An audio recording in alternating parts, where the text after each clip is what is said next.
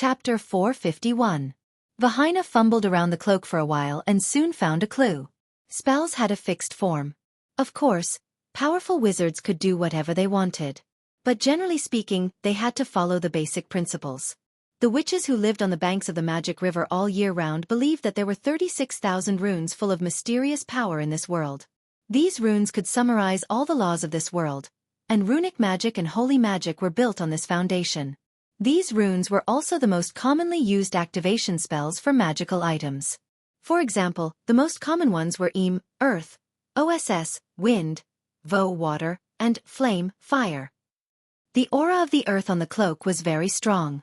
In fact, except for the artifacts made by the silver and gold races, most of the treasures in the earliest era came from the elemental realm. Therefore, the noble daughter tried the giant poem, which described the origin of the earth races. There were 1,200 runes in this codex, and it was almost impossible to try them all. But she was very experienced.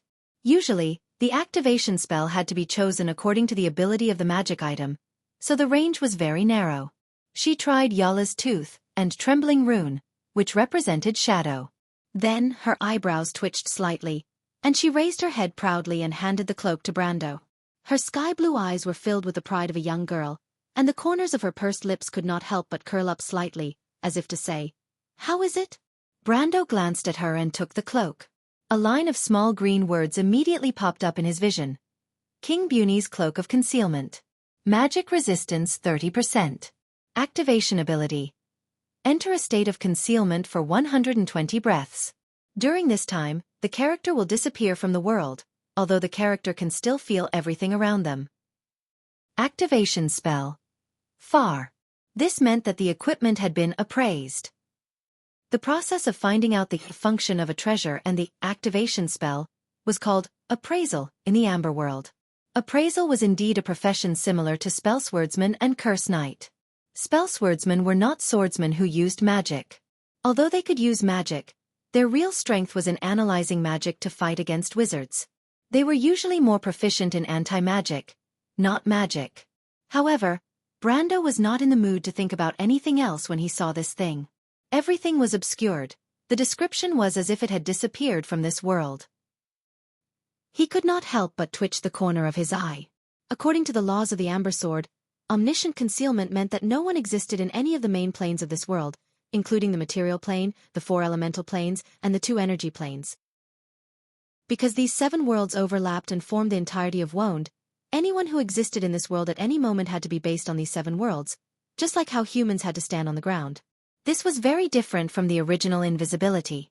In the case of mystery spells, invisibility was a spell that used air or water magic to refract light, or to distort the laws of nature to change the path of light to achieve the purpose of deceiving one's vision.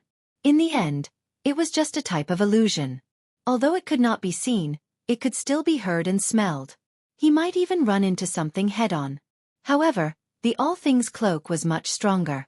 At least Brando knew that this thing had a simple use, and that was to pass through walls. Because under the effect of omniscient concealment, the walls that existed in this world did not exist to the target. Although the effect only lasted for a short 120 breaths, which was about 5 minutes, it was perfect for escaping. It was not an exaggeration to say that this thing was a divine artifact to those who needed it, and in addition to its 30% magic resistance, it was definitely worthy of its status as a treasure that existed in legends. The legendary cloak hidden in the giant king's treasure vault did not disgrace its owner in the slightest.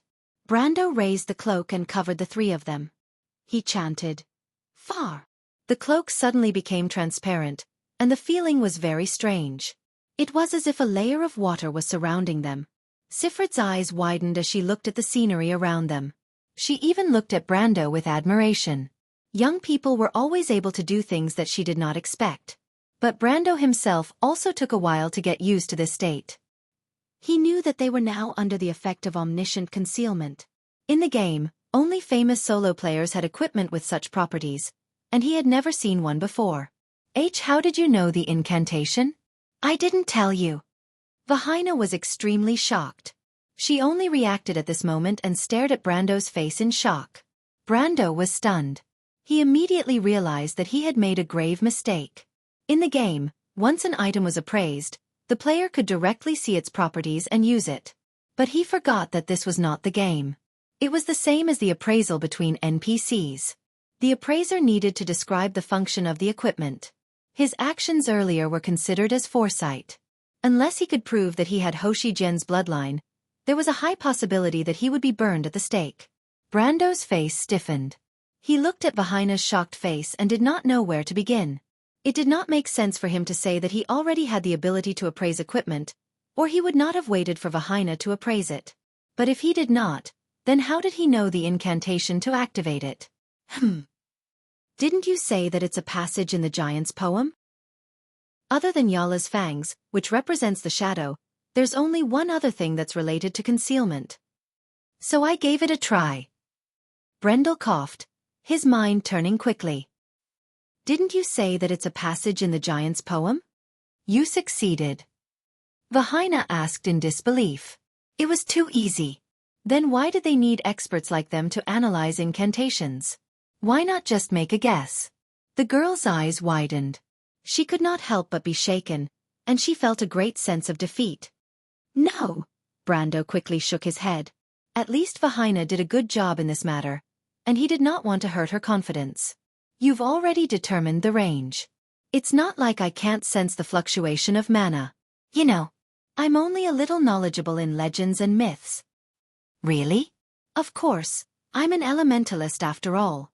How can there be a gold-ranked elementalist in swordsmanship? Vahina pursed her lips in disbelief. Master Von Kane always said that we humans have limited lives.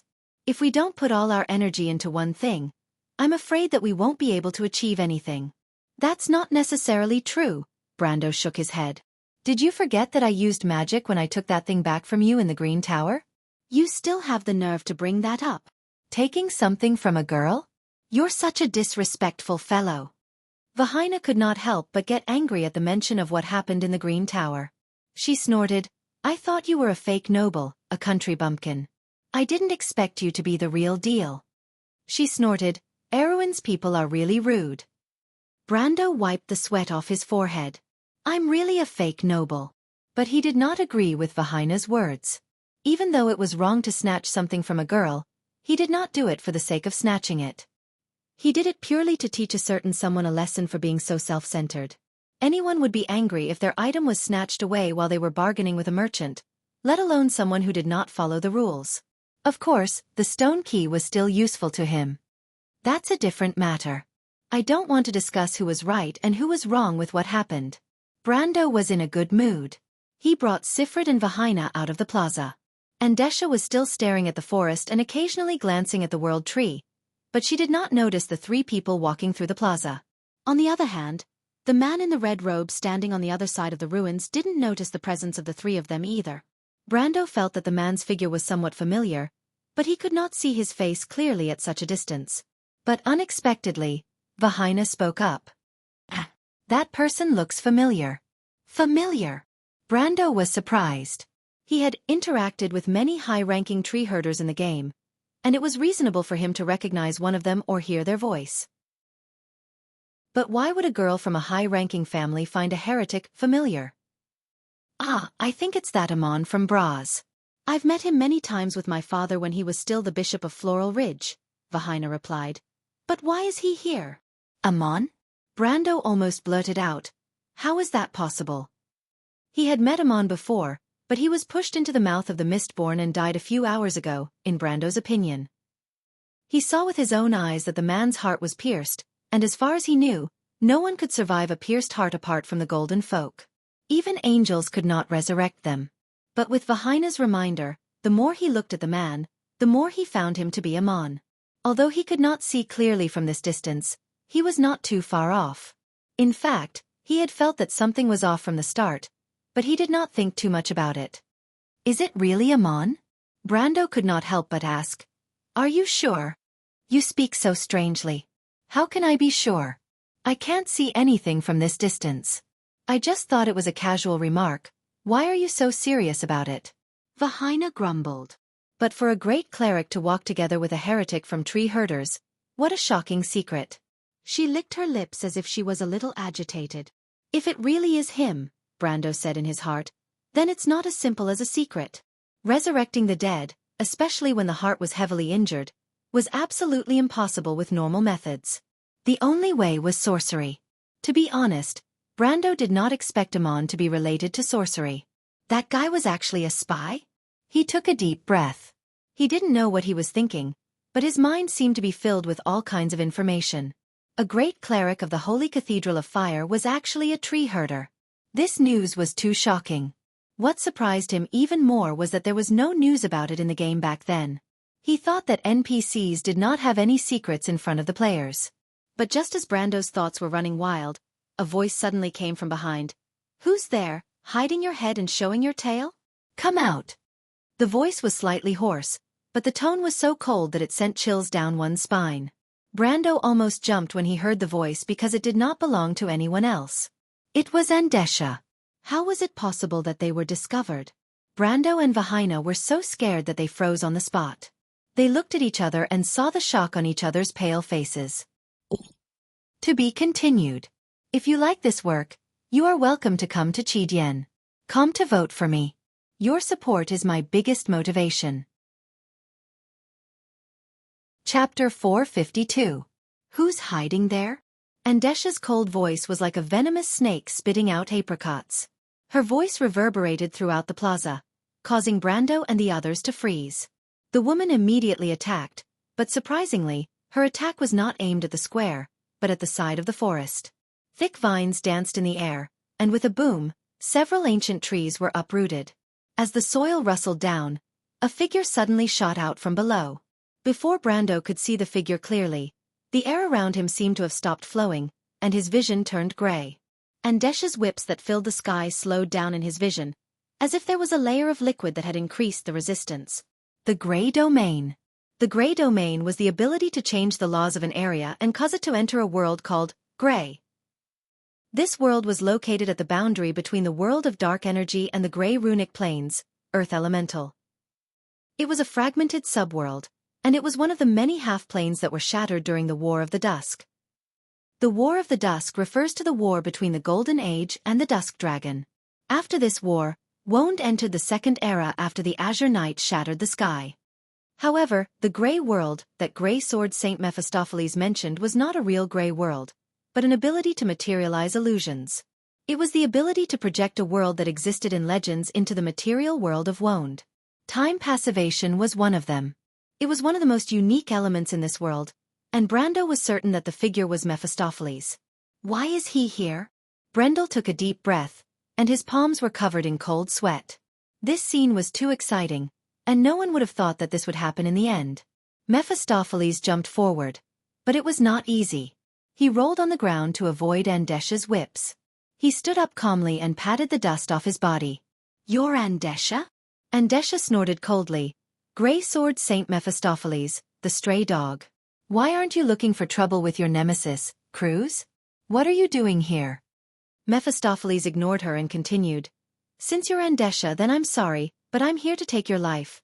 That great demon king Mephistopheles? Who does he think he is? How dare he speak to that woman like that?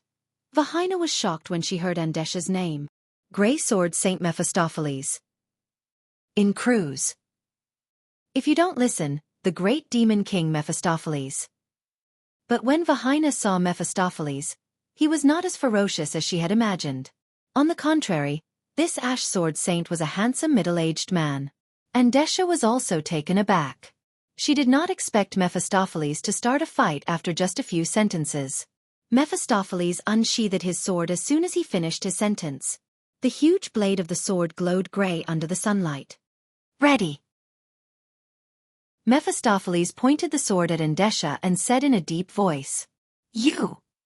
Xianxia was furious.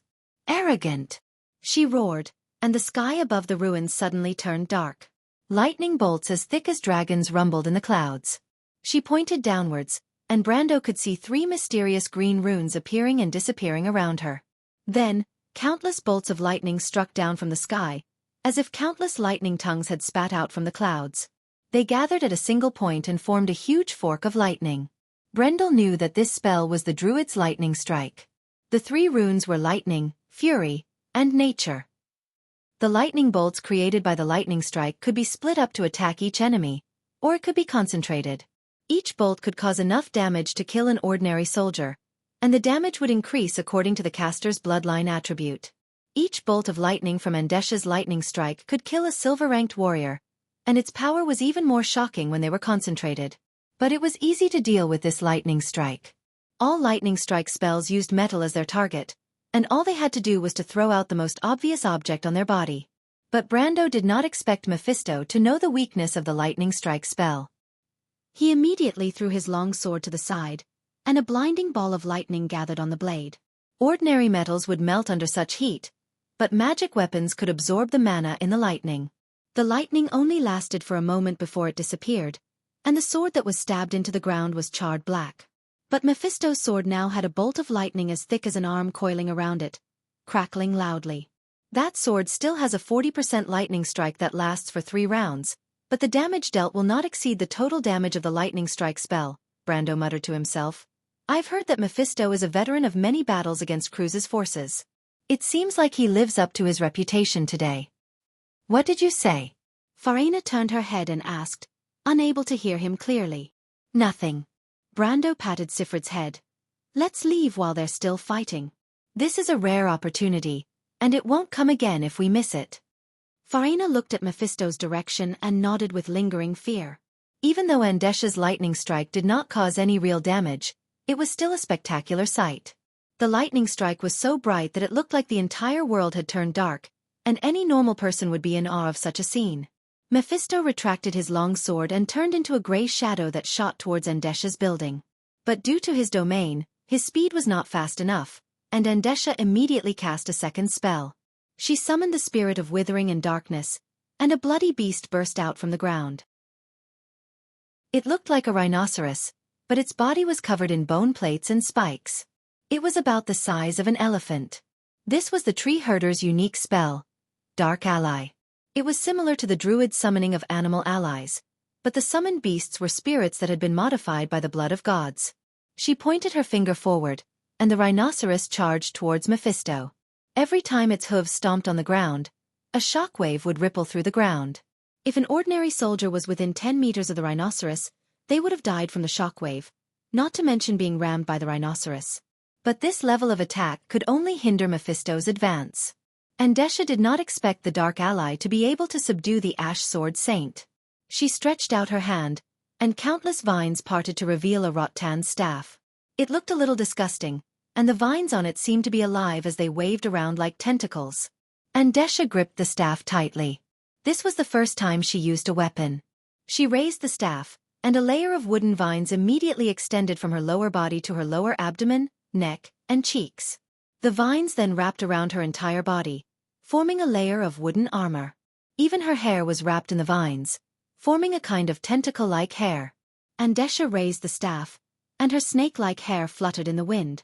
She looked like an evil goddess in the legends. Brando and Vahina rushed forward while looking at the situation behind them. When they saw this scene, they could not help but suck in a breath of cold air. Damn, that crazy woman is serious. Brando was surprised. He was surprised that Grey Sword Saint Mephisto was so powerful. He had always thought that Mephisto was slightly stronger than the Cruz Empire's goddess of war, the Azure Sword Saint Veronica, but there was a limit to it. After Andesha finished casting a defensive spell, she raised her head and saw that Mephisto had just killed the dark spirit she summoned. Mephistopheles' method of killing the rhinoceros was too simple.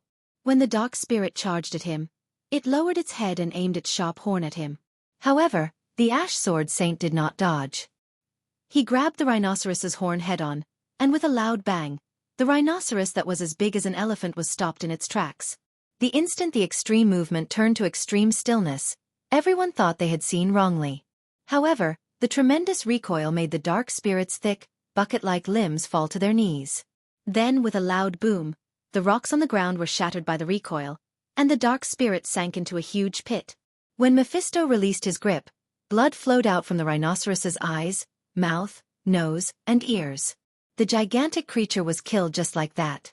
Brando and Vahina were dumbfounded. Is he even human?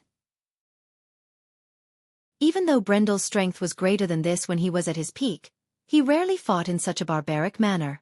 Who would have thought that Mephisto, a middle-aged man who looked gentle and refined on the surface, would be so violent in battle. However, Brando suddenly felt his blood boiling. He could not help but think that this was what a warrior should be like. A true warrior should charge forward and fight to his heart's content. Once he charged forward, he would strike fear into his opponent's heart. Andesha was not afraid, but she was still shocked. Her face was covered by vines, but her eyes flashed. She waved the staff in her hand and gritted her teeth. "Go, my children!" The ground suddenly shook, and the huge building behind her instantly fell apart. Countless dragon-like vines rushed out from the ground, and these giant green sandworms bent into a U shape in the air before crashing down on Mephisto. Giant plants! Even though Brando did not stop moving, he could not help but stare at this level of battle. It had been a long time since he last saw a battle of this standard, and both sides had rich battle experience. This was because the battle experience of a famous NPC was far greater than that of a normal player. To be continued.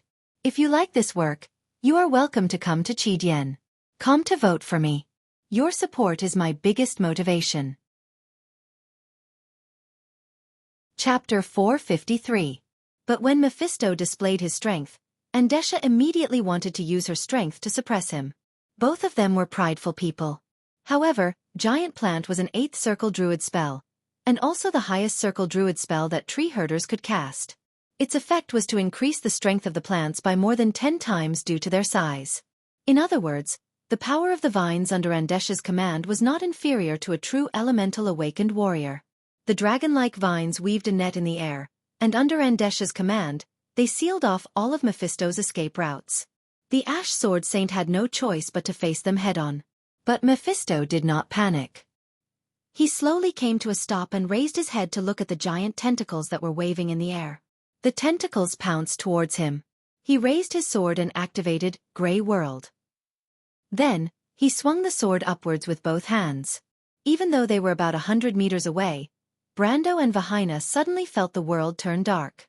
It was as if the only thing left in the world was the grey sword in Mephisto's hand. The grey line extended diagonally upwards and divided the world into two. Then time stopped. With the sound of something breaking apart, the tentacles in the air were all cut off at the same time from their roots. Green liquid gushed out from the severed parts. One could imagine the scene of countless dragons being severed in the air and falling to the ground. It was a spectacular sight. Then, the broken plants fell backward one after another. From mid-air, it looked like a chrysanthemum had bloomed in the forest, but this chrysanthemum was green. The vines fell to the ground with a loud crash and swept through a patch of ancient trees in the forest. Smoke and dust filled the air. Mephisto had expended a lot of energy after using the sword. He propped his sword on the ground and gasped for breath. But Andesha was not in a good state either. Her spell was completely destroyed in an instant, and the backlash from the spell almost caused her to explode. In the end, the woman clenched her teeth and sacrificed herself to save the king. Her left hand exploded into a pile of green paste, releasing all the magic power from her left hand. Only then did she manage to save her life. Andesha snorted and glared at Mephisto. She had never suffered such a loss when she fought against the great mages of the Silver Union. The mages were cautious, and their attacks were predictable, unlike Mephisto, who attacked as if he didn't care about his own life. A moment of carelessness would put her in a passive position. "Hamel, how long are you going to wait, you bastard?" She finally couldn't help but roar. "Do you want to be a bystander so that you can reap the greatest benefits?" Hearing this, Mephisto was shocked. He didn't expect this woman to have helpers. Although he had gained a lot of benefits from the previous attack, that attack had gathered almost the entire power of the Grey Realm. Now, he was also unable to continue the attack and could not even gather the scattered elements. He took a deep breath and looked around. He saw a man wearing a golden-red priest robe walk out from behind the smoke. "Are you a cleric from the Holy Cathedral of Fire?" Mephisto frowned when he saw the man's attire. At this time, Brando also saw the man's appearance. Cleric Amon had almost passed by them. Of course, even if he had passed through them, it wouldn't have made much of a difference. However, after Brando confirmed that this man was indeed the dead Amon, he couldn't help but be shocked. Although this man did indeed look like Amon, his face was as pale as a sheet of wax, and his body was covered with black liver mortis. This was not what a living person should look like, but more like an undead. In Brando's view, this was somewhat similar to an undead resurrection spell. This spell was one of Won's famous witchcraft. It could turn a person into an undead at the moment of death, but to cast it, a part of the person's soul had to be separated and placed in a container. Of course, this container could not be a jar or a box, but a living person without a soul. As for how a living person could become an empty container without a soul, this went without saying. This forbidden spell was strictly forbidden by the Holy Cathedral, and only the necromancers of Madara and some cultists would study it. Thus, Brando confirmed that Amon was definitely a spy the moment he saw him. However, his relationship with Andesha did not seem to be that of the tree herders. In fact, there were countless cultists in Wonde, and the All-for-One and tree herders were just two of the more powerful ones. Similar to the Silver Heavenly Snake and the Sheephead cult, there were terrifying legends about them everywhere. However, Brando could not help but squint when he saw the black ring on Amon's finger. It seemed that this guy did not intend to return to the Holy Cathedral after his death, so there was no need to hide his identity. The ring was the symbol of the All-for-One. "It's really him, Cleric Amon," Vahina whispered. Brando nodded. The All-for-One has really infiltrated the human world thoroughly. Even though they were close, Amon did not hear the conversation between Brando and Vahina.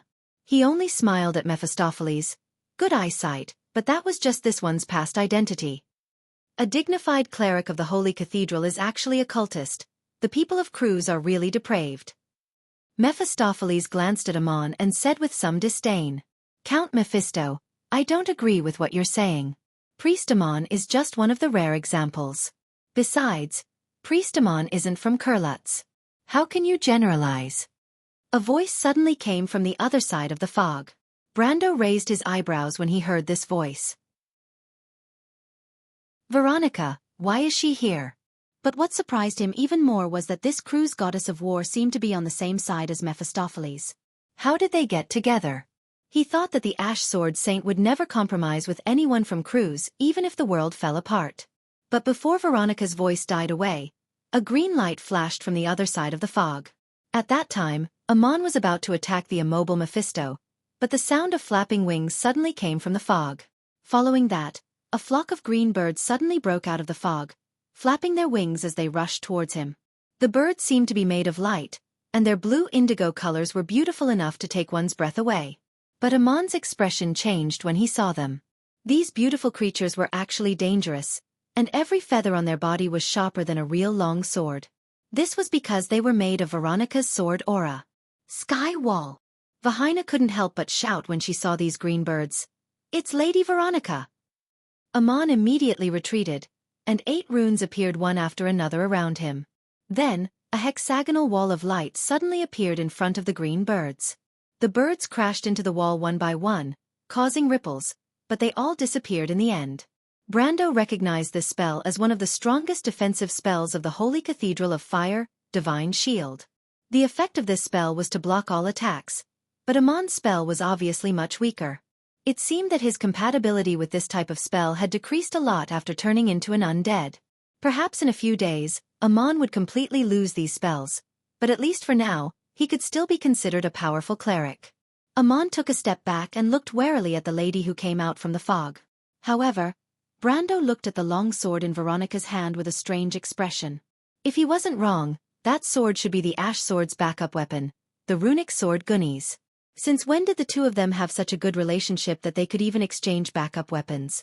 Could it be that the Ash Sword Saint's hatred for Cruz's people was just a lie? Or did Veronica cast some kind of spell on him? Brando looked at Veronica and couldn't help but think with a hint of malice. The goddess of war of the Empire was over 100 years old, but she looked like she was in her early 30s. She was still very attractive to Mephisto. Although the Ash Sword Saint was younger, the difference in age wasn't that big. The more he thought about it, the more he felt that it was possible. Could it be that the Ash Sword Saint and the goddess of war of the Empire had really fallen for each other? It wasn't impossible for them to forget about each other with a smile. "Hey Vahina," Brendel couldn't help but ask. "Why are they together? Did Lady Veronica use the legendary honey trap on Mephisto?" Don't talk nonsense. Lady Veronica wouldn't do that." Vahina looked at the scene with her mouth agape, and said with a little lack of confidence. But even though Brando was spouting nonsense, he was still a little worried. He looked around, hoping that Scarlet didn't follow them. Unfortunately, He was disappointed because he soon saw the girl behind Veronica. "Sigh, aren't you just causing trouble for me, Lady Veronica?" Brando sighed when he saw Scarlet. "Let's go out and meet up with Lady Veronica," Vahina suggested softly. Brando immediately grabbed her arm. "Wait, let's see what happens first." "What's there to see? Your little lover is here. Are you not going to stay?" Vahina looked at him from the corner of her eyes. "Hey, aren't you a noble's daughter? How can you say something like that?" Brando couldn't help but cough. "Besides, are you stupid? We're in the dark while the enemy is out in the open. Why do you have to go out and let them be on guard?" Vahina was stunned. She didn't expect Brando to come up with such an idea. She blushed. "Of course not, it's just that I'm not as despicable as you, always thinking about sneak attacks. Are you a noble or not? Aren't backstabbing, poisoning, and assassination your Kurlut's noble specialties? It seems like what I'm doing is in line with your values, right?" Brendel replied. Vahina was speechless. She turned around and glared at him with gritted teeth. To be continued. If you like this work, you're welcome to come to Qidian. Come to vote. Your support is my greatest motivation. Chapter 454. When Veronica walked out of the fog, the priestess of the former holy cathedral was just as shocked as Brando. Before he could react, the Azure Lady spoke to him. "Priestess Amon, you really surprised me." "You too, Lady Veronica," Amon replied with a solemn expression. "What a surprise. Grey Sword Saint Mephistopheles is actually working with the people of Cruz." Andesha covered the wound on her left arm with her right hand. Green blood flowed out from between her fingers, but she spoke coldly as if she did not feel any pain. "You stray dog over there. Is your hatred for the people of Cruz so shallow?" Brando saw that the Sword Saint of Ashes did not show any expression in the face of such mockery. He just stood there as if he did not hear anything. Brando could not help but admire the Sword Saint for his magnanimity and self-restraint. But he did not expect the legendary Sword Saint to raise his head and ask seriously, Your sister. Are you a natural idiot?" Brando almost choked to death. He could not help but curse in his heart. The Sword Saint of Ashes was the representative of the NPCs who were fearless. He was the idol of countless people, but he did not expect him to be like this. This was the effect of a deified idol collapsing in one's heart. Even though Brando was not a fanatic, the contrast was too great. Andesha's face darkened. Of course, she did not think that Mephistopheles did not hear her words.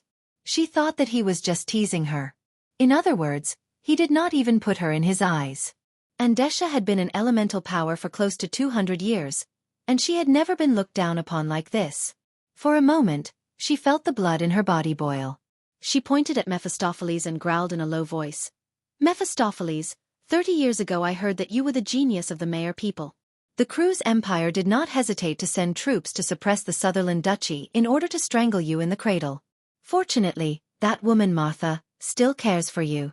But it is a pity that you did not cherish it and walk together with your former enemy. You are indeed a genius with your talent, but you are still too far away from me. You should know that I underestimated you and let you take advantage of me. But this kind of situation will not happen again. Cherish your life, young man. Besides, the woman behind you is the goddess of war of the Cruz Empire. Killing her will be a heavy blow to that arrogant empire. You should know this, right?" Mephistopheles nodded. "I know it, Lady Andesha. But I am here to take your life now. As for my grudge with the Cruz Empire, I will settle it myself later." Don't refuse a toast only to be forced to drink a forfeit. Andesha gritted her teeth. It was not that she did not dare to make a move against Mephistopheles. She had already grasped his strength in the previous battle. As long as she did not underestimate him, Mephistopheles would not stand a chance. However, she wasn't willing to fight to the death with Mephistopheles. To put it bluntly, she didn't trust Hamel who was with her.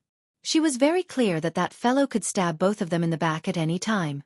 But when Mephistopheles heard her, he raised his sword and replied, "I don't drink any wine.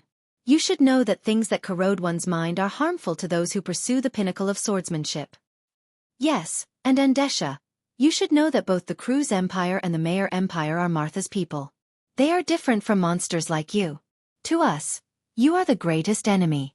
Even if Count Mephistopheles has a grudge with the crew's empire, you should still unite against the common enemy, right? Veronica raised her head and crossed her arms as she spoke to Andesha with a smile. This female commander had long green hair that draped over her shoulders, and her smile was exceptionally charming. Andesha was furious. Then you can die. Corrosion, I will show you the power of time. A green domain spread out behind the enraged lord. Everything that was enveloped by the green light was instantly weathered and disintegrated. The stone buildings that had been preserved for tens of thousands of years crumbled under the green light, turning into mud and sand that fell to the ground. The green light extended forward and surrounded Mephistopheles and Veronica in an instant. It looked as if it was about to swallow them whole. Unexpectedly, the green light stopped when it was within 100 feet of the Ash Sword Saint's body. It couldn't advance any further. The streets around the green light turned into fine powder, and the stone slabs cracked to reveal the soil beneath. Plants grew and withered from the exposed soil, and the ground turned dark. But the streets beneath Mephistopheles' feet did not change at all. What's going on? Andesha was slightly shocked. Mephistopheles' strength was much weaker than her, and he should not be able to resist her element corrosion. What's going on? Farina, who was hiding under the cloak, also asked in confusion. How is he able to resist the effects of element power from such a long distance? Is he as strong as Andesha? When she discovered that Mephistopheles was on Veronica's side, she changed her title from Great Demon King to that guy. Element corrosion. Brando's eyes lit up. Corrosion is just a low-level element corrosion, and it is at most on the same level as the dominant element corrosion. But the law of Grey is the strongest element illusion, and it is also related to time. In the world of Grey, time slows down, and corrosion is naturally ineffective. And the elements of illusion are mostly self-determined laws. In that world, the low-level elements of time have to obey the laws of that world. Brando did not say anything else, because the so-called elements were divided into 6 levels. Micro-elements, mixed elements, strong elements, law power, elemental power, and existential power. Micro-elements were the power that everyone in the world of Wond had. They were also known as the human attribute, but they were not visible and were weak to the point of being undetectable. Mixed elements were the manifestation of strong elements, and they were also known as dominant elements. Most of these elements would appear before a person had truly awakened their element, such as the freeze ability that Brando had displayed. But only those who had truly awakened their element could possess dominant elements. This level was known as the strong element, and it was also the most widely distributed element in the world. Above that was the power of law, such as fantasy, mystery, divine, and nature. After that was the power of elements, which was also known as the highest level of elements. The 4 elements belonged to this level of elements, which was the foundation of this world. Lastly was the existential power, which was parallel to or beyond the definition of the world itself. It was the foundation of the existence of matter and consciousness. Andesha's corrosion was only a low-level element of nature, and its highest level was time. Even though it was of noble origin, it was only a low-level element that was at the level of a strong element. On the other hand, the world of Grey, of the Ash Sword Saint, was a genuine fantasy element. Both elements contained the element of time, but Andesha's power was suppressed due to the fact that the low-level element had to obey the high-level element. If not for the fact that she was much stronger than Mephisto could have even used the world of Grey to control her element. You're really lucky, Count Mephisto. Veronica laughed behind Mephisto. Even though she knew how dangerous Andesha's element was, she did not seem to be bothered by it. The young sword saint of the Mayor Empire turned around to look at her, and his dark gray eyes said, I already know about Andesha's abilities. I see. Veronica replied. She reached out to protect Scarlet behind her and said to the red-haired girl, Back off a little, you won't be able to interfere in the battle. Scarlet showed a surprised expression. You don't have to protect me, Lady Veronica. I'm also a gold-ranked fighter. Mephisto was slightly surprised. Your lord is also a gold-ranked fighter, isn't he? The Erewhon Empire has produced quite a few people in recent years. I heard that there's a young man called Buga who has outstanding talent and obtained the recognition of the Cross-Sword Saint. Is he also from your empire? Scarlet nodded. Buga was her vice-commander. However, she did not dare to say that the young Buga was no longer young. He was already middle-aged. You don't have to look at me, Veronica saw the sword saint of the Mayor Empire looking back at her and could not help but grumble. You don't really believe that woman's nonsense, do you? The Empire did not send troops to the Sutherland Duchy because of you, the Duke's son. Besides, don't worry, I'll do what I say. That's good. Mephisto raised his sword. I'll deal with that woman, and you deal with the cleric. Is that all right? No problem. Amon is not as strong as me. Veronica replied. That's not necessarily true. You have to be careful, Mephisto said. He then added, I'm not worried about you, I just don't want you to be a burden to me. Veronica glared at him. No one had ever dared to speak to her like that ever since she became famous. Besides, she was older than this young sword saint. However, Mephisto ignored her and turned his head back without saying a word. The conversation between the three of them happened in an instant, and Andesha also noticed the problem. She was so shocked that her face became distorted. Even though her element power was suppressed, it did not mean that she could not do anything to Mephisto. She was the Lord of Tree Herders, and she did not rely on her element power to survive. She let go of her right hand that was covering her left arm and grabbed the wooden staff that was floating in the air. Her eyes were almost spitting fire as she glared at the people below. She gripped her scepter tightly and shouted, "O primal chaos above all things, I revere your power with all my heart. May your wrath and anger burn away all existences that violate the truth of this world. Now, let me borrow your authority and do your thing." A terrifying chill ran through everyone's heart. Seventh moon, I call upon your name, Ankaram, and all things return to the same path. Andesha raised her staff and pierced through the vines covering her body. Black scales that flowed with blood grew out from her body. Come, dragon of chaos, dusk. Note, Ankaram is the name of the seventh moon. The witches believe that this moon is the reflection of the shadow and destruction magic in the sky. It represents the brutality and killing intent of the dusk dragon. Ankaram and the fourth moon, Akana, are twins. Akana represents judgment and rebirth in the legends of the Crews, and is also the moon of wisdom for the Buga Magi. Horns grew out from her hair, and the sun in the sky dimmed. A pair of wings covered in scales spread out from her back. She shook her head and tail, and her neck lengthened. Her fingernails became sharp, and her body grew bigger and bigger. She's really angry now. Take Sifrid and find a place to hide. Don't get too close, or the wind blades from the battle will scratch your face. Don't blame me for not warning you. Brendel said to Farina as he pulled out Halrengaya from his back and gripped the hilt tightly. Find a place to hide with Sifrid and don't get too close. Why you? I'm not afraid. I want to go as well. I'm a warrior too. Vahina's eyes widened as she reached for her dagger, but she remembered that she had lost it earlier. I can use magic to help you. You want to go? Brando looked at her. Are you saying that you want to leave a child like Sifrid alone on this battlefield? You're really vicious, woman.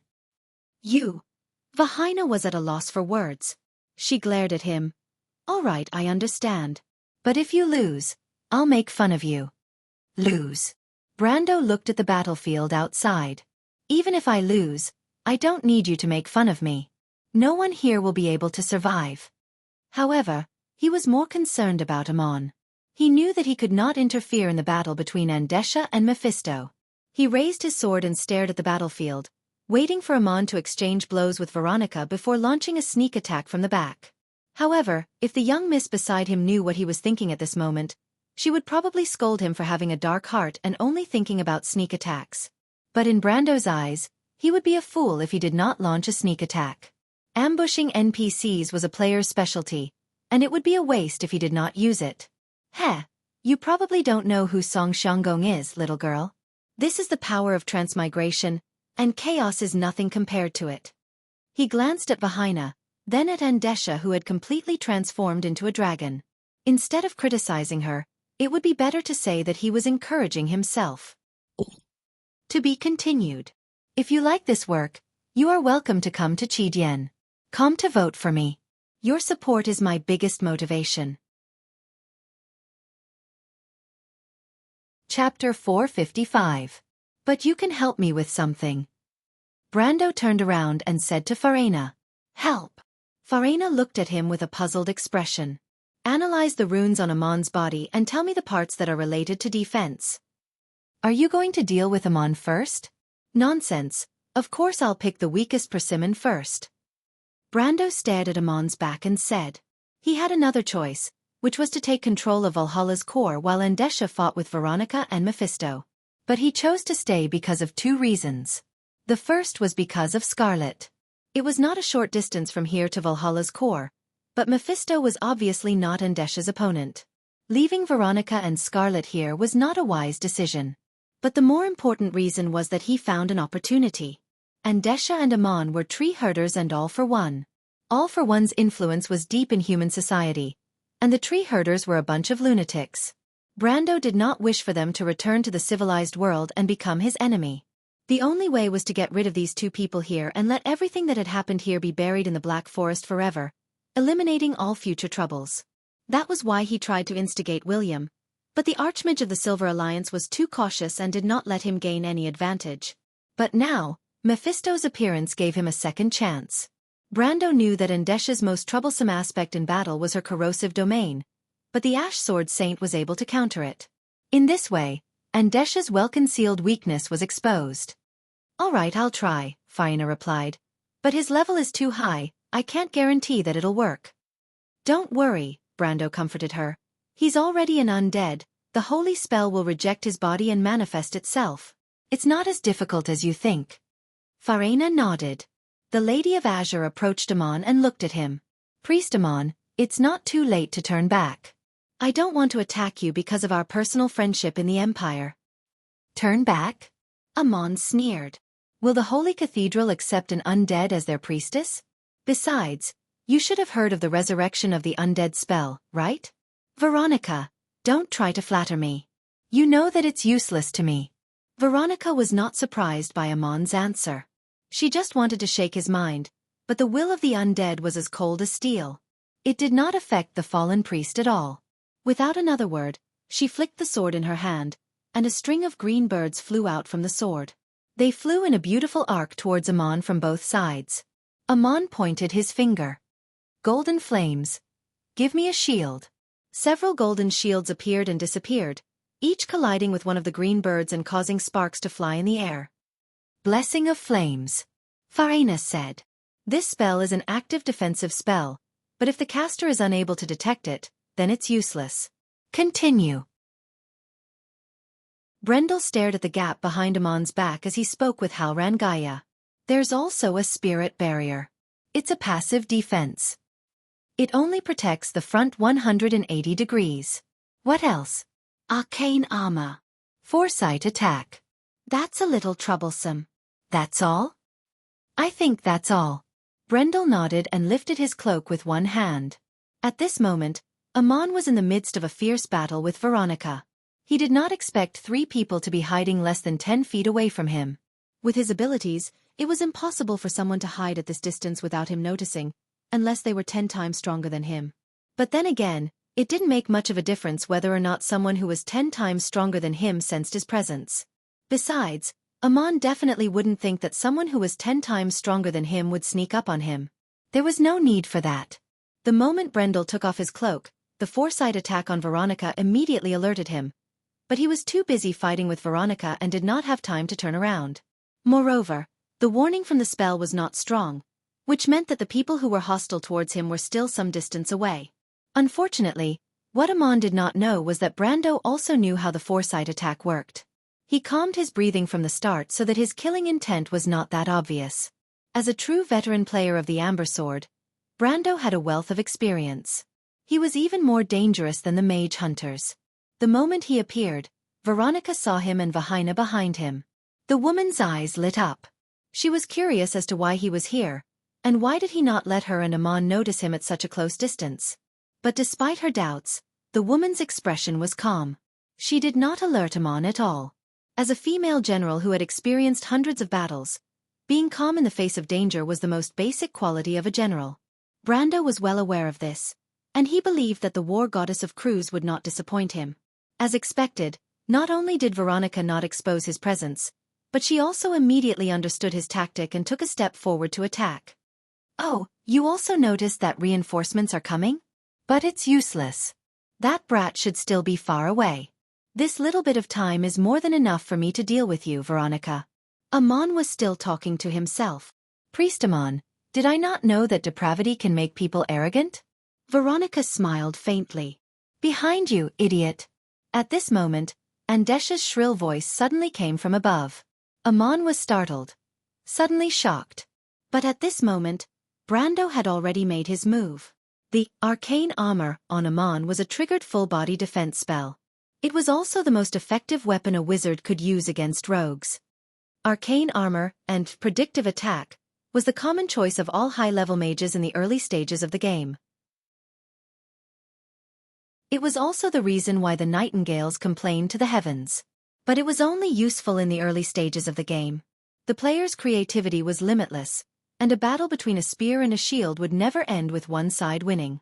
Brando did not directly stab Amon's back with his sword.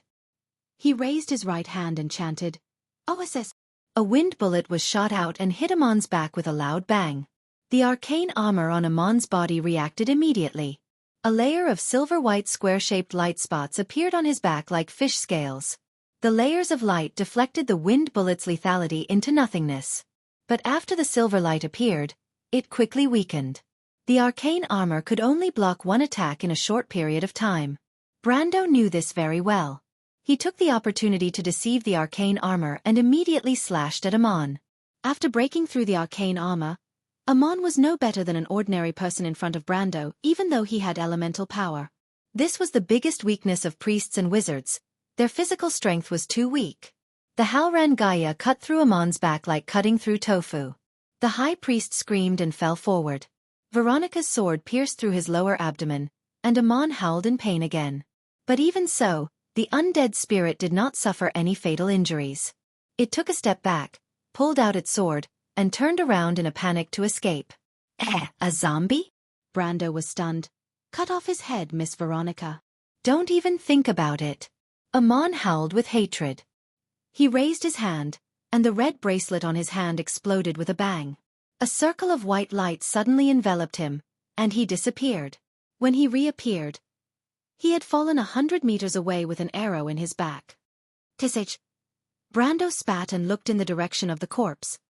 He put down the shale longbow in his hand and said, "Isn't it just a anywhere door? You think I can't tell where you're going?" Veronica stood aside and looked at him with a smile. "Brando, where did you get your combat experience?" "In Cruz, even the best young knight I've seen is not as good as you." "I'm a descendant of the Highland Knight. Fighting with mages is a talent that I inherited from my bones." Brando replied casually as he returned the blue firmament to Veronica. "Go deal with Andesha. I have a way to kill her." Veronica looked at him curiously. Brando shook off the blood on his sword and looked at Andesha, who was not far away. Andesha had been paying attention to the battle. When she saw that Amon had failed, she could not help but stare at Brando with hatred. However, at this moment, the woman had turned into a black dragon. She was entrenched on top of the building like a giant beast lurking in the shadows. Even though she herself was the shadow. The battle had become 3 against 1, but Andesha did not show any signs of retreating. The leader of the tree herders had her own pride. She did not care about Brando and Veronica in the first place, and did not think that these two people who were much weaker than her could pose a threat to her. "How do you plan to deal with that woman? She's not an ordinary person." Veronica looked at Brando and asked, "I have my ways. Actually, I suggest that you bring Vahina and Scarlet away from here. Brando, Andesha is not that easy to deal with. I'll convince Mephistopheles to delay her. What about you?" Brando turned to look at Veronica. "Me. As a general of the Empire, dying in battle is not a disgrace." Veronica smiled.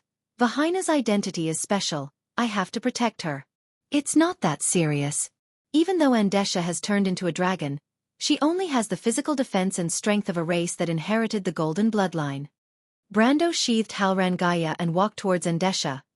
"The true strength of the dragon race is the magic that flows through their bodies. You should know that the silver elves and humans' knowledge of magic comes from the dragon race, right?" Veronica nodded. "That's why Andesha's strength has its weakness." Brando lowered his voice. "She's a druid after all. As long as her connection with nature is cut off, she'll be useless." "That won't be easy. But it's not like there's no way," Brando said. If there's anything in this world that can cut off the connection between a region and nature, it would be the golden demonic tree. The golden demonic tree? Brando nodded. Is Andesha digging her own grave by injecting the blood of gods into me? P.S. A classmate told me that I didn't post it yesterday, but I realized that I didn't post it yesterday. I'm sweating like a waterfall. To be continued. If you like this work, you are welcome to come to Chidian.com to vote for me. Your support is my biggest motivation. Chapter 456. Farina stood on the battlefield with Sifrid in her arms. She suddenly felt someone pulling her from behind. She turned around and saw a red-haired girl with a ponytail looking at her sternly. "Don't stand here, it's too dangerous." As he spoke, he pulled her back without giving her any chance to explain. "Scarlet. Sister Scarlet." Scarlet patted Sifrid's head and said to Farina, "Come with me. You can't interfere in the Lord's battle, and this place will be affected by it." "What?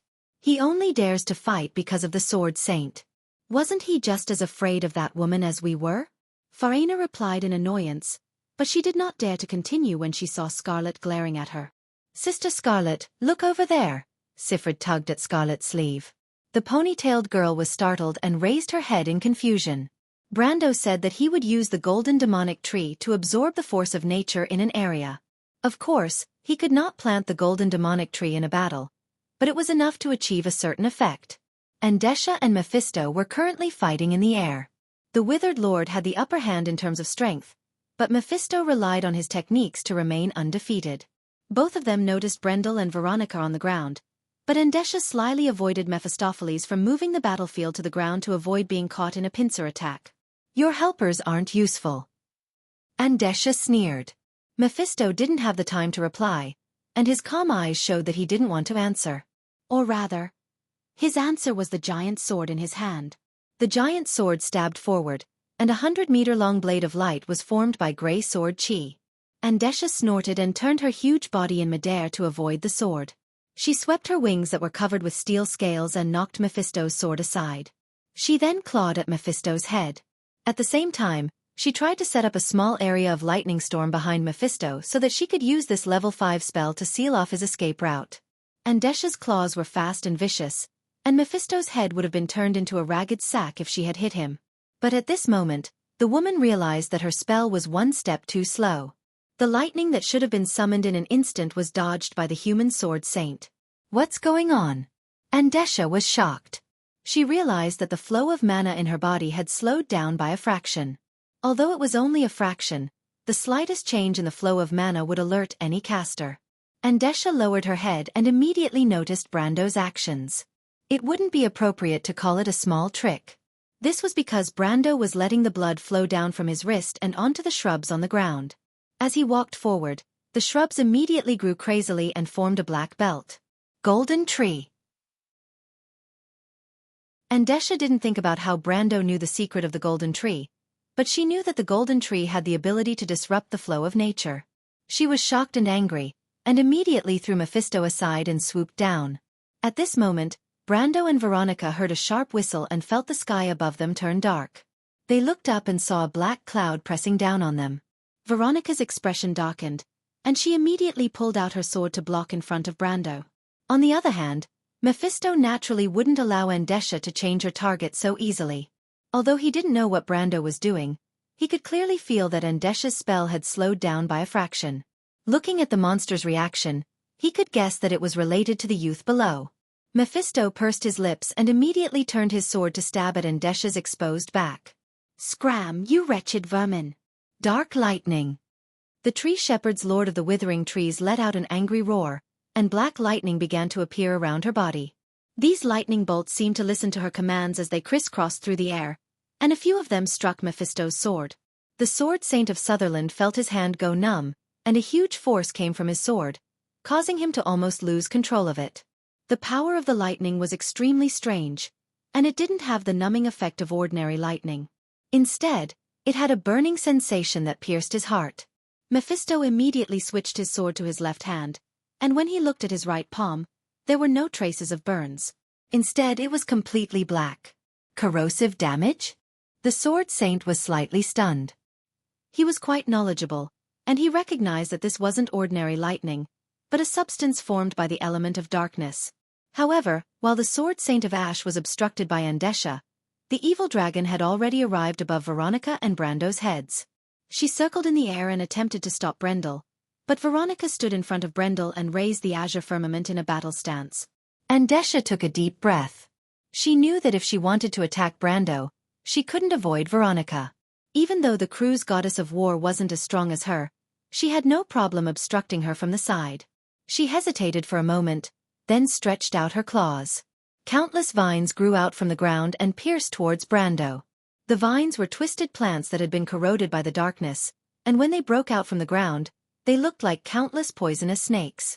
Veronica frowned and had to lead the vines to the side to prevent them from affecting Brando's work. How much longer?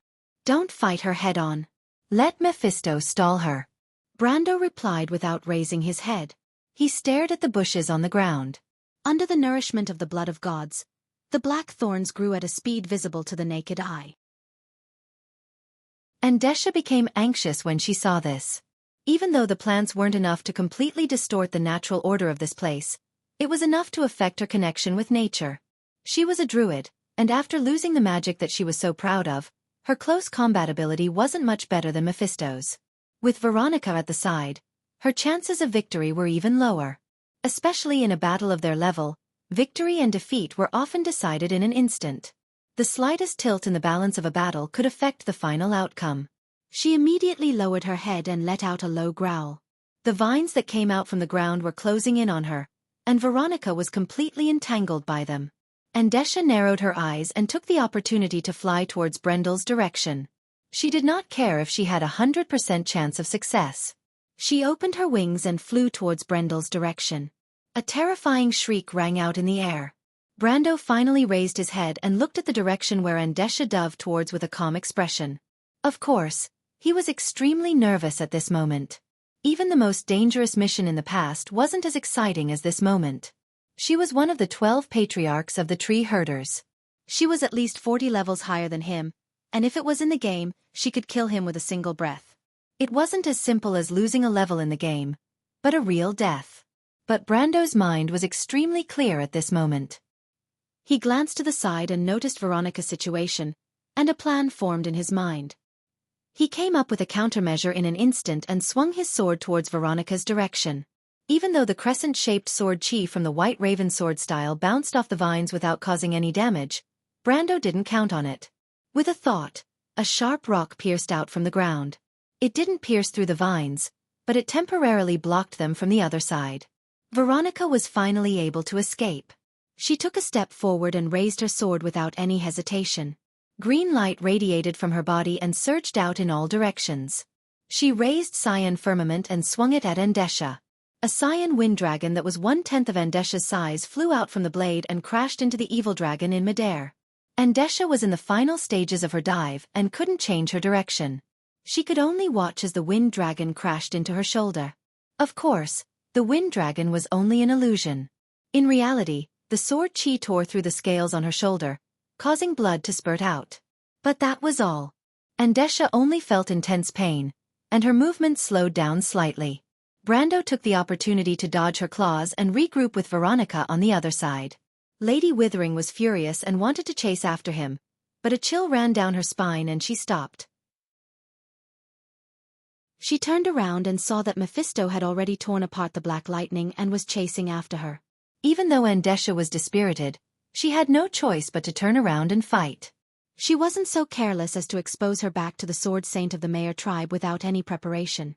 Mephisto had already used his strength to tell the tree herders that he wasn't someone to be trifled with. Brando took the opportunity to scatter the black thorns on the ground. These thorns were cultivated on the spot, and their effects were minimal. At least from the young man's point of view, he would need at least 4 more thorns of the same size to turn the tide of the battle. This wasn't an easy task because Andesha was constantly trying to stop and destroy the fruits of his labor. At first, she used a more direct method, but Mephisto didn't give it to her for nothing. Even though the sword saint of the Mayor tribe seemed a little off the mark, he could see that Brando's thorns were the key to turning the tide of the battle. Andesha's spells were getting slower and slower, and Mephisto's battle was getting easier and easier. There were even times when he had the chance to counterattack, which was unimaginable in the beginning. Thus, he decided to follow behind Andesha like a haunting ghost, not giving her any chance to make a move. Andesha quickly realized Mephisto's tactic, and she had no choice but to stop her clumsy actions and use her element of corrosion to corrode the thorns. This had a miraculous effect in the beginning, and almost caused Brando's work to go to waste. However, Mephisto quickly found a way to defend himself under Brando's guidance. He simply used his Ashen World to cover the black thorns, preventing Andesha from attacking. This move almost drove Andesha crazy, but there was nothing she could do. Her element of corrosion couldn't do anything to Mephisto. Both sides chased after each other, and the Black Great Wall was slowly built. Even though Brando was starting to feel dizzy due to the excessive blood loss, Andesha's battle prowess was also starting to crumble. Her last spell almost failed, and the backlash from the spell almost caused her to lose an eye. Thus, a strange scene appeared on the battlefield. One of the 12 patriarchs of the tree herders was being dragged into the abyss by an unknown noble called Erwin. Even Mephisto, who was fighting against Andesha, could not believe his eyes. Veronica was supporting Brando. Andesha was furious, but she finally started to feel a little uneasy. She knew that there was no other way out but to lose. The leader of the tree herders finally regained her senses. She turned around in midair and prepared to escape. "Don't let her escape!" Brando immediately shouted. The Golden Tree's area of influence was large enough to cover an entire valley, and it was already too late for Andesha to think of escaping. But at this moment he heard Scarlet scream, "Be careful, my lord!" To be continued. If you like this work, you are welcome to come to Chidian.com to vote for me. Your support is my biggest motivation. Chapter 457. Be careful. Scarlet suddenly shouted as Brando focused on dealing with Andesha's attack. Brando's heart skipped a beat as he turned around, only to see a ray of black light coming at him. Brando did not have time to react, but his rich combat experience made him lunge forward.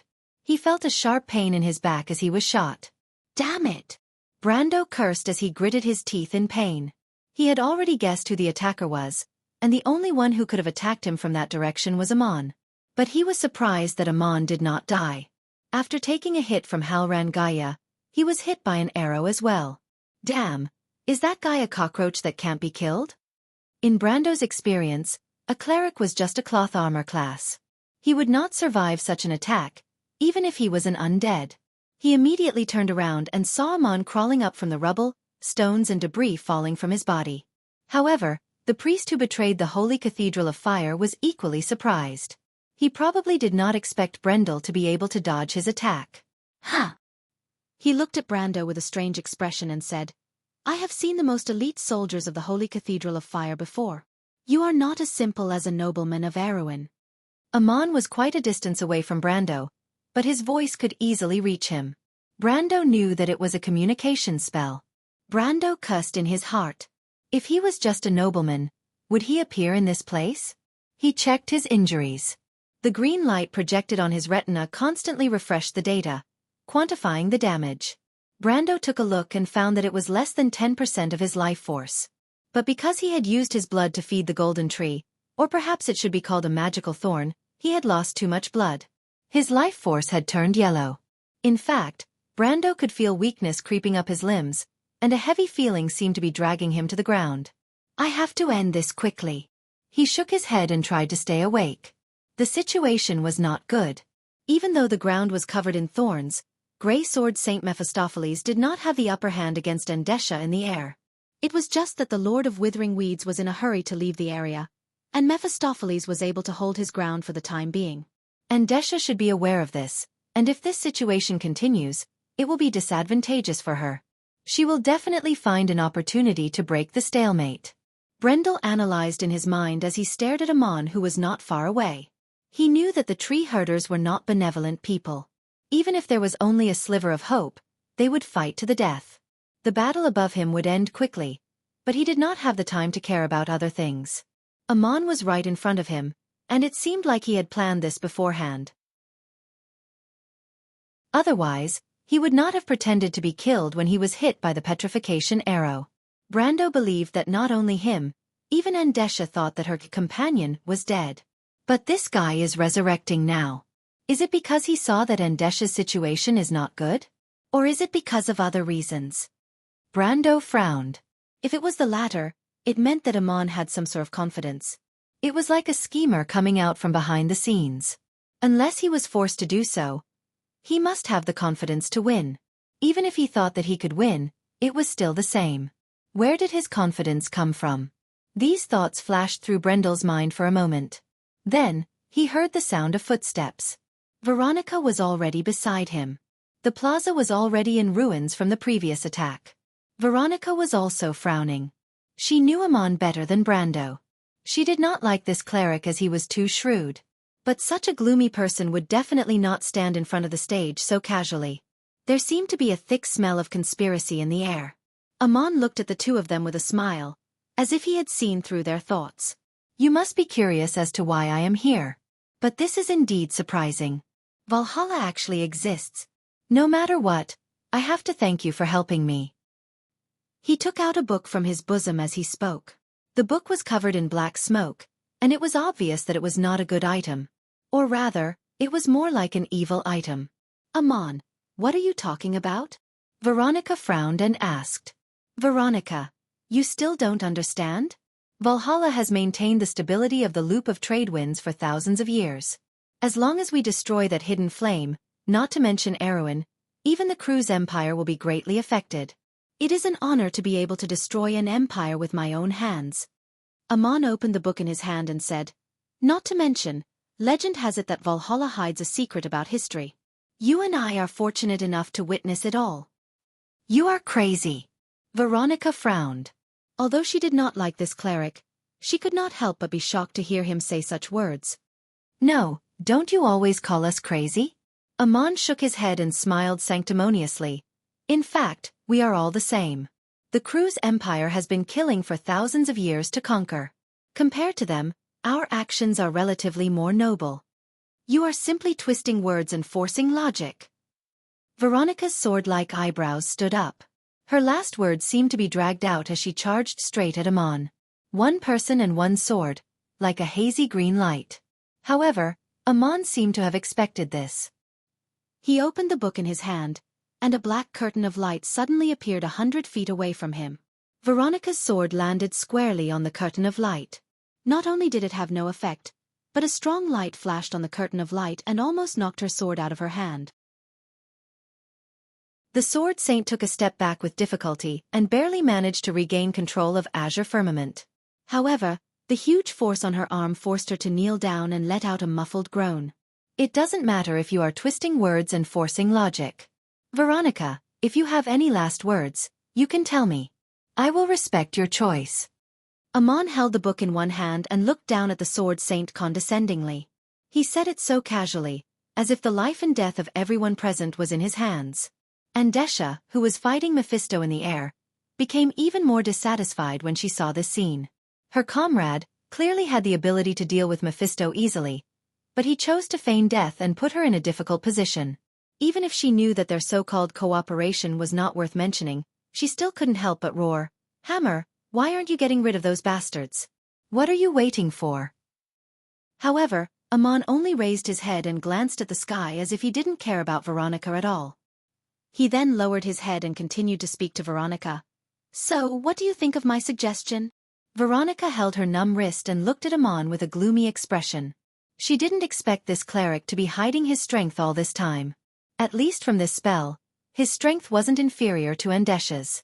The huge difference in strength made her heart turn cold. Andesha alone was enough to make them use all their strength to deal with her. And now there was another cleric. Veronica couldn't think of a way to win. But just as she lowered her head and thought of a way to turn the tables, Brando's voice suddenly rang out. Don't listen to him.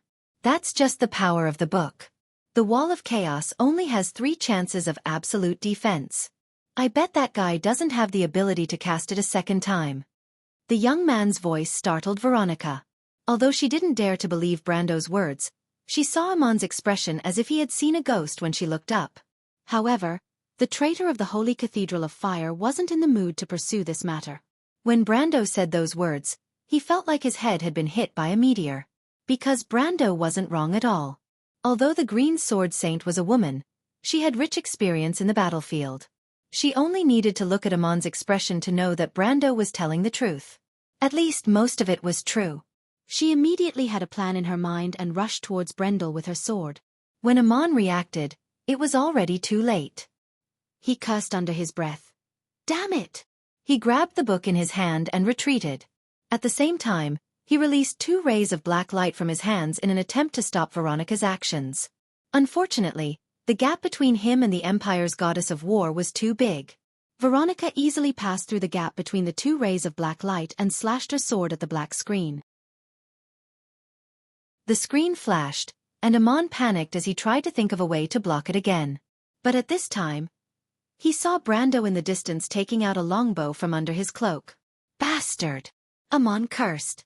Brando's actions were always perfect. He even suspected that the 2 of them were longtime partners. But he didn't know that with Brando's current experience, he could easily work with anyone. The bowstring twanged, and the black screen disintegrated. Veronica immediately took the opportunity to charge forward, but she didn't expect Brando to stop her. Careful, retreat.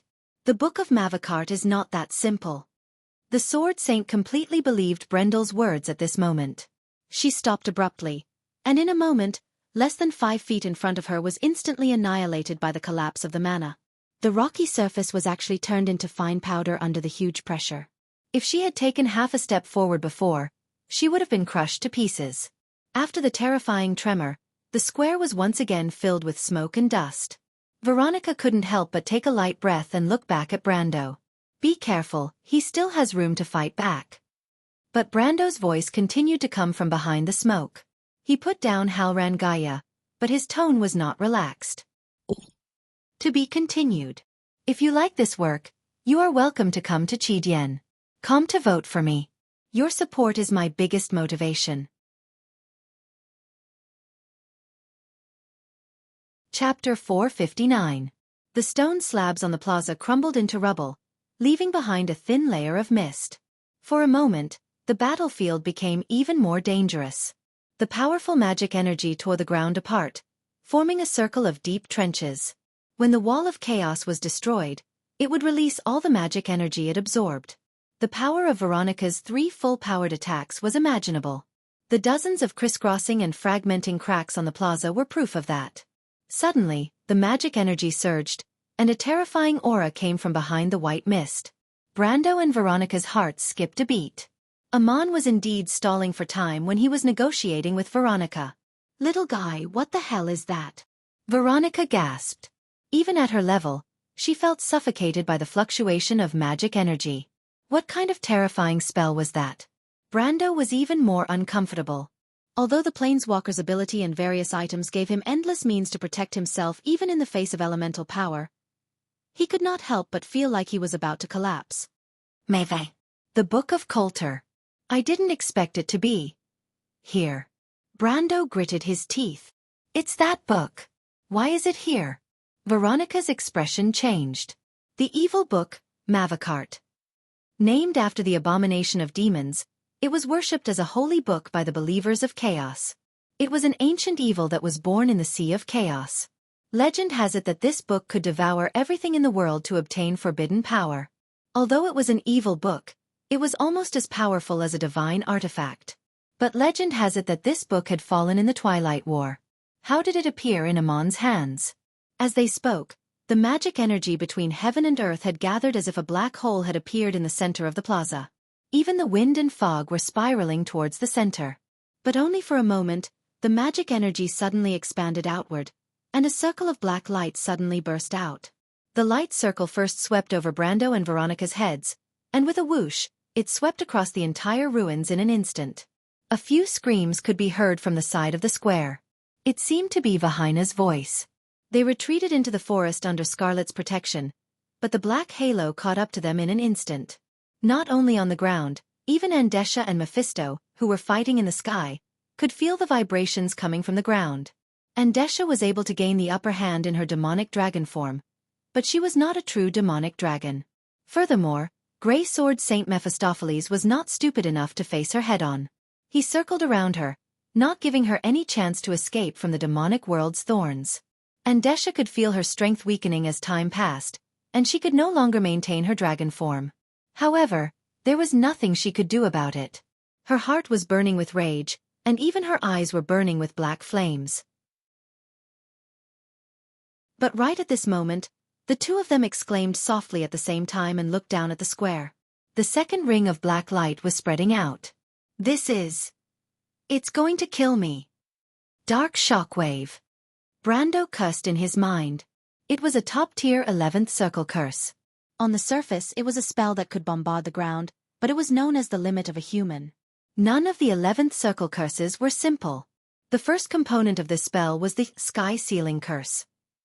Andesha and Mephisto, who were in midair, immediately felt their bodies tighten, and the element energy that allowed them to hover in the air disappeared. Even the flapping of their wings did not give them the slightest bit of lift, and the two of them immediately fell from the sky. This is an indiscriminate attack. Andesha's face turned green and she screamed, "Hammer, you're crazy!" Of course, Amon was not crazy. A strange laughter came from the fog. "Andesha, I'm doing this to thank you for buying time for me, so that I can prepare the power of this sacred artifact. But it's a pity that you barbarians will never understand the majesty of supreme power." It was as if victory was within his grasp, and he was full of confidence. However, he did not relax his hands at all. The speed at which the magic power was gathering behind the fog actually increased. The third black light will immediately burst out, and this time, its power was even more shocking. The black trail was like a whip that swept across half of the square, and even the air was crackling as it exploded. Veronica held her breath as the wind blew her green hair in front of her forehead. She turned around and said, "Mavakatl's grimoire has the power of a god. We are not his match. We have to think of a way to retreat." "It's too late." Brando gritted his teeth and said, "If we run, we're dead. If we counterattack, we still have a chance." "How do we counterattack?" Although Mavakatl's grimoire is related to the supreme power of chaos, it is still inferior to the Twilight Dragon, especially when the caster is just a mortal like Amon. "We still have a chance," Brando calmly explained. "How do you know?" Veronica's emerald eyes looked at Brando curiously. "Amon was using words to buy time, and I'm sure you've noticed it. That's why I'm guessing that there's a gap between the casting of the grimoire." "Is that so?" Veronica still had some doubts, but Brando said, "In any case, there's no time to explain. Our only chance is to seize this opportunity." Time was indeed hanging by a thread. "But little one, how are we going to block this spell?" The fallen bishop's chanting could no longer be stopped. The mana was surging, and the intensity of the mana was enough to make one's scalp numb. No one thought that they could escape from such power. But Brando did not answer. He just quietly glanced in a certain direction. In that direction, Andesha was screaming as she fell from the sky. Veronica immediately reacted, "Little one, you can't be thinking of..." It was at this time that the fourth black light flashed and interrupted her words. Another light wheel swept past the two of them. The clouds in the sky suddenly separated to the left and right. Behind the clouds, circles of black cog-like magic circles formed by lines appeared. The huge magic circle flashed slightly, and the runes representing Aruz, Ka, and Tiamat, which represented darkness and destruction, lit up one by one. The lines inside and outside the circle rotated in opposite directions, and then the center lit up, and an extremely thin line fell from there. It was a black line. It hit Amon, who was in the fog, and an overwhelming power rushed towards them. Everyone present could not help but feel a trace of throbbing in the depths of their hearts. "It's coming!" Brando immediately bit his tongue. The sharp pain was like a sharp awl piercing his brain, making him quiver. Using this moment of clarity, Brando broke free from the terrifying pressure. "Let's go!" He immediately retreated. At this time, Andesha had just crashed into the ground, and Brando took the opportunity to circle behind her. He wanted to let the Lord of the Tree Herders take the first hit for them. "You two bastards!" Andesha screamed angrily in the air, but she immediately crashed into the ground with a loud bang. Andesha, who was in her dragon form, was dizzy from the impact. She clenched her teeth and pushed away the layers of rocks on her body. She crawled up and was about to attack, but when she raised her head, Amon's magic was already on her. The tree shepherd's leader's deep purple eyes reflected a black pillar of light that shone like obsidian, descending from the sky. The pillar of light suddenly became 10 times thicker. Andesha sucked in a breath of cold air. The pillar of light was like a water column that hung from the clouds.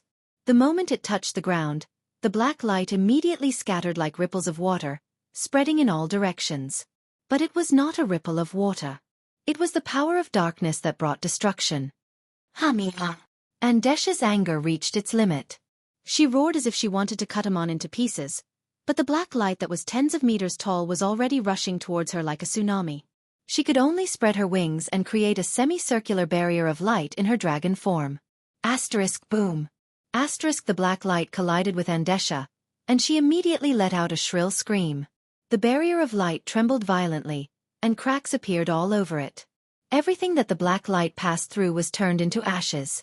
The entire plaza was already broken and uneven due to the previous battle, but the black light was like a comb that sifted through all the rocks, leaving only a thin layer of flat earth behind. Ah! Andesha's eyes widened in shock and unwillingness. If she was at her peak, she might have been able to resist this spell. But with the hell's thorns cutting off her connection with the power of nature, even if it was the corrupted power of nature, her strength was less than half of what it was before. The black light surged forward, and the entire barrier of light was almost deformed. Andesha's dragon scales began to bleed, and the scales stood up and broke off.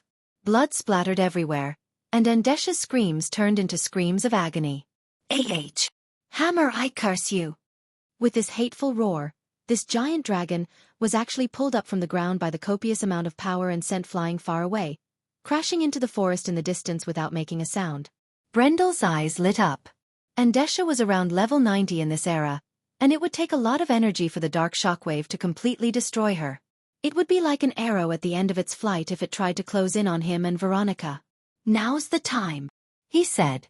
Veronica understood and activated the magic equipment on her body. For someone of her level, she would more or less have some powerful protective equipment on her body. A pale green light shield was erected. Brando calmly took out his shale longbow. To be continued. If you like this work, you are welcome to come to Chidian. Come to vote for me. Your support is my biggest motivation. Chapter 460. Among the 6 elements, light and darkness were the most special. The element of light was gentle and peaceful. It had the power to nourish life, but it could also cause harm to all negative energy. It was called purification. Warlocks who could control the element of light were called priests. In Wonde, priests only practiced holy words and light spells. On the other hand, the dark element was the exact opposite. The dark element was extremely corrosive. It only attacked living beings, but in turn, it could strengthen negative creatures like the undead and demons. Wonde Player's Handbook. The silver cover of Maeve Cart's grimoire glowed with an indescribable gloomy light. Amon's palms were devoid of vitality as he placed them on the pages. His fingers were shriveled, and he quickly aged. However, he did not seem to notice it as he laughed maniacally. Andesha, Veronica, you're just like a mantis trying to stop a chariot. Ha ha ha. What a joke, what a joke. However, he soon couldn't laugh anymore. The laughter stopped abruptly. Amon looked at the arrow that pierced through the layers of black light and headed straight for him like a meteor from outer space. This is impossible. His arrogant laughter turned into a sharp cry. He wanted to pull away, but he was firmly stuck to the page. With a muffled sound, the wolf-fang arrow pierced through his chest. Ah! Ah! He's actually still alive. Brando was equally shocked. He had no experience dealing with the Book of Mavakart. It was said that this book had always been in the Creation Temple, and had never been touched by anyone before the War of the Slate Slabs. However, Brando was very familiar with the spell, Dark Shockwave. Based on Wonde's basic rules, the dark element would only affect living creatures, or in other words, it would burn and erode the life force itself. Therefore, he was not surprised that his arrow could penetrate the waves and hit the target. The arrow itself was a lifeless object. But Amon didn't die. Martha above. He was a weak priestess. Moreover, this was already the second arrow. If this happened in the game, Brando would probably think that he had encountered some kind of bug. In fact, He was already thinking that he had encountered some kind of bug. Not only did Amon not die, but he also pressed on the wound with one hand and screamed in horror. "Ah, my magic! Ah! The Book of Mavakart! Ah, you're all dead!" As soon as he finished speaking, the layers of black shockwaves in the square began to tremble. With a boom, they exploded into countless dark specks of light that scattered in all directions. The square fell silent all of a sudden, leaving only a faint layer of twilight clouds. The clouds made the air carry a fishy smell. The spell was disrupted. The mist dispersed little by little, leaving Amon standing behind, panting heavily. He was taller than the average Cruz, so he looked more like a thin shadow. Amon's face was pale, and his mouth was full of blood. He stared at Brando with eyes full of hatred, as if his parents had died. It almost made Brando wonder if he owed him hundreds of thousands of tor. But he quickly came to his senses. Veronica could not help but open her mouth slightly. They saw a hole in the silver-black cover of the Book of Mavakart in Amon's hand. Brando stared at the hole in shock. He actually punched a hole in the book? Brendel almost rubbed his eyes in disbelief. Mother Marcia above, that was an ancient evil artifact, an existence equivalent to a demigod artifact. How did he manage to make a hole in it? Amon's lips trembled, and it took him some effort to squeeze out a sentence. "You are all dead." His voice was almost distorted due to anger. At this time, Brando suddenly reacted. He immediately exclaimed in surprise. "I got it, the Book of Mavakart is a fake." Amon and Veronica's expressions changed at the same time, but the difference was that one was frightened, and the other was confused. "A fake? No, it should be a projection of the original. It's just a record of the power of the ancient evil item. It's a fake." Brando immediately explained to Veronica. "Although it has the same level of power, it doesn't have as strong a defense as the ancient evil item." "Enough!" Amon hurriedly screamed and interrupted Brando. Although his sweat glands had almost degenerated after becoming an undead, he still could not help but feel cold sweat dripping down his face. Amon never dreamed that there would be a sacred item that was so familiar with all for one here. And this person was neither Veronica nor Grey Sword Saint Mephistopheles, but an unknown young man. The Book of Mavakart had not appeared for nearly 10,000 years. Although it's just a projection, its power is enough to destroy you insects. Amon's expression was uncertain. "As long as I cast another spell." "Oh," Veronica finally understood. She looked back at Amon, her emerald eyes full of a dangerous glint. The Cruz goddess of war sneered. "Do you think I'll give you a chance to cast a spell, Amon?" Veronica attacked at the same time. She was no match for Andesha at her peak, and she could not suppress the power of the Book of Mavakart. But whether it was the 12 patriarchs of the tree herders or the sacred item from prehistoric records, they were all existences above mortals.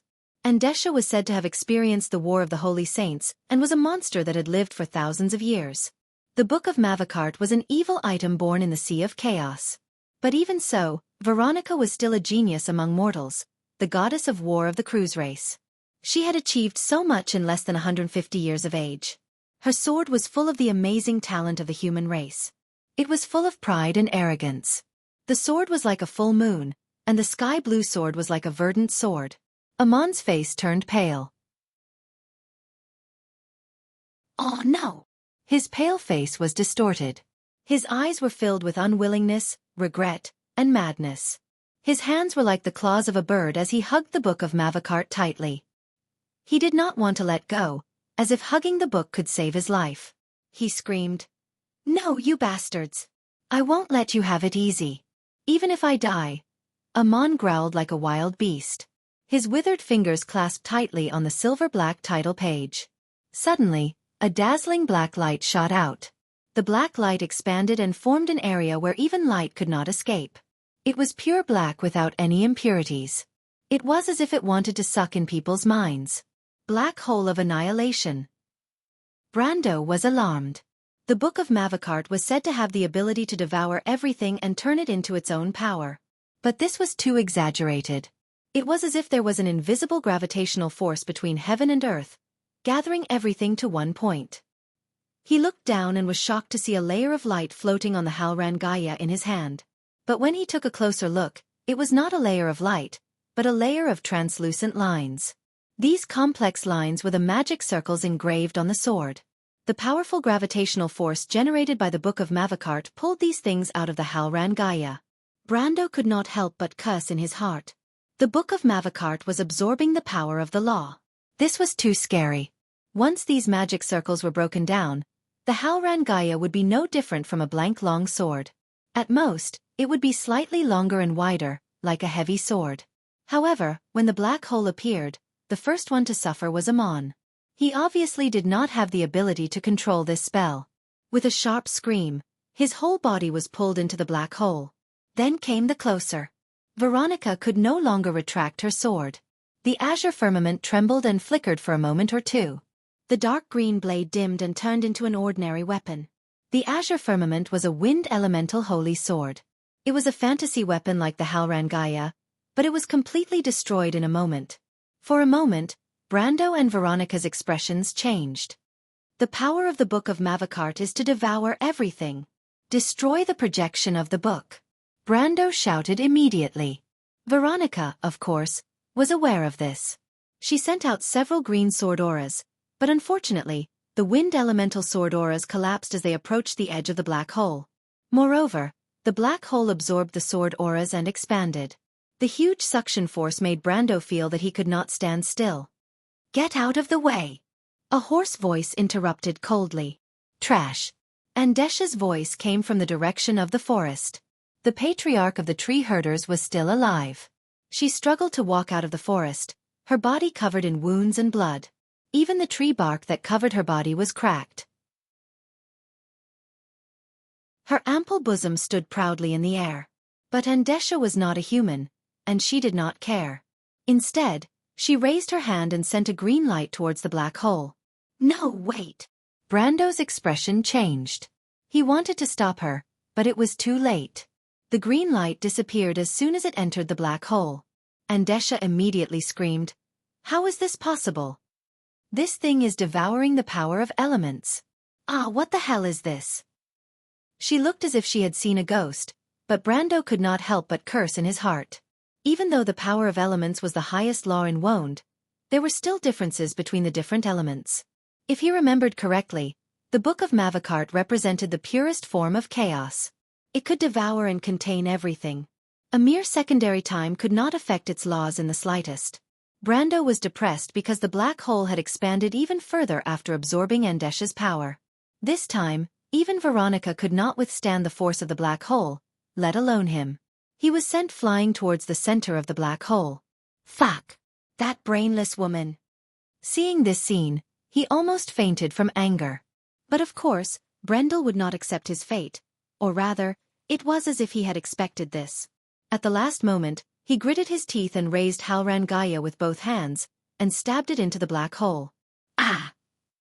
Brando! Brother Brando! My lord! After the black hole was formed, the fog in the square was swept away like a tornado. Scarlet and the others saw this scene from afar. Brendel flew into the air. His whole body turned into a sword and pierced into the center of the darkness. The Halran Gaia's blade emitted a bright white light, as if it was under great pressure. The girls could not help but let out a cry of surprise. However, it was at this moment that a crisp sound like glass shattering resounded in the square. Under everyone's gaze, the first to shatter was actually the annihilation black hole. Everyone was stunned. To be continued. If you like this work, you are welcome to come to Chidien.com to vote for me. Your support is my biggest motivation.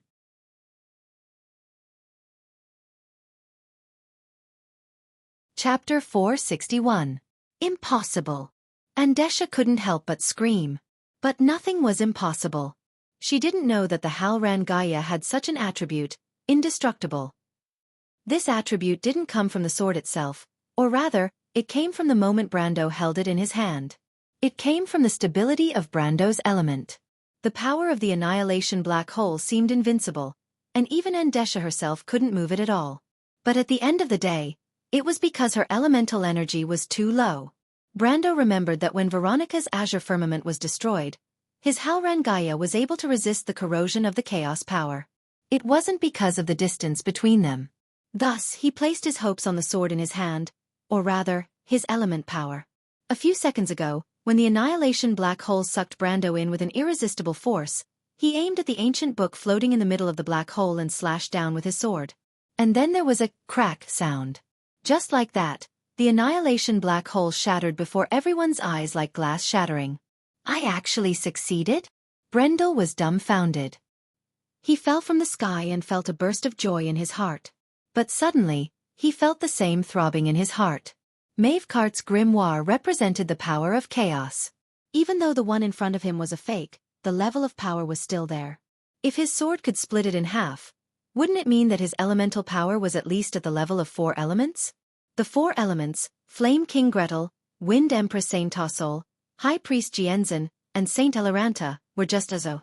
To be able to stand on the same level as these legendary names was definitely something that Brando didn't even dare to think about in the game.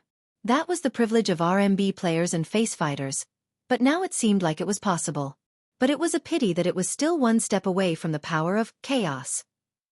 Brando was a little greedy, but this greed only lasted for a moment. At this moment, he wanted to shout out loud to express his excitement. This wasn't just because he confirmed that his element power was on par with the 4 saints, but also because the last obstacle was finally cleared. Valhalla was right in front of him. He didn't know how the lucky player in the game obtained this territory, but at least for him, it was indeed a narrow escape. First, he offended Cruz's people. Then, he went through the demonic wave, Calamity of Wolves, Grey Sword Saint Mephistopheles, Ekis Nightmare, and finally, he had to escape from one of the 12 tree herders, Andesha's. Difficulty S is. Brando couldn't help but whisper. Of course, he had never completed any SSS before. He stood in the middle of a pile of rubble and turned his head, his gaze landing on Andesha. At this moment, the Lord of the Tree Herders no longer had her previous arrogance. Facing Brando's dangerous gaze, Andesha gritted her teeth and immediately said, I admit defeat. She was very straightforward because she knew that she wasn't a match for Veronica and Mephistopheles. Moreover, in her eyes, Brando wasn't simple either. He had countless tricks up his sleeves and could even destroy the annihilation black hole. In truth, she was more afraid of Brando. Lady Veronica, can you keep an eye on this person? Brando didn't intend to force Andesha into a dead end. Even a rabbit would bite when cornered, not to mention that the Lord of Withering Flowers was an injured lion. The goddess of war of the Cruz Empire looked at the sword in her hand with pity. The once dazzling wind holy sword looked like an ordinary metal now. She sighed and nodded. There was no trace of the Lionheart sword in the loop of trade winds, which meant that the Cruz Empire's efforts were in vain. They even lost the Azure Firmament, which was also a fantasy-grade holy sword. Even Veronica couldn't help but feel dejected. Rockwell is still a guest in the Empire's prison. You can accompany him, Andesha. Veronica said to Andesha as she sheathed her sword. Andesha didn't say a word and only snorted coldly. Brando cussed in his heart. Rockwell was one of the 12 tree herders' patriarchs, the Lord of Tainted Blood. No one had ever seen him in the game. The players thought that he was the big boss behind the scenes, but they didn't expect him to be locked up in the Cruz Empire's prison. The truth was a little awkward. But if Andesha moved in, the Kurlutz Empire would be holding 2 leaders of the Tree Shepherds captive, and the enmity between them would be too great. But Brando was more than happy to see the Cruz Empire and the Tree Herders go head-to-head. Farina finally noticed that the battle at the plaza had ended. She hurriedly ran over with Scarlet not far behind her. The red-haired girl with a ponytail was still a little quiet. She held Sifrid's hand and slowly walked over. The bad-tempered little princess of the Cruz Empire came to Veronica's side. She didn't dare to cross the line and obediently greeted her. Commander. But Veronica could only shake her head and sigh when she saw the troublesome little princess. Veronica knew that Farina wasn't a bad person, but which noble descendant of the Empire wasn't this arrogant and condescending? The Empire gave them glory, and they used the same pride to protect the Empire's prestige. If they didn't have this kind of pride, how could they have the pride of an eagle? But the Cruz Empire's goddess of war shook her head and glanced at Brando, who was not far away. Scarlet also silently watched Brando comforting Sifrid without saying a word. What's wrong?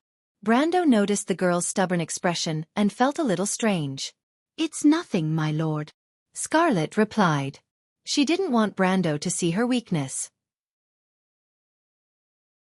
Previously, She had no leeway to intervene and could only watch helplessly as her liege fought to protect her. That feeling of complete weakness had completely shattered the perseverance in her heart. Therefore, if she didn't show her stubbornness on her face, she could only show her weak side. She didn't want to be a weak girl in front of her lord. Since it's about time, let's go up and take a look, little one, Veronica suddenly said.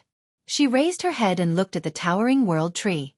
Even though the chances of finding the Lionheart sword were slim, the Cruz Empire's goddess of war was still curious about the secrets of the legendary world tree. Not to mention that there was a legendary ancient flame seed in the world tree. In the present-day Wonde, no one had ever seen the blessing of Martha. It was a seed of order that was left in the world before the gods existed. These seeds had long since turned into huge guardian lands. Veronica wasn't the only one who was slightly moved. Even the Ash Sword Saint was slightly moved when he learned of the secret. This meant that after thousands of years, the civilized world would once again expand its territory. The significance of this was too great. Andesha was the only one who was gnashing her teeth in anger. When Mephisto heard the news, he seemed to be slightly relieved. But I have a strange feeling that Mephisto's face is slightly relieved. He was a little confused. What was with this kind of expression? Brando couldn't help but look at Mephistopheles and Veronica suspiciously.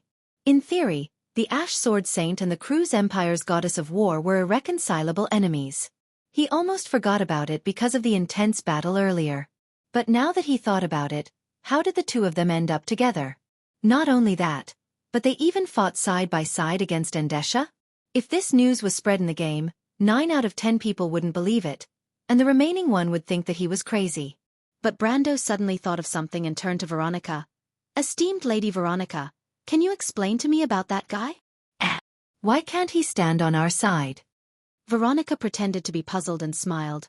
"Count Mephistopheles is a reasonable person, little one. When facing a common enemy like the tree herders, it's normal for us to stand together." The Ash Sword Saint was a reasonable person? Would a reasonable person chase him in scarlet all over the mountains and plains without saying a word? Brando didn't believe in this kind of reason at all. He couldn't help but look at Veronica suspiciously, and some bad thoughts started to form in his mind. Could it be that this old hag is using some underhanded methods, such as the legendary honey trap? The more Brando thought about it, the more likely it seemed. After all, even though Veronica was over 100 years old, this age was nothing to someone of her strength. At least on the surface, Veronica could be considered a woman of unparalleled beauty. Even though she rarely pretended to anyone, Brando thought that if she really wanted to, Mephistopheles would fall for her trap. Isn't this how most melodramatic storylines are arranged? What national enmity and personal feelings are intertwined together? Brando suddenly felt that this was simply impossible, and the evidence was irrefutable. But at this moment, he heard Veronica snort coldly in his ear. "Little one, what kind of evil thoughts are you having?" The Cruz goddess of war stared at him from the corner of her eyes. "Me? I'm not." Brando immediately shook his head like a rattledrum. Thinking about it was one thing, but if he really said it out loud, whether it was true or not, this woman would probably stab him in the heart first. Humph. But Veronica was so experienced that she could see through Brando's lies at a glance. She could even guess what dirty thoughts were in Brando's mind. She couldn't help but grit her teeth and said, "I just made a promise to Count Mephistopheles." As expected. Brando couldn't help but blurt out, "This is the so-called promise to marry someone." As expected, my ass. Veronica's veins were bulging even though she was a noble lady. She knocked Brando's head with the hilt of her sword. "I just promised to help him restore his kingdom." Wait, restore his kingdom? Brendel blocked the goddess of war's sword with both hands and almost bit his tongue off. Did I hear wrongly? You want to help her restore her kingdom? He looked at Veronica in disbelief. Are you joking? The Cruz Empire will agree to such a thing? Impossible. Those bastards are so arrogant that they almost think that the whole of Wonde should listen to their orders. Unless pigs grow wings and fly to the trees, they will spit out the meat in their mouth. No, Brendel shook his head firmly.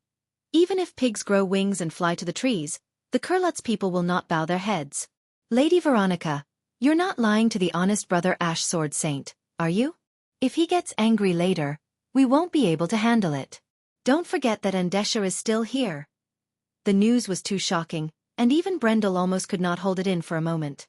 He felt that unless Veronica was the Empress, no, even if she was the Empress, she would never make such a decision. To be continued. If you like this work, you are welcome to come to Qidian.com to vote for me. Your support is my biggest motivation.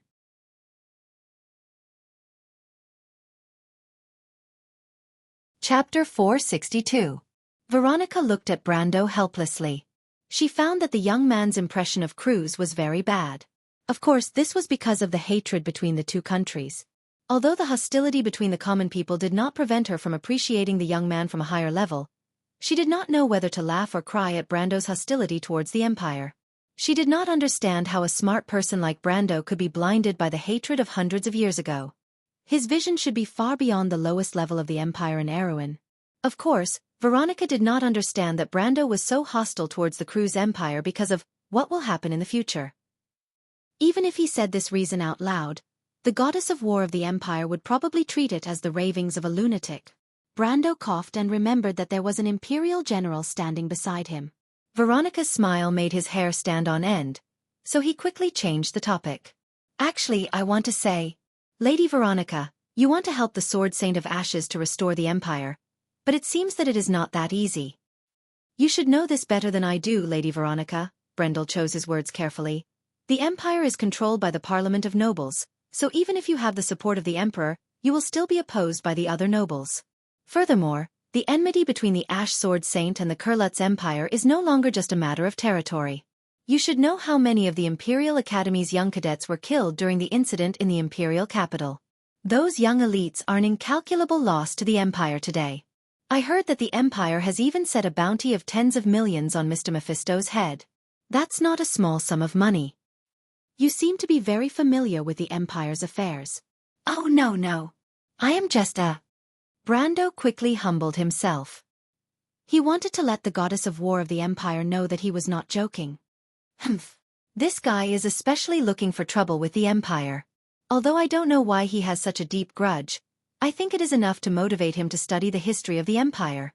At this time, Vahina, who had been quiet for a while, suddenly interjected and rolled her eyes at him. Brando was a little surprised. Vahina's words sounded like she was mocking him, but in fact, she was trying to excuse him. He could not help but feel a chill down his spine. This lady actually has good intentions? There must be a conspiracy. But Veronica seemed to accept this explanation. She nodded. You are right. This proposal will not pass the Empire. You really lied to him? Even someone like the Sword Saint of Ashes, who no one would dare to offend, he dares to lie to me. As expected of a politician. As expected of a thick-skinned and black-hearted person. Can't you think of something better? Why are all the youngsters nowadays so evil? I'm the Empire's Legion commander, so why would I lie? Veronica glared at him. Of course I'm telling the truth. But didn't you say? I said I can't, but that doesn't mean you can't. Veronica interrupted him. Me? Wait a minute. Brando suddenly understood what Veronica wanted to do. Why should I help him restore his empire? Restoring his empire is not an easy task. Also, this is a deal between the two of you. How can you drag me into it? He could not help but grumble. Why would I? The goddess of war of the Kurlutz looked at him slowly. Little one, I can just leave. But I took the risk to persuade him to help you deal with Andesha. Don't you think you owe me a favor? Brando immediately shook his head like a rattledrum. Centuries ago, the Empire also owed Erewhon a lot. So let's just call it an eye for an eye. We are even. Veronica did not know whether to laugh or cry. This brat was acting shamelessly. How could this be even? She could not help but poke his forehead. It's not that simple. Besides, this matter is not entirely a bad thing for you. I think you should understand this point. Why are you acting coquettishly with me? I'm sorry, I don't understand. Brando replied with a straight face. Veronica could not help but smile. It's okay, I'll explain it to you. You said that you wanted to help the Druids ignite the fire seed. I think you also want this territory, right? Brando did not answer, but she did not care. She continued, you should already have the qualifications to become a knight. The moment the fire seed is ignited in your hands, You will legally have the right to own this land. It's a good plan, but it's not realistic. In the past, no one dared to spy on the loop of trade winds because no one knew that there was a primitive fire seed in the loop of trade winds. It represents a vast territory for growth. It's almost comparable to rebuilding Erewhon. This temptation is too great, and no noble in your country can resist it. Those people do not care about whether it's legal or not. You should know very well, little one. Legal is just a name on the table. A primitive fire seed is enough to make anyone fall out with you. What about you? Brando looked at her with some vigilance. She was right. If this woman suddenly attacked him with a sword, he would not be able to withstand it. Me? Veronica was a little amused. Why would the Empire want an enclave? But if this territory is next to Cruz, maybe I'll be tempted. Brando nodded. In fact, when he thought about it deeply, his plan did have some loopholes. He was used to the way of thinking in the game. He was used to thinking that after obtaining the territory through legal means approved by the system, the only thing left to guard against was probably the players, except for the monsters. But here, those greedy nobles were also players. He felt that he seemed to have thought too much of the situation. First of all, he had a natural sense of closeness to the future Princess Royal because of his past history. But he forgot that in this place, he was just a passerby of the interest group. In the face of a territory that could grow to be comparable to Erewhon in the future, even if the princess was wise, what would she think and let him rule this land? Don't forget, compared to Princess Graphine, he was just a stranger. Brando could bet on the Princess Regent's trust, but he could not afford to do so. This was not only about his future. So when Veronica opened her mouth, Brando actually understood the idea of the war goddess Cruz. She hoped that he could restore the old country of the Ash Sword Saint in this vast territory. This was indeed good for him. First of all, their interests were tied together. The Ash Sword Saint would not sit back and watch his plan to restore the country be spied on by other nobles in Erewhon. However, to use nearly 1/3 of the territory in exchange for a talisman, this price was a little too painful.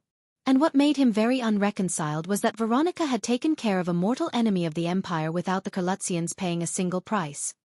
He was the one who was cutting his own flesh, and that woman was the one who reaped the benefits. For a moment, he suddenly felt that this smiling woman was an eyesore.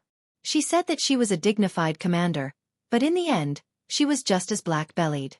It's not that easy. Brando thought to himself and shook his head. It's far from enough. You know that compared to the nobles in Erewhon, my influence is far from enough. How can you guarantee that the Ash Sword Saint will be tied to my ship? He could have a better choice. Count Mephistopheles is not that kind of person. I'm not that kind of person either. Commander, do you believe me? Brando gritted his teeth and said. Veronica laughed. You're so smart, little guy. Well, I promise you. As the commander of the Azure Skies, I promise you that I will secretly support you in establishing this territory. With the Empire as your backing, Mephistopheles will not think too much. Brando nodded. This was the result he wanted. Although he dared to guarantee that Cruz would not give him any practical help, as long as he had such a promise, even if the princess wanted to find someone to replace him, she would have to weigh the chips carefully. As for whether Cruz would be able to fulfill this empty promise, there was no need to worry about that. Brando believed in Veronica's ability as a commander. Besides, if he was unlucky and caused Mephistopheles' plan to fail, it would not benefit her at all. But restoring a country is not that simple. Just having land is far from enough. I don't think Count Mephistopheles only wants to be a lord, right? Brando asked again. Of course, there's still some remnants of the original duchy in Kurlutz, and the people of the old country are still living in the original land. As long as these people are willing, I will find a way to arrange for them to be sent over. Veronica nodded and replied. Brando also nodded. Opening up the wilderness was not a simple matter. The guarded ground wasn't something that could be built overnight. It would require years of maintenance before it could reach its limit. It would already be considered fortunate if the fire seed was able to obtain at most 1/10 of the territory the moment it was ignited. To put it bluntly, Mephisto's clansmen were here to help him open up the dark forest. As for the original population of the forest, the Druids, after the calamity of wolves, the population of the Druids in the forest decreased by more than 80%. The remaining ones were mostly the elderly and children. For the time being, they could only focus on recuperating. To put it bluntly, he still had to rely on himself to migrate people from the outside.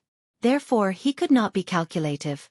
After all, even the cleverest housewife could not cook without rice.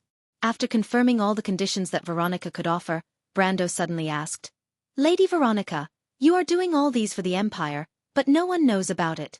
On the contrary, if you arrange for Mephistopheles' people to escape from the Empire, no one will understand. Although I know that you are wholeheartedly doing this for the Empire, it will only be a weakness to your political enemies. Are you willing to do this?" Veronica looked at him in annoyance. "Stop trying to sow discord, little guy. You're still too inexperienced. I am a citizen of the Empire. Everything that I do for the Empire is of my own free will.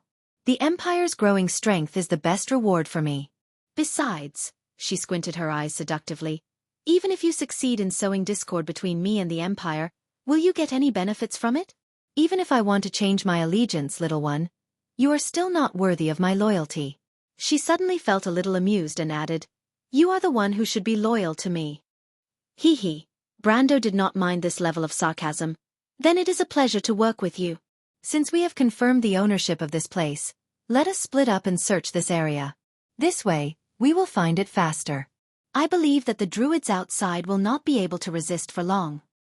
"You are really thick-skinned." Veronica could not help but shake her head. What did he mean by, "since we have confirmed the ownership of this place"? How thick-skinned must he be to say something like that? But the more confident this young man was, the more she liked him. She smiled and nodded. "Seems like you are going somewhere by yourself?" Of course, Brando did not shy away from the topic. It was not easy to win. "I still have to check my spoils of war." He used a tone that belonged to a player and answered matter-of-factly. To be continued. If you like this work, you are welcome to come to Jianghu.com to vote for me. Your support is my biggest motivation.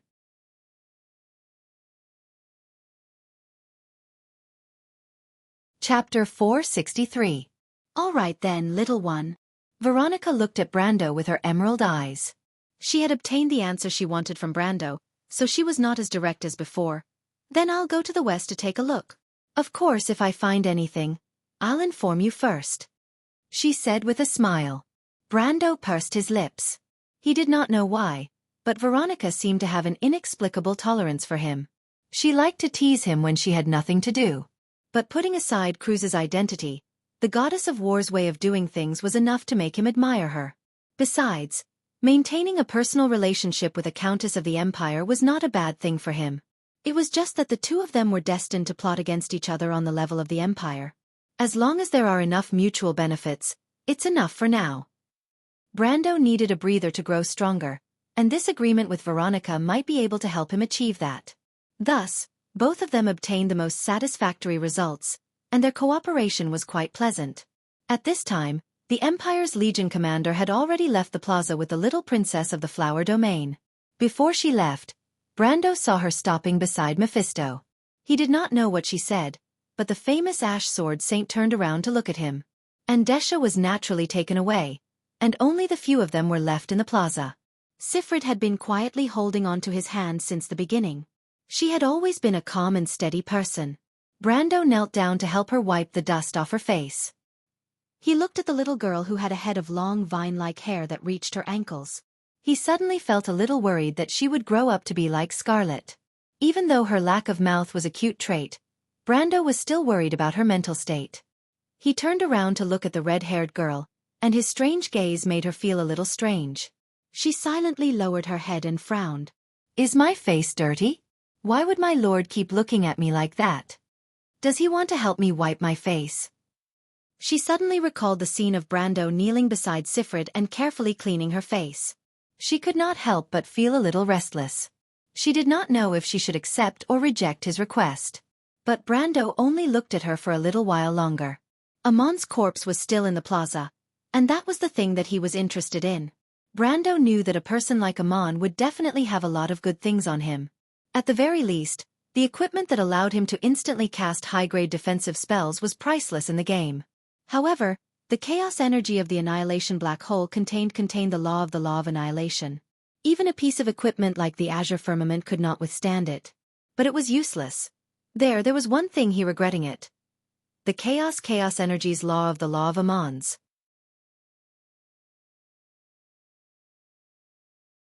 But the law, of course, the black S's.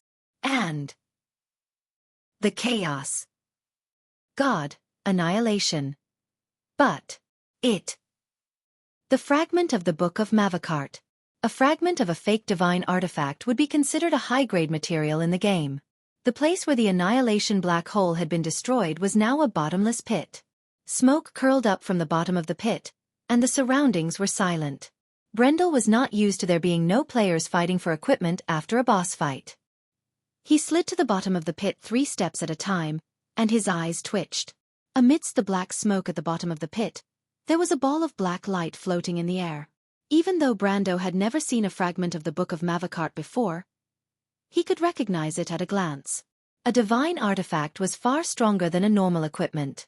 Even if it was damaged, the threads of law that were attached to it would still remain.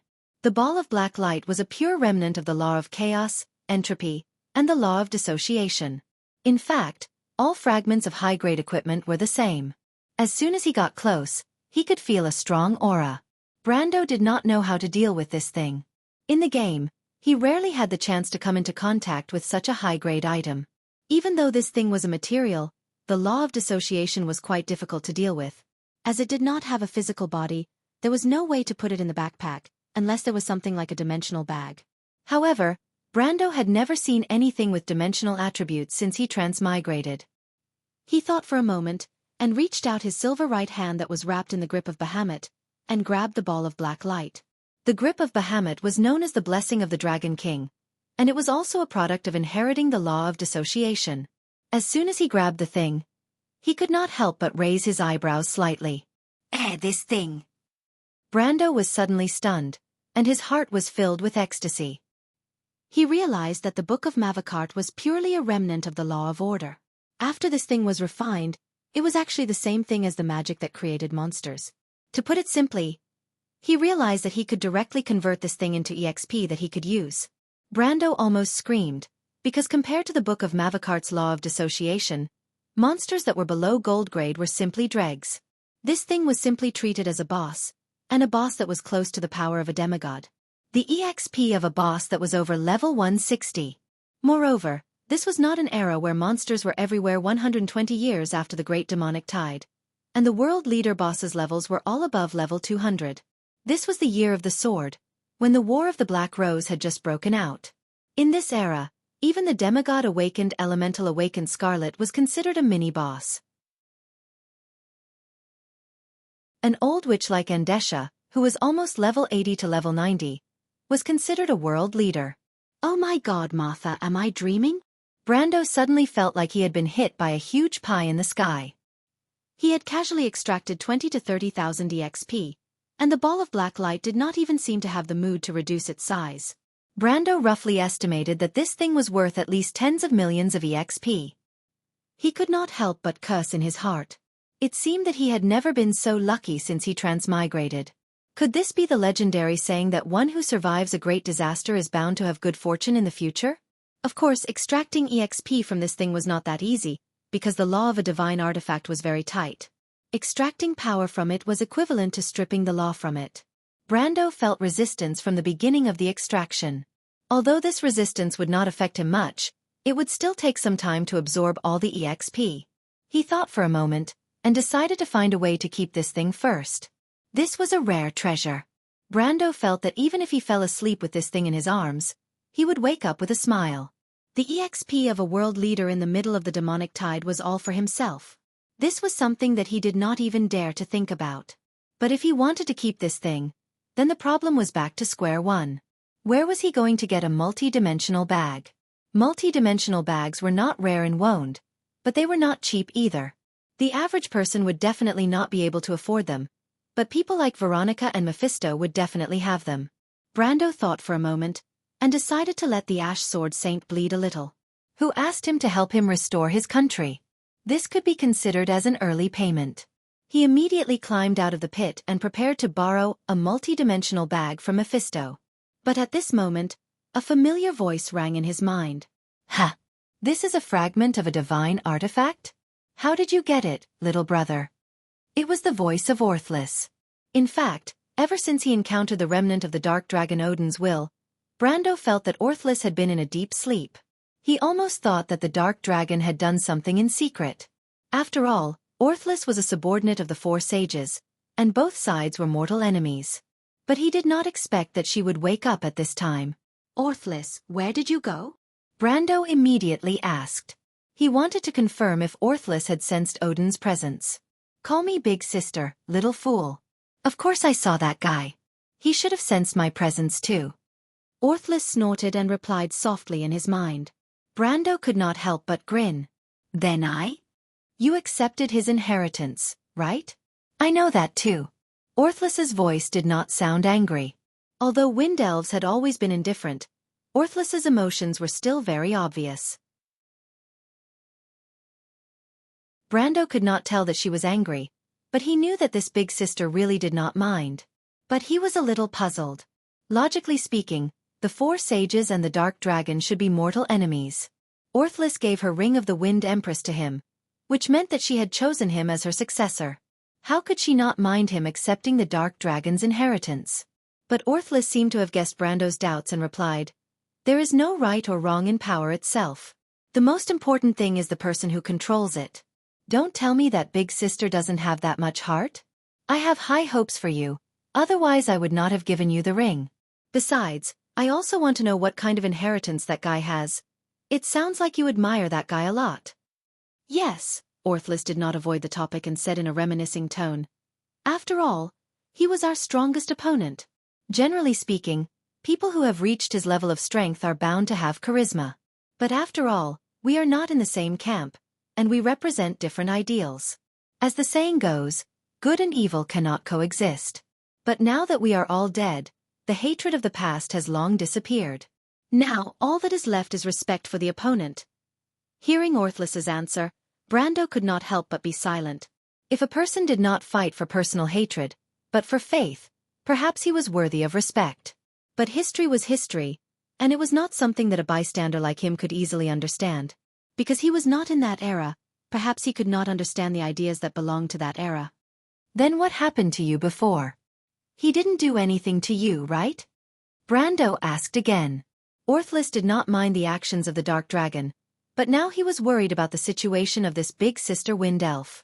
After all, the existence of the dark dragon was famous in history for being unforgivable. The elven knight shook her head in his mind. No, it's just that he passed some information about the inheritance to me, and I didn't react for a while. Information about the inheritance? Brando thought to himself. What kind of inheritance did the dark dragon have to pass on to his enemy? Although it was said to be respect for the opponent, the enemy was still the enemy after all. Could it be that the consciousness of these two groups of people had really reached the legendary height of communism? No matter how he thought about it, it was too strange.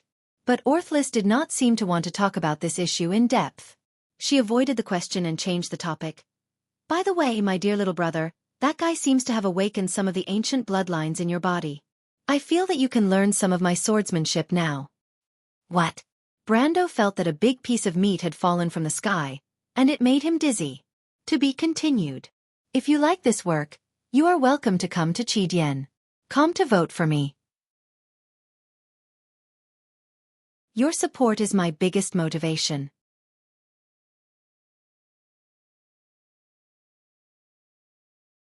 Chapter 464. Really? Brando couldn't believe it. Of course. Orthless rolled her eyes at him. Then what can I learn? Brendel couldn't help but ask immediately. The era of the War of the Holy Saints was probably the era that Vaunt had the closest connection with the ancient times in the past 1 or 2,000 years. After that, many of the ancient swordsmanship and combat skills passed down on the earth were lost. High-level skills completely disappeared, and even mid-level skills became rare goods. And just 1,000 years ago, among the Wind Elves, soldiers in the second-tier legions like the Forest Guards also studied mid-level skills. That was an era when power was at its peak. In the game, such an era would only return to the real world after more than 100 years, when the tide of the demon moon reached its peak. Ancient skills would only return to the real world after they were excavated from the stone slabs buried in the ground. But now, Woand was still a barren land. Even the White Raven swordsmanship, which was inherited from the Wind Elves, could be considered a secret technique of the royal family. Orthlis was a heroic spirit who had lived through that era. As the Knight of the Wind Empress and the owner of this ring, Brando couldn't imagine what kind of inheritance she had. But what was certain was that this royal sister, who had accumulated over 1,000 years of experience in swordsmanship, was definitely a treasure trove to him. A huge and dazzling treasure trove. In swordsmanship, if you can't use your heart as one, it will be difficult to reach a high level. Orthlis looked at him seriously and said, "So although I know a lot of things, I only plan to teach you one. 9 Luminaries Sword Art." What? Brando almost thought he heard wrong. 9 Luminaries Sword Art. Orthlis repeated. As if he was struck by lightning, Brando froze and stared at Orthlis in shock. According to legend, the inheritance of the Wind Elves was split into 3 after the War of the Holy Saints. The Summer King, Quainar, inherited the Sword of the Sun, and together with his Scorching Sun Knights, seized the throne of the Elven King. To this day, the descendants of the knights were still the mainstream nobles of the Wind Elven Empire. Saint Tossol's Knight Guards, the Starsong Knights, held the Starsong sword. However, this line of inheritance had long been lost in history. When the last knight died over 400 years ago, the Starsong sword was completely buried under the long river of history. But other than the Star and Sun, the Moon Sword, which was once the strongest and inherited from Saint Tossol, seemed to have been forgotten. Even her original people disappeared after the war. It was like a story of the past that was covered in dust and spiderwebs. No one mentioned it after that. But Orthlis enunciated the words 9 Luminaries Sword Art clearly. It indeed came from Saint Tossol's Moon Sword, known as the strongest sword art. It was also one of the 3 great sword arts of the War of the Holy Saints. It was also the origin of the national emblem of Saint Tossol, the Sacred Wind Empress. Brando was shocked. He originally thought that as the Knight of the Wind Empress, Orthlis would be the inheritor of the Starsong sword. However, he did not expect her to bring out the moon inheritance the moment she opened her mouth. The 9 Luminaries Sword Art was a strike of 9 swords. When one person attacked, it was as if 9 people were fighting side by side. If the speed of the flash strike sword art was its own specialty, then the 9 Luminary Sword Art was the limit of area of effect attacks.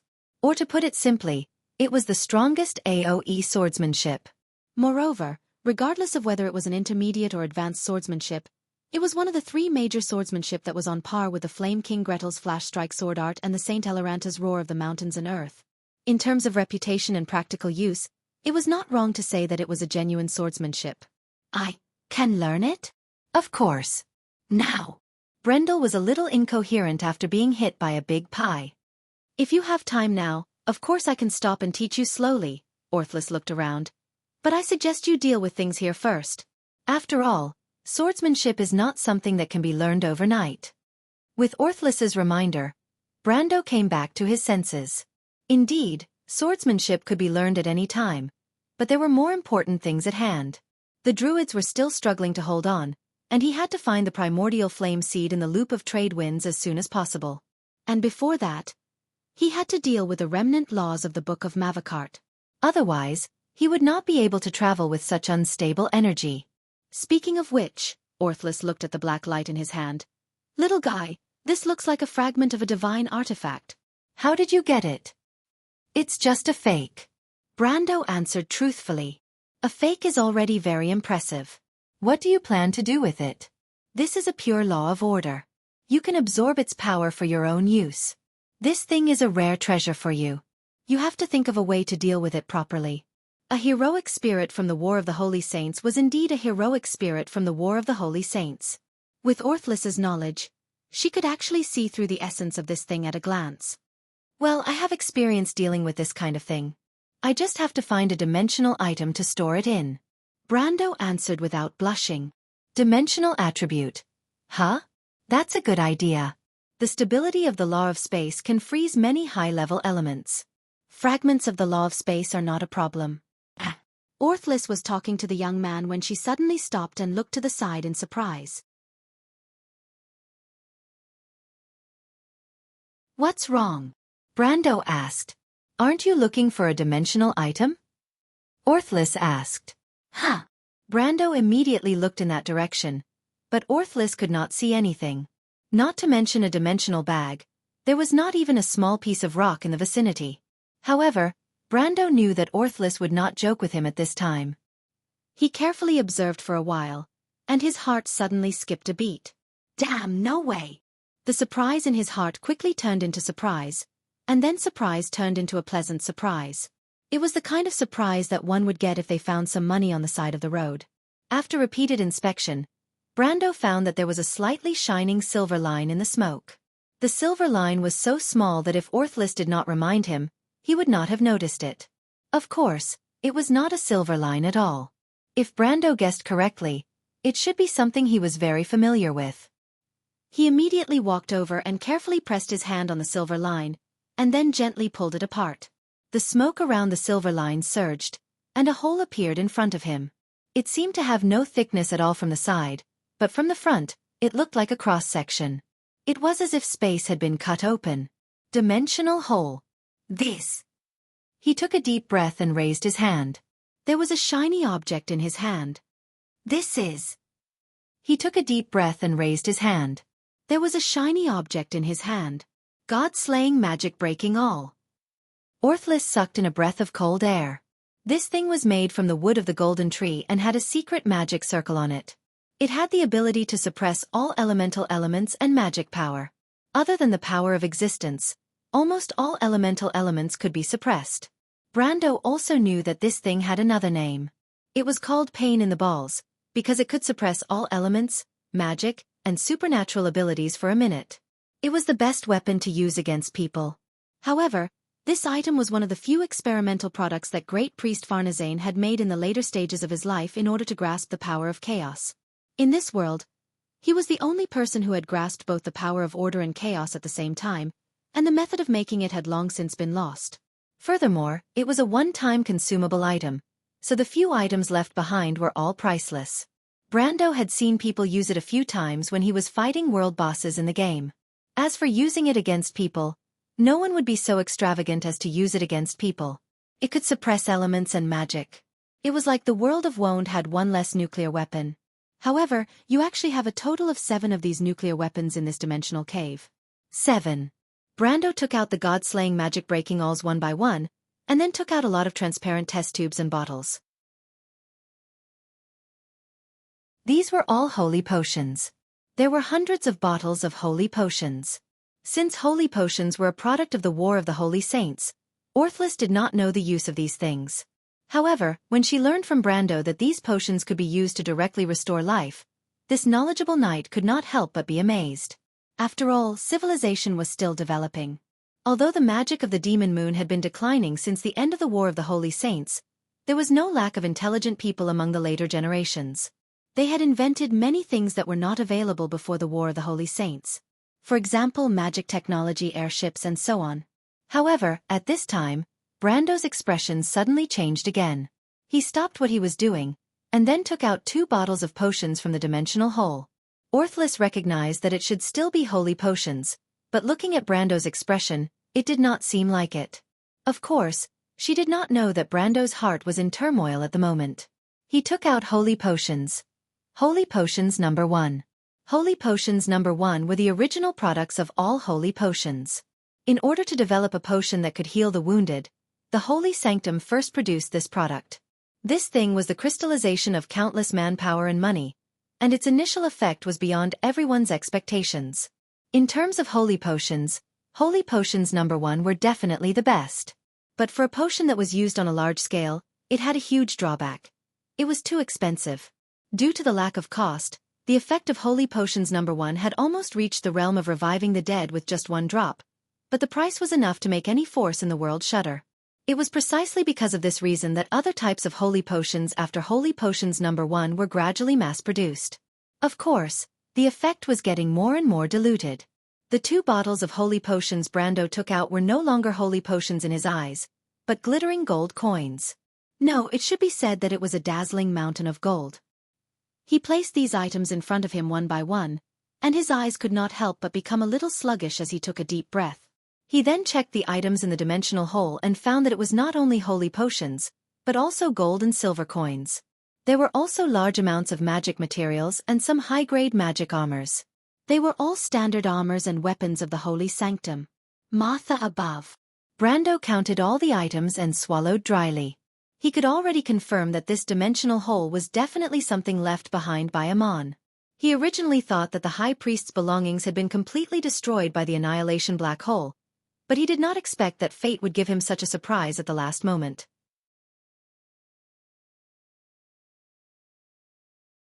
Martha above praised the dimensional hole. He could not help but silently make a note of it in his heart. To be continued. If you like this work, you are welcome to come to Chidian.com to vote for me. Your support is my biggest motivation.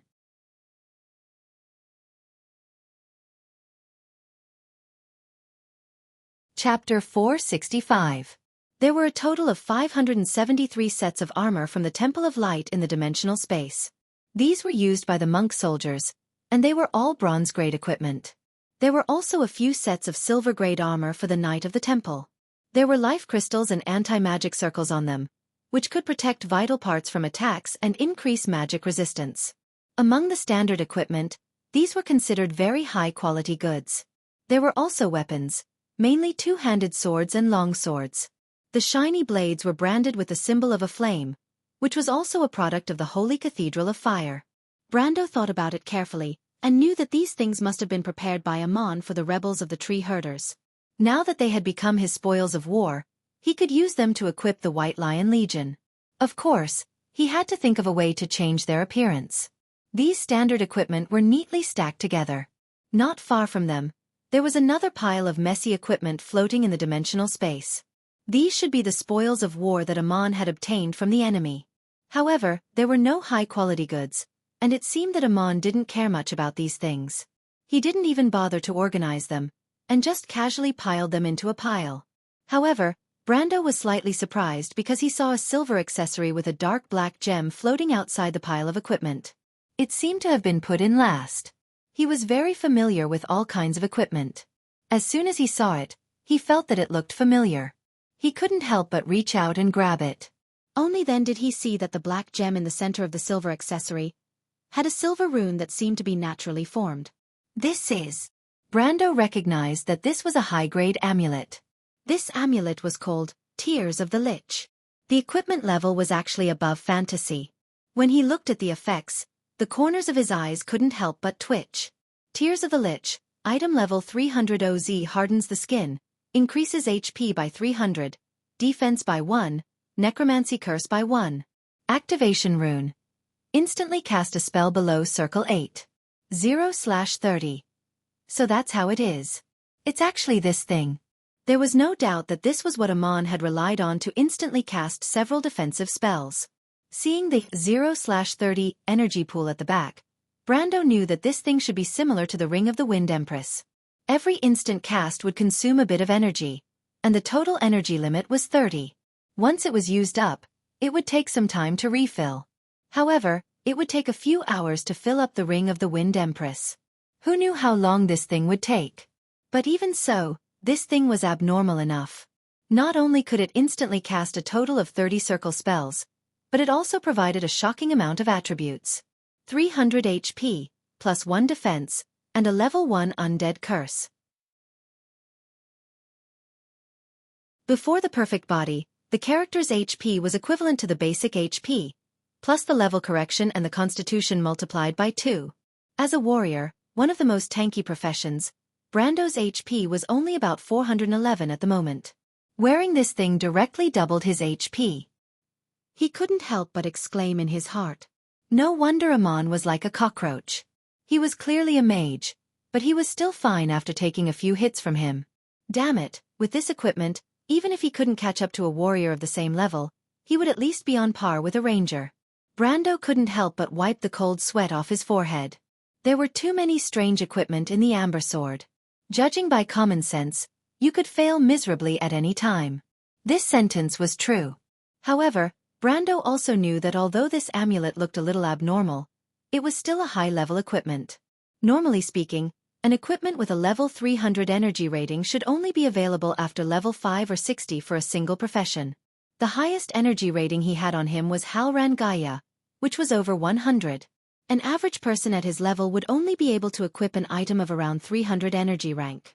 If he were to wear this amulet, he would probably have to strip naked and run around naked. But this wasn't a problem for him. After Andesha used the blood of gods to mess with his body, it wasn't strange to say that his body was no different from a monster's. Even if he didn't rely on any level adjustments, his 124 willpower allowed him to equip up to 1,240 ounces. Basically, he was on par with a single level 100 character. It was too easy for him to equip equipment that was 20 or 30 levels above him. Since that was the case, Brando naturally wouldn't be polite and directly put away the amulet. After taking stock of the equipment in the dimensional cave, it had only been a minute or two since he had entered the pit. But at this moment, footsteps could be heard from the fog outside. Scarlet. Brando thought for a moment and felt that it was unlikely. Scarlet's footsteps weren't that heavy, so it should be a man. He thought for a moment and casually put the fragment of the Book of Mavakart back into the dimensional hole, then bound the silver line with his psychic energy. This way, as long as he was still alive, no one would be able to open the dimensional hole. After all, dimensional holes were different from dimensional bags. Dimensional holes were at least 1,000 times more expensive than dimensional bags in the Amber Sword, but the volume of the two was similar. This was because dimensional bags were too easy to break. Although they had dimensional attributes, the outer layer of the bag was about the same as a normal dimensional bag. Once it was broken, the player would often have to pay a huge price. In the past, Brendel had seen some extremely wretched people who simply stuffed their multidimensional pouch into their underwear to ensure that the person was there and the multidimensional pouch was there. Of course, this was the wisdom of the general public. After all, there was no such thing as the most wretched player, only the more wretched ones. As he was thinking about these messy things, the footsteps above his head were getting closer and closer. Brando looked up and squinted his eyes to see a tall figure appear behind the fog. As he expected, it was Grey Sword Saint Mephistopheles. "You'd better come and see this." Mephistopheles stood on the pit and looked down at him. The middle-aged man's grayish-brown eyes were still a little too calm, so calm that a needle would fall without a sound. It was as if he had chased Brando and Scarlet all over the mountain earlier was an illusion. The Ash Sword Saint didn't care at all. Brando didn't know how this guy's personality was developed, but it seemed that he was really arrogant. How should he put it? A little too proud. But he had to admit that without this kind of pride in his bones, how would he dare to challenge an entire empire? "What's going on?" "There's something under the ruins." "Something?" If he wasn't mistaken, this square should be a gathering place for the ancient silver folk. It was just a market, so what could be under the market? But Brando wouldn't jump to conclusions. He nodded to Mephistopheles and climbed out of the pit. "You're not guarding against that man?" Orthlis asked in his mind. "Don't worry. I know this guy better than Veronica," Brando replied. With the Ash Sword Saint's personality, he wouldn't even bother to make a sneak attack.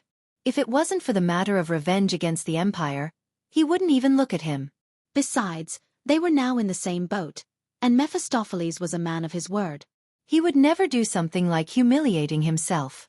Brando climbed up, and as expected, Mephistopheles watched him from beginning to end. But Brando's unguarded behavior still surprised him. It was definitely not an act. People who could do this were either idiots or geniuses. Of course, Brando didn't look like an idiot.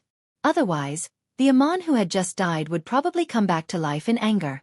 Then, the only possibility left was that he was a genius. The Sword Saint in the eyes of others didn't show any emotion on his face, but he never stopped scheming in his mind.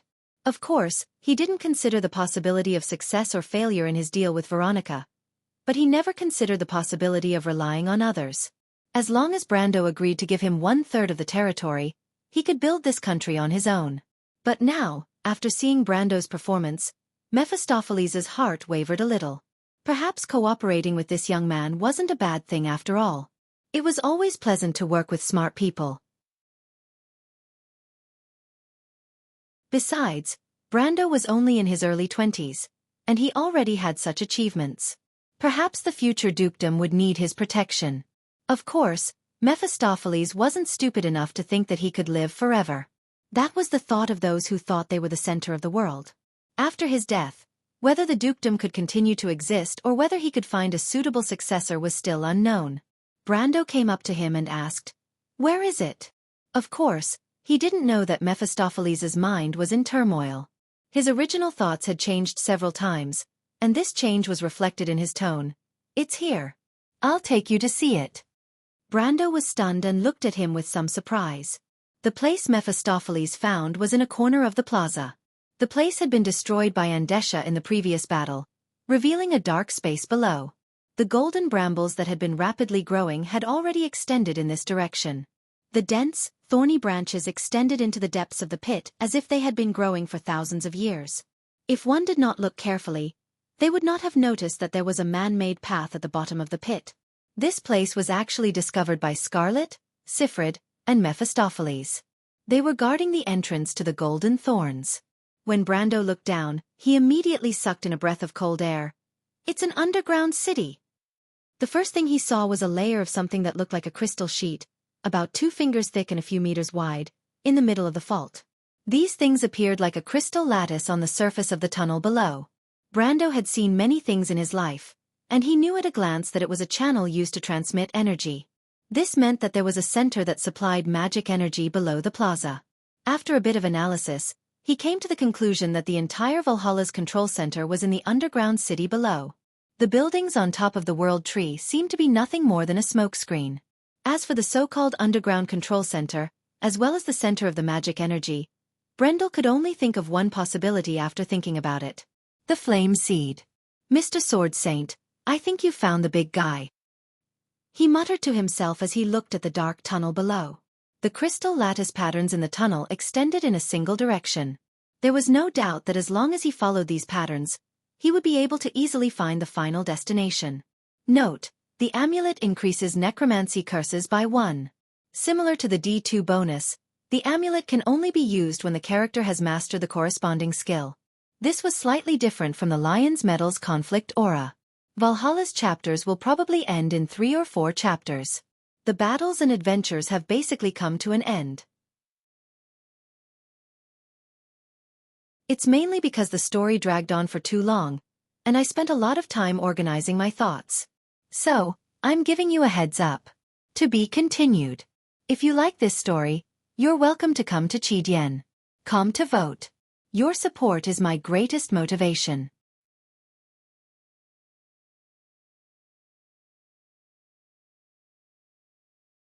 Chapter 466. After entering the underground from the broken corner of the ruins, what appeared before his eyes was a huge underground world. Long and thin corridors connected one after another to warehouses, hideouts, and war preparation fortresses. This was obviously the defense line of the underground city on the surface.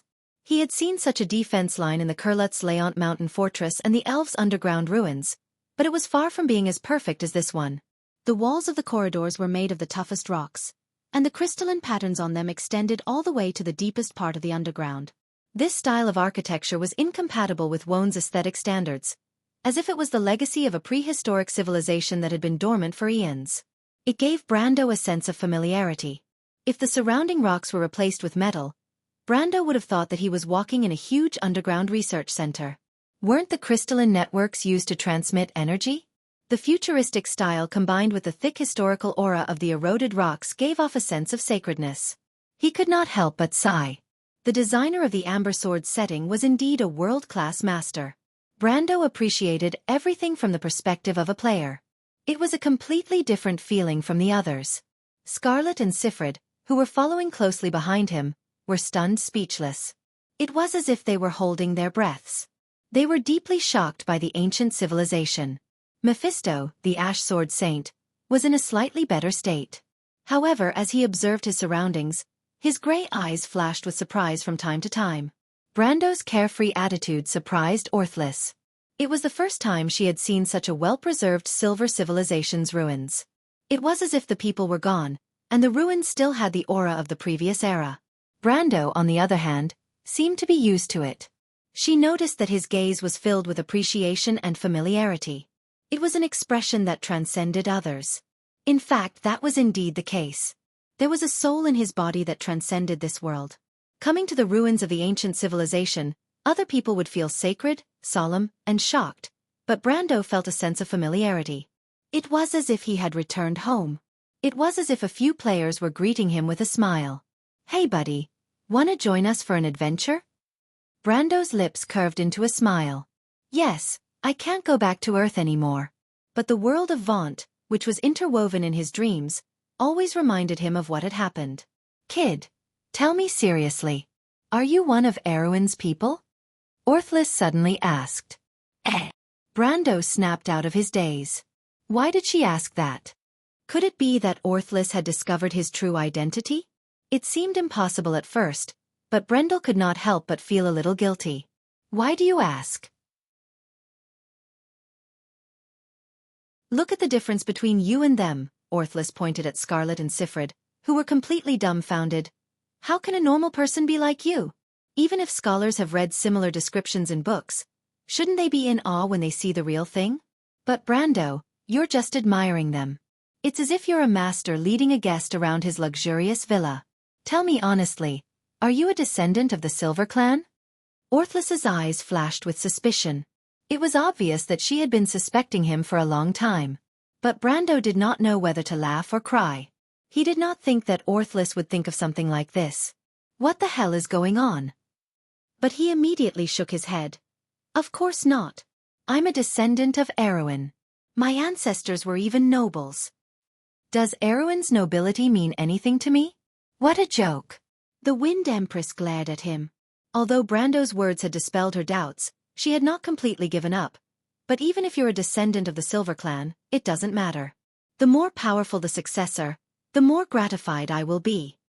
Of course, he wouldn't say that he didn't want to become a silver person because he didn't want to be too different from Freya and Roman. He looked back at Scarlet again, and the others around him did the same. They passed through layers of defense and gradually went deeper into the underground. Deep in the rock formation, the sound had become extremely slow. The temperature had risen a little, but the surroundings were quiet. After a while, Brando heard the sound of water dripping in the distance. He estimated that there were at least 3 lines of defense near the surface. It was built like a maze, and thanks to his experience, he was able to pass through it without wasting time. After passing through the stronghold system on the surface, they should be in the living area of the underground city. The underground city was similar to the city on the surface. There were residential areas, commercial areas, meeting places, temples, palaces, and a huge drainage system.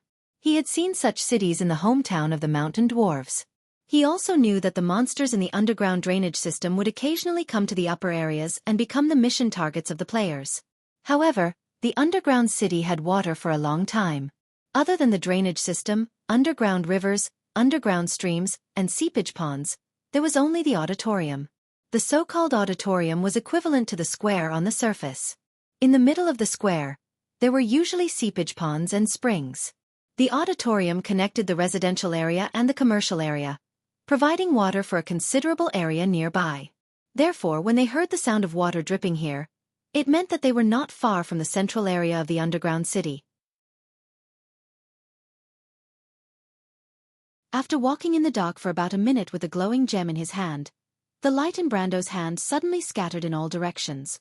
The low rock walls around them suddenly disappeared, and they walked into a wide underground space. The light in front of them scattered on the ground, revealing a huge square paved with uneven stone slabs. In the middle of the square was a spring, and the spring water was still flowing slowly even after thousands of years. However, the rock platform around the spring had been eroded and riddled with holes. The water overflowed the top of the platform and overflowed into the square, forming a large area that was sunken and submerged. "It's a square. It's just as you said, Brother Brando," Sifrid exclaimed. Scarlet also looked at Brando with admiration. In her eyes, even though he was young, he was a very knowledgeable scholar. Compared to the other nobles who only knew how to be jealous and indulge in sensual pleasures at this age, Brendel was already able to converse with the likes of the Ash Sword Saint and Veronica on an equal footing. He was even able to guide them in terms of knowledge. Yes. Brando nodded. He was also a little excited. If they found the auditorium, it meant that they were not far from their goal. Especially since the auditorium was so large, it must be connected to a palace or a temple. He looked up and looked at the dense holes in the walls, hoping to find the symbol he was familiar with. He first found the holy emblem of the Holy Cathedral. Won's belief in the past had not changed, and Lady Martha had always been protecting the intelligent beings of the land. Although the appearance of the holy emblem had more or less changed due to different aesthetic standards, the holy woman in the middle of the emblem was easily recognizable. Soon, the group of people walked around the square once. At this time, Brando's eyes suddenly lit up. It's here! He found that the tunnel leading to the palace was on the opposite side of the central axis of the square. The palace was the core of the dungeon and also the center of defense.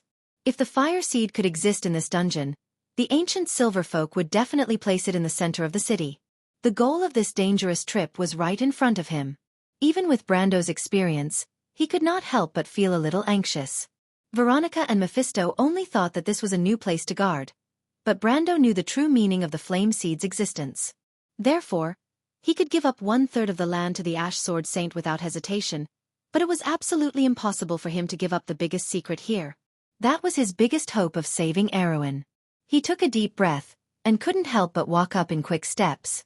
But at this time, Grey Sword Saint Mephistopheles suddenly grabbed him. A black shadow rushed toward them. Mephisto pulled out the great sword on his back and slashed at the shadow. With a loud clang, Brendel saw that the black shadow that was sent flying was actually a giant scythe that came slashing down from the ceiling. The scythe was shining with a strange light, and it must have been imbued with a powerful spell. If it hit, even an elemental rancor would not be able to withstand it. He could not help but break out in a cold sweat. He was so excited that he forgot the most basic thing: a trap. Of course, with his reaction speed, this thing would not hit him. But Mephisto's actions had won him over. This meant that the Ash Sword Saint was indeed planning to be on the same boat as him. He calmed down and nodded to Mephisto. "Be careful," the Ash Sword Saint said calmly. "Okay." After avoiding the first trap, the path behind was indeed full of thorns. But then, it was Brando's own show. He was neither a nightingale nor a rogue, so he did not have the special ability to detect traps. But even if he had not eaten meat, he had seen pigs run. Brando's experience as a level 130 warrior was rich. What kind of underground city had he not explored? What kind of trap had he not seen before? He had even been to the ruins of the Gold Folk, let alone the ruins of a level 60 silver civilization. In comparison, Valhalla was just a little more well-preserved, but those traps were nothing new to him. With a casual glance, he could see how a trap worked. He led the group of people through the underground tunnel as if they were taking a leisurely stroll in the park. Mephisto was not familiar with Brando, so he naturally thought that he was an expert in mechanical engineering. But to Scarlet and Sifrid, it was a completely different story. In their eyes, Brendel's halo had increased by another ring. Orthless could not understand how a young man like him could be so proficient in everything. It also did not make sense based on the amount of time he had spent studying. The underground palaces of the Silver Ancestors were distributed horizontally and vertically. They were not complicated or extravagant. The main structure was still made of stone, and the smooth surface of the floor was covered in a network of crystals that extended into the darkness. The only difference was that the interior of the palace was much larger and wider than the outside. There were even rectangular pillars in the middle of the palace that required a dozen people to wrap their arms around. Energy transmission networks spread out between the pillars like a spider's web, and there were signs that they were getting denser. Suddenly, Brando's eyes followed the light from the gemstone in his hand. His vision went past about 30 pillars that formed a circle, and a huge lighthouse appeared in the middle. Brando had thought that it was a lighthouse when he first saw it.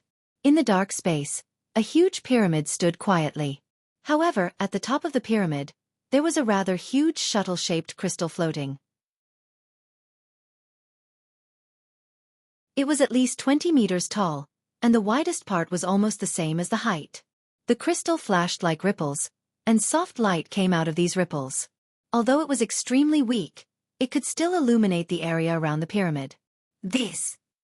Everyone was speechless when they saw this scene. To be continued. If you like this work, you are welcome to come to Chidian. Come to vote for me. Your support is my biggest motivation.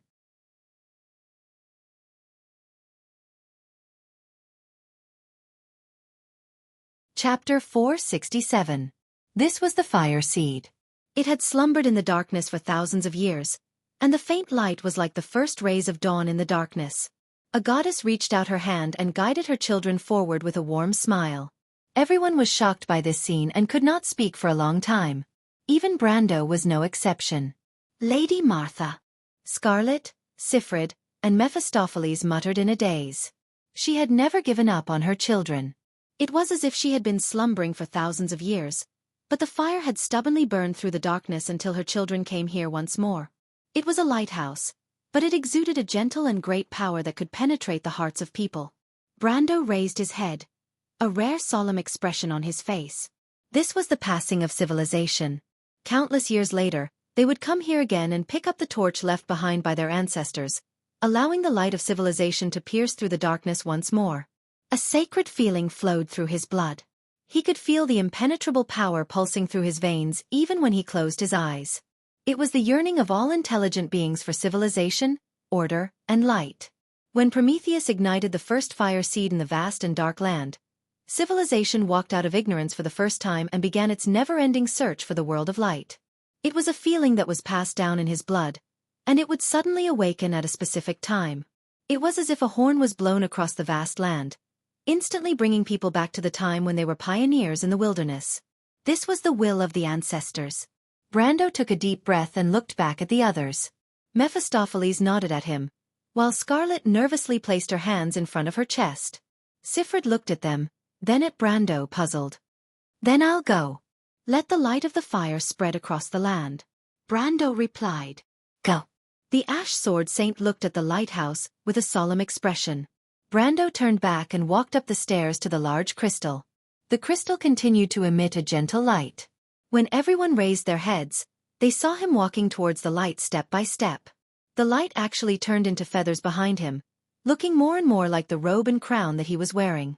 At this moment, a maxim from Cruz's Pale poem suddenly flashed in Mephisto's mind. "Child, I will give you a pair of wings made of light. Only then can I make you king." Although he thought it was nonsense, the Ash Sword Saint's heart couldn't help but beat faster in such a situation. It was as if Brando was approaching Martha step by step, and the Supreme Goddess was about to crown the young man who had lowered his head. But he didn't know that this feeling was even stronger in Brando's heart. The closer he got to the light, the more intense it became, as if it wanted to swallow him whole. He stretched out his hand and placed it on the crystal. His heart pounded, and he couldn't help but think of the sentence. "Lady Martha, after thousands of years, your child has returned to this place." But what happened next scared Brando so much that he almost let go of his hand and rolled down the pyramid. This was because without any warning, an unfamiliar consciousness responded from the crystal. This consciousness gently wrapped around him and sighed. "Yes, it's been a long time, my child." This. Brando's mind went blank for a moment, and only a voice echoed in his mind. "This is Martha. This is the mother of all things, the pure and kind will of the world, Martha." The goddess that countless NPCs and players had been praising actually existed. But this is impossible. It was as if thunder had exploded in his mind, and the mighty roar instantly caused his thoughts to crash. No player would think that Martha would still exist in this world in the era after the gods had disappeared.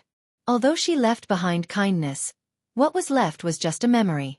People kept recalling this goddess, hoping that she would still stay in this world and continue to look after her children.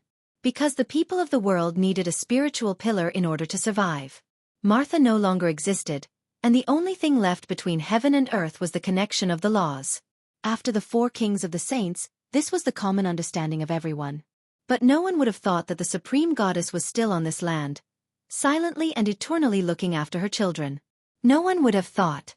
Brando also didn't think that, for some reason, the moment he heard Martha's gentle voice, he actually felt something wet rolling down his cheeks. The strong emotions couldn't be stopped, as if at that moment, after being separated from his mother's warm embrace for thousands of years, he felt that soft gentleness again. "Sand got into my eyes," Brando said, a little embarrassed. Martha smiled. "Don't cry, child. Although I am very far away from you, I can still feel your pursuit and yearning for the light. I have seen civilization come out of its infancy, pass through the dark land, split open the thorns, and stagger out of the wilderness step by step. One day, I believe that you will overcome these difficulties and achieve the final victory. You who have inherited the ancient bloodline are the best children of mankind, You should be strong, she said softly.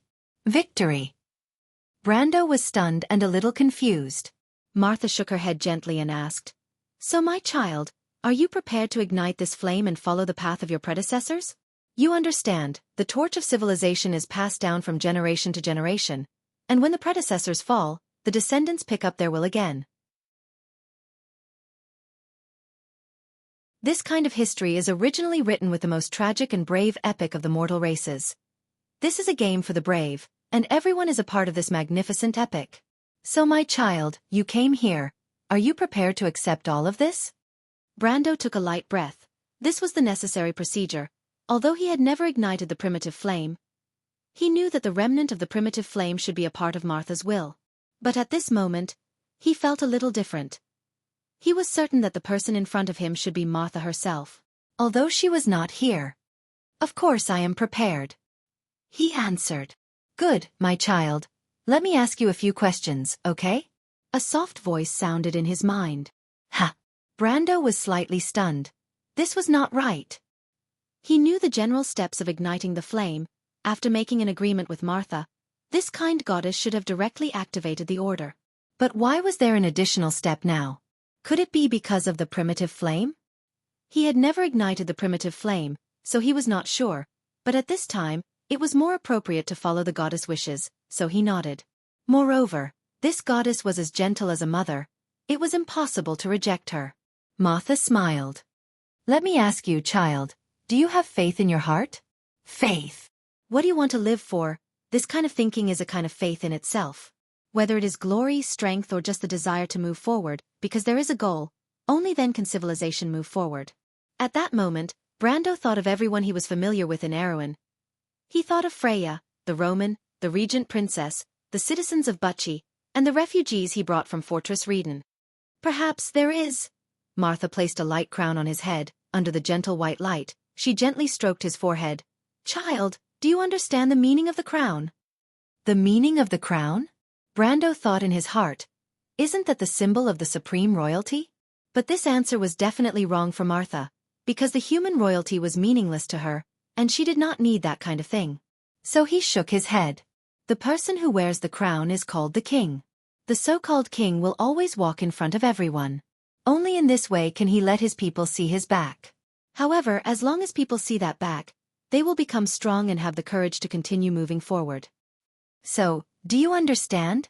A king is destined to shine in heat, an existence that everyone looks up to in the darkness. He will lead everyone to cut through the thorns, always moving forward to illuminate the endless abyss. This kind of unstoppable path is called the king's dedication. The king's dedication? Brando felt the crown the goddess placed on his head, and his heart suddenly thumped. What do you think is dedication? Dedication. Brando raised his head in the hazy light. He could not see the goddess's appearance clearly, but the woman always looked at him with a smile, and there was an unchanging expectation in her eyes. This expectation gave him the courage to answer, word by word, in accordance with his heart. I think the so-called dedication should be something that can make one feel satisfied, so that one can complete it without any complaints or regrets. Do you have such a thing to complete, my child? I think I do. Brando once again thought of Erewhon in his homeland, thinking of the palace burning in flames. The so-called uncontrollable desire to change things. Perhaps this was the meaning of him coming here.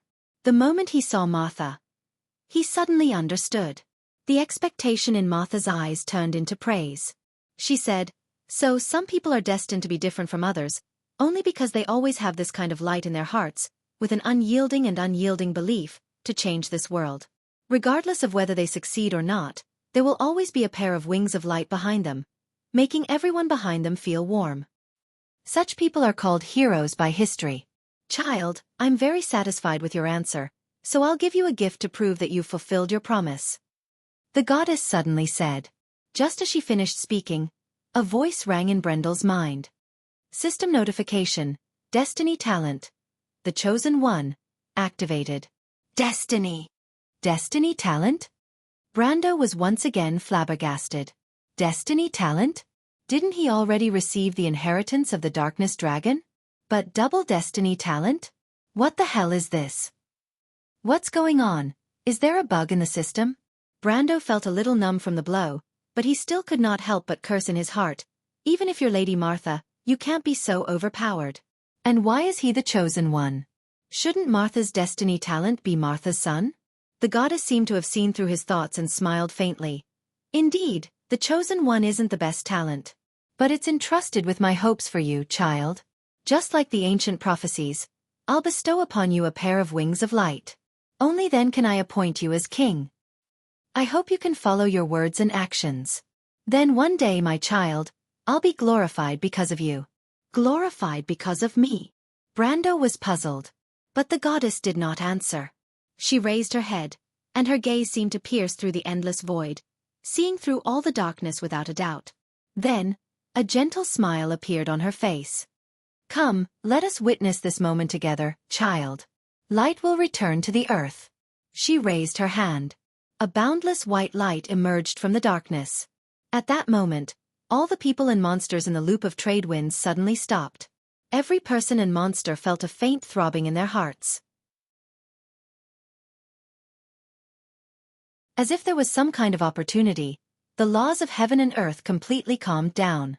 The huge power of the demon wave was actually suppressed in an instant. This is impossible. Everyone had the same thought, but nothing was impossible.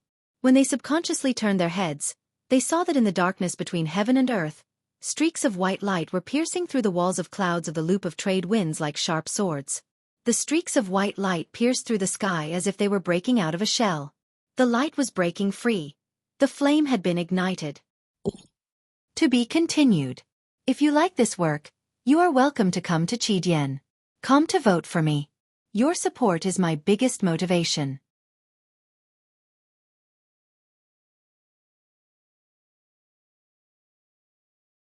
Chapter 468. The darkness faded away. The first ray of light was like a sharp blade that split the sky. Beams of dazzling white light burst out from that dazzling gap. Compared to the surroundings, it was darker. Then, more light emerged from behind the cloud wall. Behind it, there seemed to be a huge cocoon of light. Under the illumination of the light, the sky began to turn a faint purple, then a light blue, then a grayish blue. Soon, the shadows of the trees near the green tower began to emerge from the darkness. White fog filled the forest, and the scenery became like that of dawn. It was as if a black curtain had been pulled away from the rolling hills, revealing the greenery of the forest below. The green carpet was covered with a golden glow. Then, the first ray of dawn shone on the front-line battlefield near the Wall of Roses, washing away the darkness that shrouded the warriors who had been slumbering here. The battlefield was silent. Countless black wolf corpses were piled up together, and the cold bodies of the tall ancient tree guards were like a group of statues that stood forever under the morning light. The first rays of dawn continued to move forward, passing through the already silent battlefield. The first rays of light fell on the trunks of the ancient trees of the green tower, and the shadows of the light slowly climbed up the trunks. Layer by layer, the true appearance of each battlefield was revealed from the darkness. The valiant elves had defended every corner they could, but in the end, they died of exhaustion. The intensity of the battle had exceeded the limits of both sides. Even the magical creatures were now only killing their own enemies, throwing them aside and continuing to advance. However, their advance was still blocked in front of the elven hall. After the shadows retreated, the battlefield was revealed for the first time. Behind the layers of monsters' corpses, the centaurs and elves' defense line was on the verge of collapse, but miraculously, it held on. Almost everyone had joined the battle. Spells were intertwined on the battlefield, and the two Silver Alliance mages who stood at the back formed the most solid pillars of the defense line. The Aween citizen from the Southern Legion, Nordos, finally couldn't help but blink his eyes. His movements seemed to be frozen as he looked up with his mouth agape. He stared at the golden light rising from the back of the black wolf like a tide. He stood beside a row of tall centaur warriors with a long sword in his hand. He could not believe what he saw with his tired eyes. The gentle light was like the tide. Dawn. It was daybreak. Everyone stopped fighting, not because the battle was over, but because the black wolf's steel-like fur suddenly burst into flames. The countless terrifying monsters on the battlefield actually began to wail in pain. One after another, they were set ablaze under the light of dawn. For a moment, a sea of fire formed on the square. The white light pierced through the monster's body like a sharp sword. After burning it, it turned into ashes. Looking at such a spectacular scene, even the bravest person couldn't help but feel lucky to have survived a disaster. The terrifying attack was disintegrated in an instant and turned into ashes. What kind of power was this? But in everyone's heart, there was one thing that was beyond doubt. Looks like he did it, just as I expected. William turned his head and smiled at his companion beside him. Hee, among our Erewhon people, there's an amazing little guy. Tolman replied with a smile. My old friend, Eric, founded this country that was given hope in the darkness. I understand his belief, but this belief has been misinterpreted by his descendants for too long. I don't know if he will be able to see everything that has happened today. Perhaps someone will finally be able to raise the flag that has fallen for too long. William sighed. Yes, it's a pity that as a silver folk, you can't participate in the revival of your country. What a pity. Tolman replied. But at least you won't have to watch it fall completely, right? William's silver eyes flashed with wisdom. He smiled and said an ancient proverb, mortals start a new era. Let bygones be bygones. The two wizards from the Silver Alliance exchanged their opinions. But on the other side, the druids and elves fell into grief after a brief moment of ecstasy. The people standing here survived, but more people left forever. Everyone lost at least one or a few family members. Even the wood elves, who lived a long life and did not show their emotions too much, could not help but sob softly. The square was infected with a layer of sadness. Nodas and a group of centaur warriors stood at the side and watched the elves hug each other and cry. The warriors' emotions were stronger. Moreover, the war with Madara had made him used to the separation of life and death. But for some reason, he could not help but feel a little heavy in his heart. I think I can understand their feelings, a tall centaur warrior said. He was the leader of these centaurs. Battle should bring glory to people, but this kind of battle can only bring sorrow and loss. Nodas nodded.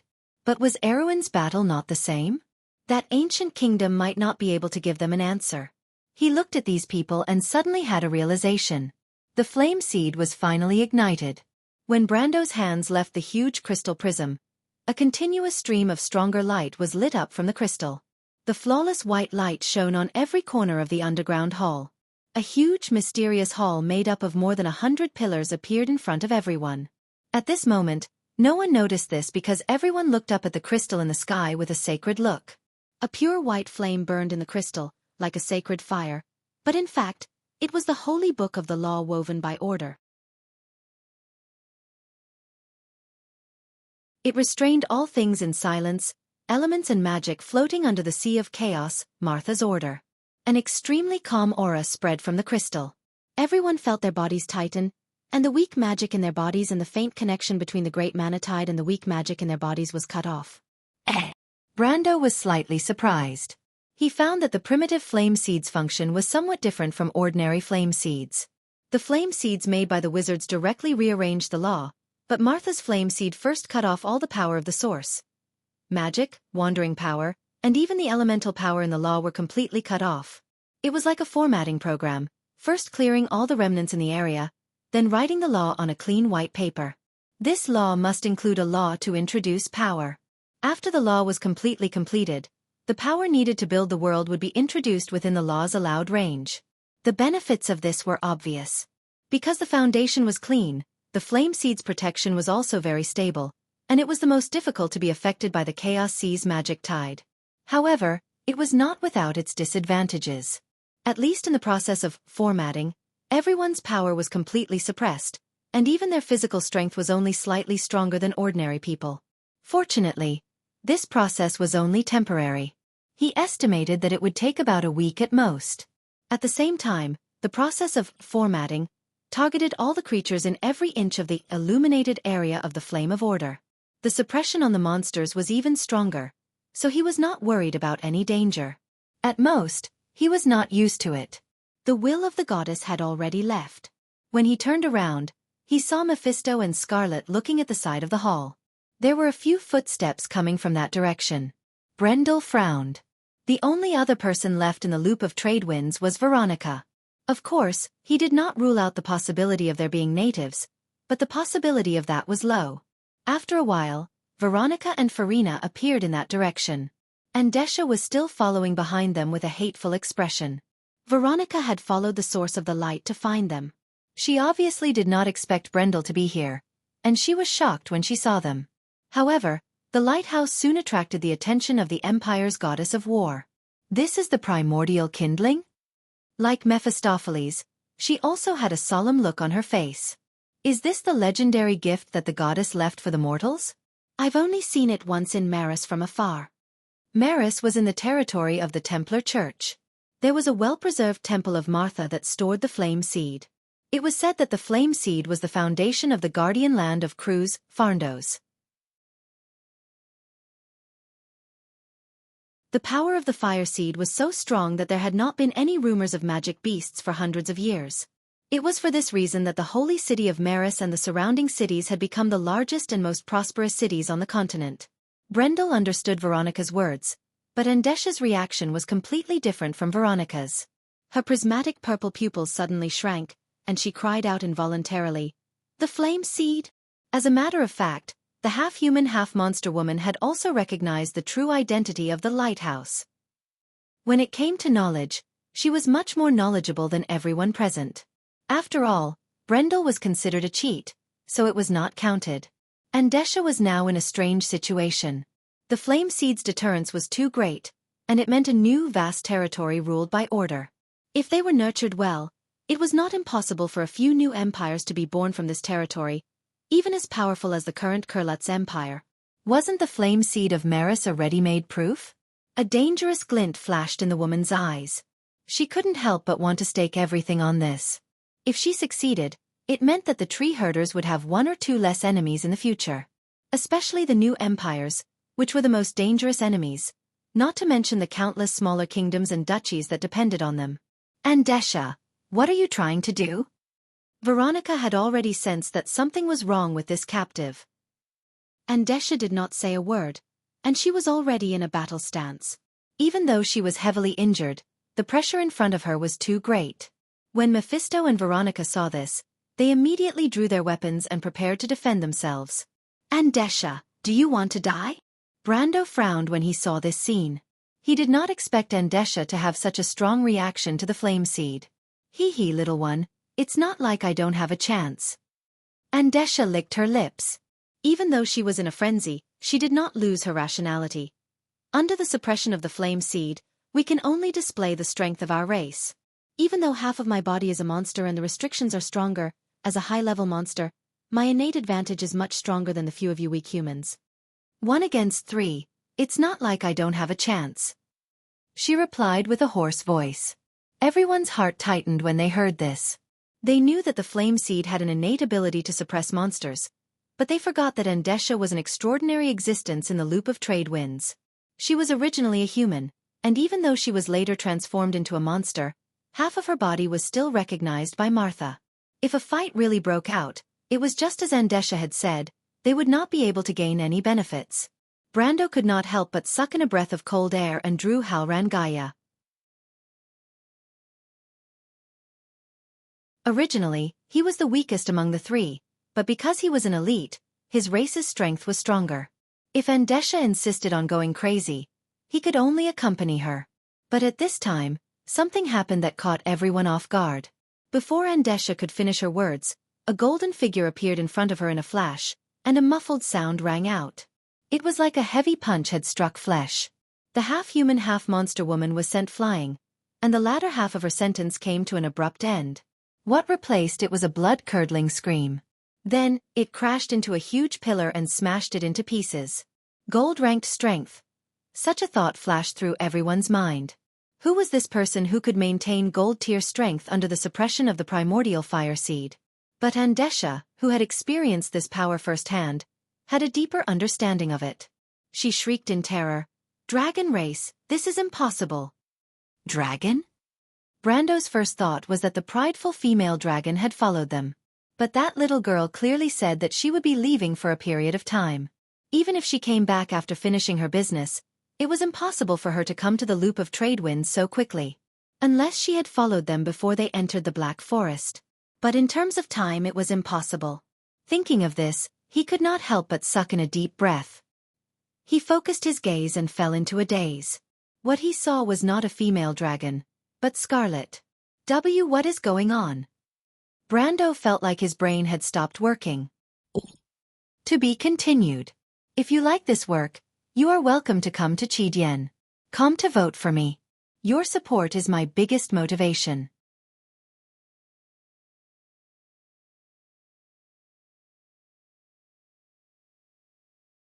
Chapter 469. The 4 seasons in the Black Forest changed drastically, but in the barony of Abes, the harsh winter of the Year of the Sword had just passed, and there was no sign of the temperature rising. There were 2 heavy snowfalls before and after the slumbering moon, but it seemed to indicate the first harvest of the territory. The streets were still cold, and there were few pedestrians. But in the only bar in the city, it was a different scene. The fireplace warmed the hall, and the adventurers who had been wandering around Abes since the end of summer had gathered here, waiting for the ice and snow in the forest to melt. Every adventurer who entered the inn would take off their snow-covered cloaks and observe the entire hall. Without exception, they would take off their hats and pay their respects to a little girl sitting in the corner of the hall from afar. The little girl had a high forehead, and it was as smooth as jade. It sparkled under the firelight, and her eyes were big and bright. She seemed to be curious about the people and things around her. She was wearing a beautiful dress. Although she wasn't too old, her chest had already begun to develop. The dress was tucked in at the waist, perfectly accentuating the young lady's slender figure. However, the dress, which was full of the temperament of a noble lady, didn't match her. Instead, it looked a little sneaky, as if she was wearing a dress that was stolen from somewhere. "Boss, this is the deerskin you wanted. The forest is completely frozen, and it took us a lot of effort to track down a herd of deer. Harto is also a little frostbitten, so you can't be too stingy with the reward." A few people dressed as hunters stood in front of her and negotiated. The leader was obviously a mountain man from the nearby area. He wore a thick leather coat and carried a longbow on his back. "Oh, Harto is frostbitten? Then he's really unlucky." The Roman blinked and asked curiously, "Are there no more deer in the forest?" "It's all because of those subterranean dwellers. They scared the animals and made them hide." "Hey, I heard that the subterranean dwellers stopped before it snowed." "Well, anyway, it has something to do with it. I want to make a coat for Brando with these deerskins. I'll pay you 200 silver coins, okay?" The Roman poked the deerskin with her finger and asked. "Of course, we're happy to make a coat for His Excellency. This way, His Excellency will definitely like you more, big sister." The person who spoke had a look of disbelief on his face as if he didn't believe that the young lady in front of him could make a coat, but he still said respectfully, "But this is too little, big sister. Harto is frostbitten. But this is obviously from last year. Look, some parts of it are eaten by worms." The merchant lady looked innocent as she flipped the deerskin. "Ah!" The great merchant made these guys speechless with just one sentence. The adventurers immediately looked embarrassed as they coughed and said, "The year isn't that important. Besides, we really went to the forest, and Harto was really frostbitten. So, these deerskins aren't worth that much money. You know that. The rest of the money is for Harto's medicine. Don't turn around and lose it to that gambler Mano. Tomorrow, I'll send someone to visit Harto." She glared at them. "If he doesn't receive the money, I'll send the subterranean dwellers to eat you." After being scolded, the hunters obediently took the money and left. Although they didn't cheat the merchant lady, they didn't show much dissatisfaction on their faces. It was as if they were used to this kind of bargaining. On the other hand, the Roman restlessly touched the round-toed leather shoes under her long skirt. Her pair of big eyes rolled around as if they never stopped. She looked around, holding a cup of steaming barley beer as if she was waiting for someone. For the whole winter, the self-proclaimed merchant lady had been sitting in this position, doing business or buying people's hearts. But there was a reason why she was respected here. It wasn't just because she was the fiancée of the Lord, or because she was in charge of half of the territory's wealth. She was like the god of wealth in everyone's eyes. It was because she was amiable and would never use her identity to pressure people. She was even willing to argue with the adventurers for the whole afternoon over the difference of a few copper coins. But it was precisely because of this that people didn't feel the difference between their identities. Adventurers didn't live a rich life. Money was a very important thing. In fact, they didn't think highly of those who squandered money. Among all of Brando's companions and aides, only the Roman and Freya could understand this. Freya's preference was due to her family background, while Roman's preference was due to his instincts towards those shiny little things. After a winter, she had interacted with many adventurers in ABs and had integrated into them. Although this kind of contact was not close, it was enough for the Roman to find out a lot of information that she didn't know before. At this time, the door of the bar was once again pushed open, and there was a moment of silence. The little silver elf princess Metisha stood in the snow. She was wearing a plain silver fur shawl. She covered her mouth with both hands and exhaled. Her big eyes were a little nervous as she looked at the crowded hall. Humans were a little strange in her eyes. The elves didn't like to gather so many people together. The elves' definition of friends was a kind of spiritual attachment. Because of the long time, this kind of feeling was somewhat indifferent in the eyes of humans. But this wasn't the first time she came here. She was here to help the Lord's servant, the Shire, pass on a message. When the other people in the bar saw the little silver elf princess, they tacitly made a path for her. The first time someone teased her, the little girl with pointy ears almost turned red. As a result, the rumor of the Lord's shy second fiancé spread. When she thought of this, Metisha couldn't help but stare at the Roman. Metisha, do you want ale? No. Fruit wine? No. Then I'll heat up a cup of honey wine for you, okay? No. Metisha knew that the Roman didn't drink himself. She held a cup of warm ale purely because it was warm. And this guy was stingy to the point that he was unwilling to change a cup. When it turned cold, he would heat it up again. If it was possible, he would definitely do it again the next day. But perhaps it was because of this stingy guy that he was able to arrange all the expenses and income of the territory so neatly. Anyway, Metisha felt a headache when she saw the piles of gold and silver coins that were meaningless to her. The territory gradually got on the right track. The coins from the silver mines were continuously sent to the Roman, and the merchant lady distributed the money to the refugees. Of course, this wasn't a charity event. Instead, it was the first time in half a century that ABs had opened up a large amount of wasteland in the forest north of the Gree River. The winter wheat seeds had been sown and were sleeping under the snow. When the snow melted, they would break out of the ground at any time. The Shire and the master craftsmen discussed taking in more refugees from the north. The construction of the road in the dark forest was slowly progressing. The population of ABs wasn't large. Even if they counted the residents from Port Gree and Minsk Fort, it was still far from enough to meet the needs. Not to mention the lack of manpower for the White Lion Legion. Even the construction workers of the Rune Dwarf Odom couldn't spare a single bit of manpower. Food was the foundation of this plan. But the merchant lady's maturity and calmness in this matter exceeded everyone's expectations. Just like the Shire said, she seemed to have a natural talent in the field of ecology. This was an innate leadership style that allowed her to arrange everything calmly and orderly. The food from Ampere Seal had already been shipped here, but the Roman didn't distribute it directly. Instead, they handed it over to the merchants and used this method to recover the money that had been distributed before. And so, after many years, the food market was re-established in ABs in the winter of this year. Ever since the short-sighted Grodin took it all for himself, the Roman had already begun to consider lowering the remuneration for the next recruitment. Brando needed more people, so she had to act like this.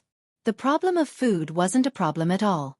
As long as the golden ABs shone brightly, the merchants of Ampere Seal would swarm over like sharks that smelled blood. In fact, they were already here.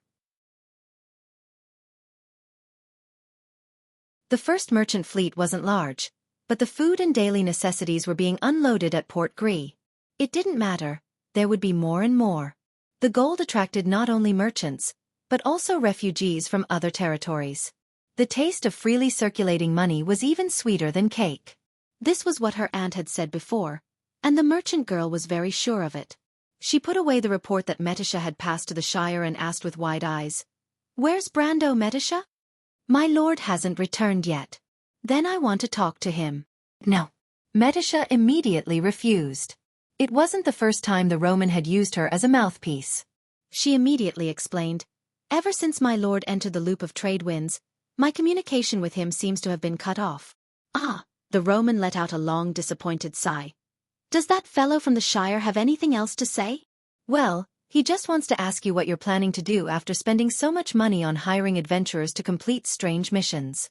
The silver elf princess glanced at the pile of deerskins on the table and couldn't help but wonder if this fellow was just doing it for fun. However, this thought only flashed through the merchant girl's mind. As a fairy princess, Medicia's concept of wealth was very weak. If Scarlet or the more serious Freya were here, they would probably stare at this young lady with a suspicious look. Ah, the Roman was just about to say that. The merchant girl showed a surprised expression. There are no more deers in the forest. Do you know why, Medicia? As an elven royal who came from before the War of the Holy Saints and was trained as a silver elf commander, Medicia's face became serious when she heard the Roman's words. The animals in the forest wouldn't disappear for no reason. This could only mean one thing. The other party had already started to make a move. She couldn't help but look at the Roman and realize that he was asking for information. What else do you know, Roman? Many adventurers have mentioned that the undead in the vicinity have become more active recently. I think that those bad guys from Bucci have arrived. Brando said that they're nearby, right? Madara. To be continued. If you like this work, you're welcome to come to Chidien. Come to vote. Your support is my greatest motivation.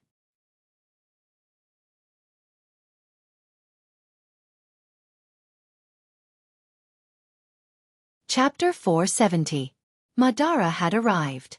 Not only that, Count Randner was able to gather an army of 20,000 men in just a month or two. This included the Knight of Paulus and 3 other Knight Lords, as well as the Highlanders and Barbarians. Such a large force did not seem like it was just to quell the rebellion, but to show off to those who dared to mock him. Such mobilization ability meant that Count Randner was far from retiring. Before this, he was like a tiger with squinting eyes. Once he opened his eyes wide in anger, the entire forest would tremble, just like decades ago. Now, the whole of Tonajul was under the control of this tiger. Most of the remaining people were already gloating over the fate of those who dared to touch the tiger's whiskers. The captain of Griffin's Night Guard, Viscount Assel, immediately left his office and walked towards the princess's study after receiving the report. Sir Kopp saw this scene and followed behind him. Hey, Captain Knight, I heard the news from the south. Kopp's position in the royal faction was not high, but he was on Grandmaster Fleetwood's side. Fleetwood was the princess's teacher, and at the same time, he was also the chief court mage of Aween. His position in the royal faction was revered, and even the leaders of the faction had to lower their heads in front of him. Assel did not want to provoke Fleetwood, so he nodded. Her Highness thinks highly of the rebels, but unfortunately, she will be disappointed this time. In fact, the lords above are not very supportive of making contact with the rebels. It is too risky. After all, Count Randner is a duke. The princess isn't willing to negotiate with Duke Arek. Sigh, she's still a child after all. No matter how wise people make her out to be, a woman is still a woman. It's inevitable for her to have some naive wishes. Kopp nodded and pretended to sigh.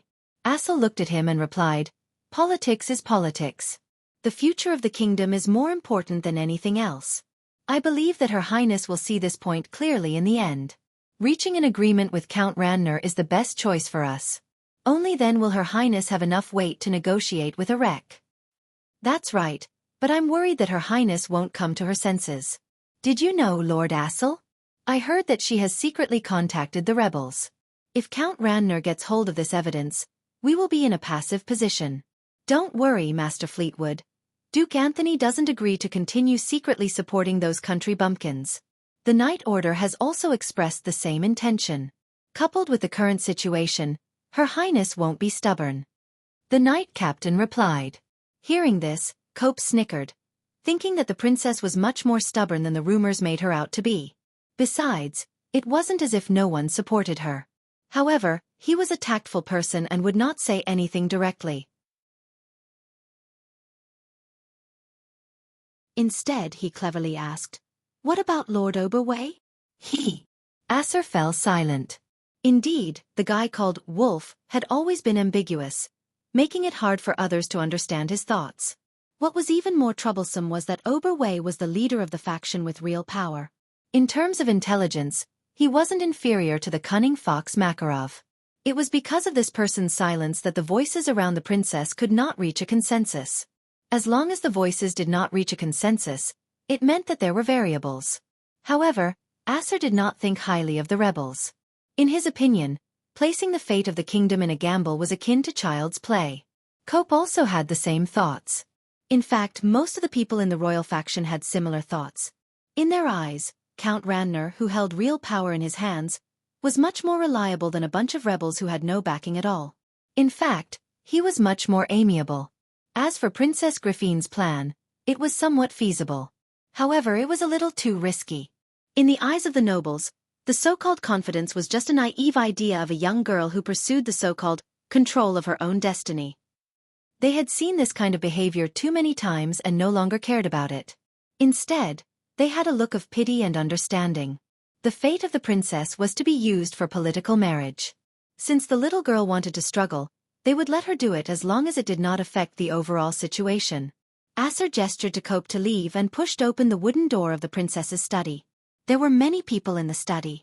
He looked up and saw Oberwei, Fleetwood, Makarov, and the Violet Count Ball. Almost all the core members of the royal faction were gathered here. The captain of the night did not find it strange. In fact, ever since the situation in the south became tense, there had been meetings here almost every day. However, the atmosphere in the room was a little oppressive, to the point that it was abnormal. Under such circumstances, Viscount Assel had no choice but to submit the new information under everyone's watchful eyes. "Thank you, Lord Acer." The princess's clear voice was very calm, but for some reason, Acer felt a little guilty at this moment. In fact, Fleetwood was the princess's teacher, but he could be considered half of it. The princess's outstanding swordsmanship was taught by him. "This is my duty, Your Highness." Acer lowered his head and replied. He saw that Princess Griffine and the others were not in the mood to read the report, and he understood that everyone present had already heard the news. He couldn't help but raise his head to look at the incomparably calm half-elf princess. Today, Princess Griffine was as calm as ever. Her beauty seemed to seep out from this temperament, making people's hearts palpitate. However, the princess was unusually quiet. Her silver hair reflected the candlelight and formed a hazy halo. She placed her hands on her slender knees and pursed her lips. She faced the gazes of everyone present without flinching.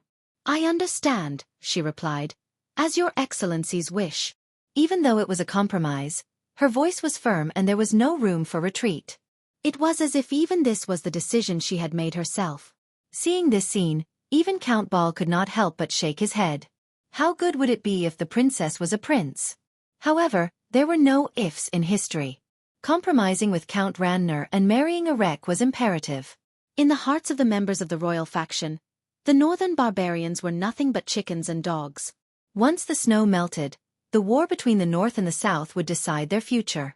The revival of the kingdom seemed to be unstoppable. It was a perfect outcome. "Achoo!" Hatch sneezed. He rubbed his face to prevent the cold air from freezing his face. Even though the new year had passed, winter showed no signs of ending. Instead, it was getting colder.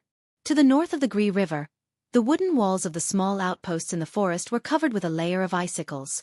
The wood was frozen to the point that it was no different from rocks.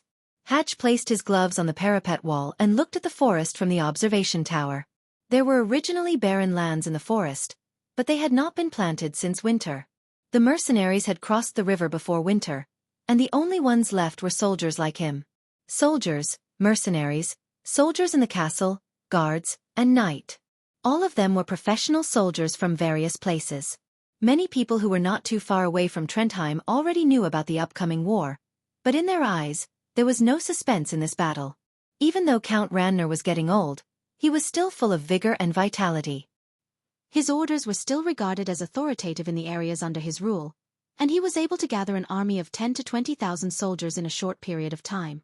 Furthermore, everyone knew that Count Randner had the support of the undead and the barbarians. Even the dukes in the north did not dare to underestimate such a force. However, Hatch's view was different. Just before today, there were soldiers from different places entering this small outpost for 3 consecutive days. 4 came in 3 days, 6 came in the morning of the second day, and 7 came in yesterday. In just 3 days, the number of soldiers in this outpost had reached 20. All of them were professional soldiers. This conclusion shocked Hatch himself. Before he joined the new lord, he was Grodden's knight. Of course, he could not be compared to the guards in the castle, But Grodin did not have more than 50 soldiers who were as experienced as him. The rest were mostly the nobles' private soldiers or even the militia. They were there to make up the numbers. Hatch had experienced several battles between lords. In this era, the battles between lords were often bloody. Even though the nobles were not really hurt, except for those who were unlucky enough to be hit by stray arrows, their private soldiers' and knights' consumption was very high. Only those who had survived a battle could be called a skilled warrior. And for someone like him who had experienced several battles, he simply looked down on those who couldn't even hold a sword. It was useless no matter how many of them there were. However, a lord would only have around 100 or so knights under him that he could truly rely on, and not more. First of all, he could not afford to raise them. A professional soldier required a lot of resources, let alone a seasoned knight. Secondly, there were not many outstanding talents. The attractiveness of a small lord was not as great as the heroes of a region. Any knight with a little bit of strength would go to a lord like Count Randner. For example, a baron like Grodin only had around 100 men under his command, which meant that he was a very powerful lord. Even a baron like Grodin only had around 100 men under his command. However, Brando was an exception. This was because all the people under him were gathered by chance. They were mercenaries from the mountain people, and even from further places. Although these mercenaries had not experienced any real war, they had been through bloody battles all year round. Those who could survive were often sharper than the average soldier in terms of combat. The mercenaries under Yuta, Rabin, and Cornelius were even more outstanding. Rabin's men were originally Erewin's cavalrymen who came from the Karunsu highlands. They were originally elite scouts, and after being baptized by blood and fire, their individual strength was stronger than the other mercenaries. However, they were not the strongest because there was also the existence of the Copper Dragon Reto's group. Their strength was not high, and the most outstanding one was only at the peak of Iron ranked. However, their combat experience was unbelievably rich. Brando had long suspected their identities. Especially with Reto's identity, he suspected that these veterans were veterans of the November War. This conclusion was a little scary, but it seemed to be the most reliable guess. These experienced mercenaries made up 2/3 of Brando's human subordinates. There were also some original guards from Buchi, Fortress Reedon, and the patrolling cavalrymen who had also fought against Madara. The last part was Lord Maxon's knight who followed Carglass and joined the new recruits. Brando now had close to 3,000 human soldiers under him, but more than 80% of them were true veterans. They were the most experienced soldiers who were not inferior to the official knight who had been training for years. Outsiders thought that the Tonajil rebels were just a motley crew of 2,000 to 3,000, but Hatch knew that the young lord had more than 2,000 knight subordinates. More than 2,000 knight Martha above could lead an army of 100,000 knight. When the late King Eric founded the kingdom, he only had 200 knight followers. There's movement in the forest. Suddenly, a voice spoke from behind him. Hatch was startled and turned around subconsciously. To be continued. If you like this work, you are welcome to come to Chidian. Come to vote for me. Your support is my biggest motivation.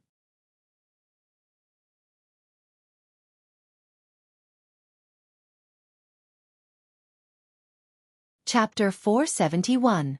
Brendel, who was in the center of the loop of trade winds, naturally did not know about Count Randner's army. In fact, he was in a state of shock with Veronica and the others. Andesha's physical strength was several times stronger than a normal human's. Her physical strength alone was at the level of an early silver rank, but it did not help her gain the slightest advantage over Scarlet. The battle ended quickly, and under Brando's orders, Andesha was knocked unconscious with a single blow. But what was going on? The girl walked out of the fog. Her face was as red as an apple, but she did not even need to take a deep breath. Brando looked at the girl who had a long red ponytail and sharp canine teeth when she gritted her teeth. He could not help but ask, "Scarlet, are you all right?" Scarlet quickly shook her head. "I'm not sure, my lord. I just felt that my physical strength was not suppressed much after I ignited the fire seed." "How strong is your body right now?" "According to what my lord said, I should be at the peak of silver rank." Peak of silver rank? Not only Brando, but even Veronica could not help but gasp.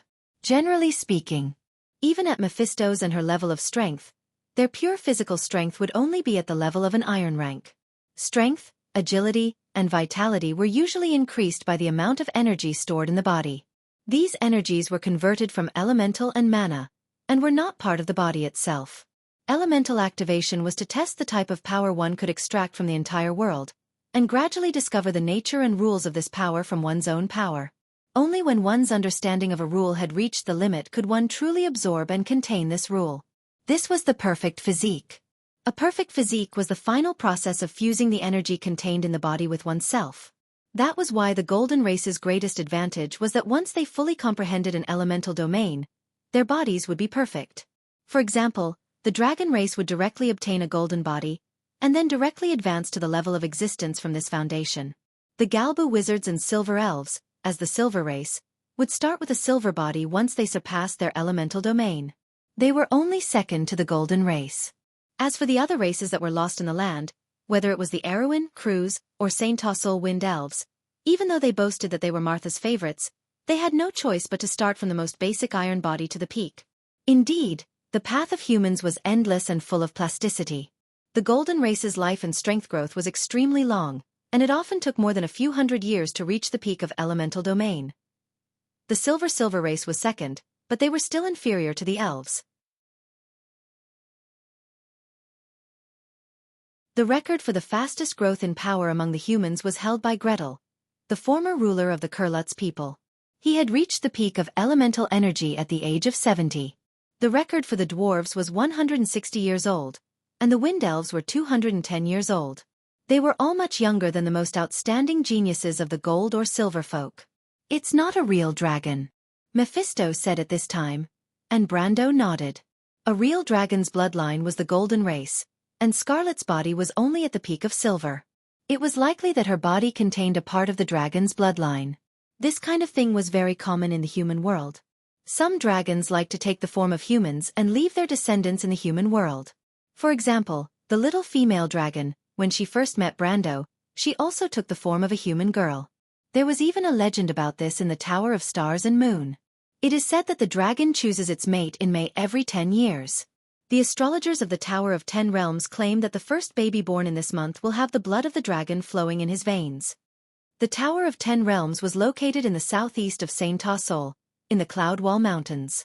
It was the edge of the endless black forest in the east, and there were often rumors of travelers seeing dragons. "Scarlet, who are your parents?" Brando asked. Scarlet was startled, and suddenly understood what the Lord wanted to ask. She quickly shook her head and said, "My lord, my parents are just ordinary Highlanders." "Do you remember clearly?" "Yes, I still remember some things when I was young. I am the biological daughter of my parents. My father said that I look more like my mother, and I also have an older brother."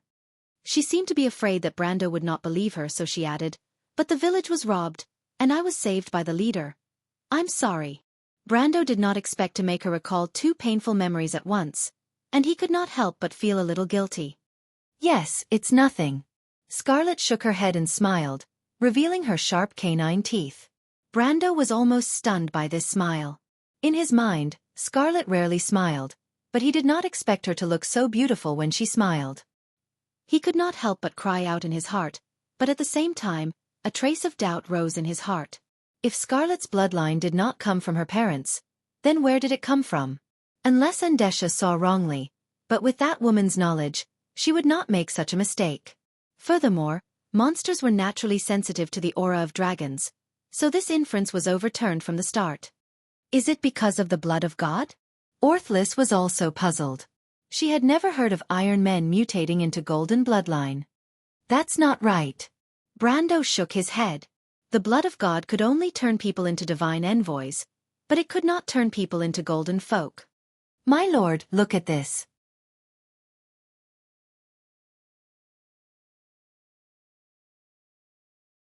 Sure, Scarlet raised her hands, and Brando saw dark golden runes faintly flowing on her arms. This scene was familiar. Before the arrival of the demonic wave, there was a similar sign on her body, but he did not pay much attention to it at that time. He only thought that it was due to the large amount of mana flowing through her veins after absorbing the golden apple, and it resonated with the demonic wave. But now, it seemed that this was not the case. Now that the mana had been completely cut off by Martha's law, the runes still remained on her body. This meant that it was not mana, but the power of the blood of God. Brando frowned. He did not know much about bloodlines, so he did not recognize these strange runes. But Orthlis could not help but whisper, "Solidify dragon's blood." "What's going on?" Brando immediately asked. "This girl has drunk dragon's blood, and it's the golden blood of a living dragon. She now has at least half a dragon's strength. Half a dragon's strength is not the power of the blood of God, but it is still beneficial to the host. Her current strength is at least at the peak of gold, and her absolute strength is stronger than yours. More importantly, the dragon's blood is very beneficial to her future growth. It can increase the speed of her training by at least 20 to 30%. Orthlis replied. Increase the speed of her training by at least 20 to 30%? Brando almost coughed. He could see that the dragon's blood was equivalent to a natural ability. This ability was often obtained through quests in the game. However, he had never seen an ability that could increase the experience gained by 20 to 30%. He had drunk a lot of dragon's blood in the game in the past. It was in small tubes and sold by players for hundreds to tens of thousands of tor. Dragon's blood could temporarily strengthen the body's attributes, and it was an important alchemy ingredient. It was a pity that he had never heard of a natural ability from drinking dragon's blood. 20 to 30% extra experience. Brando wanted to bang his head against a wall. But when he heard the word host, he reacted and asked cautiously, "There won't be any harm, right?" "There won't be any harm, but because of the dragon's blood in the host's body, the host will have an inexplicable sense of closeness to the owner of the dragon's blood." Orthlis looked at him with a half-smile. "You have a lot of enemies now, and this little girl will be a great help to you. But you have to be careful. If this dragon is an extraordinarily handsome dragon, this little girl who is so loyal to you may be kidnapped by a giant dragon from the sky one day." Hearing this, Brando did not know whether to laugh or cry, but he was not worried. He was now sure that the little female dragon had done something to the golden apple. But wait, the host will have an inexplicable sense of closeness to the owner of the dragon's blood?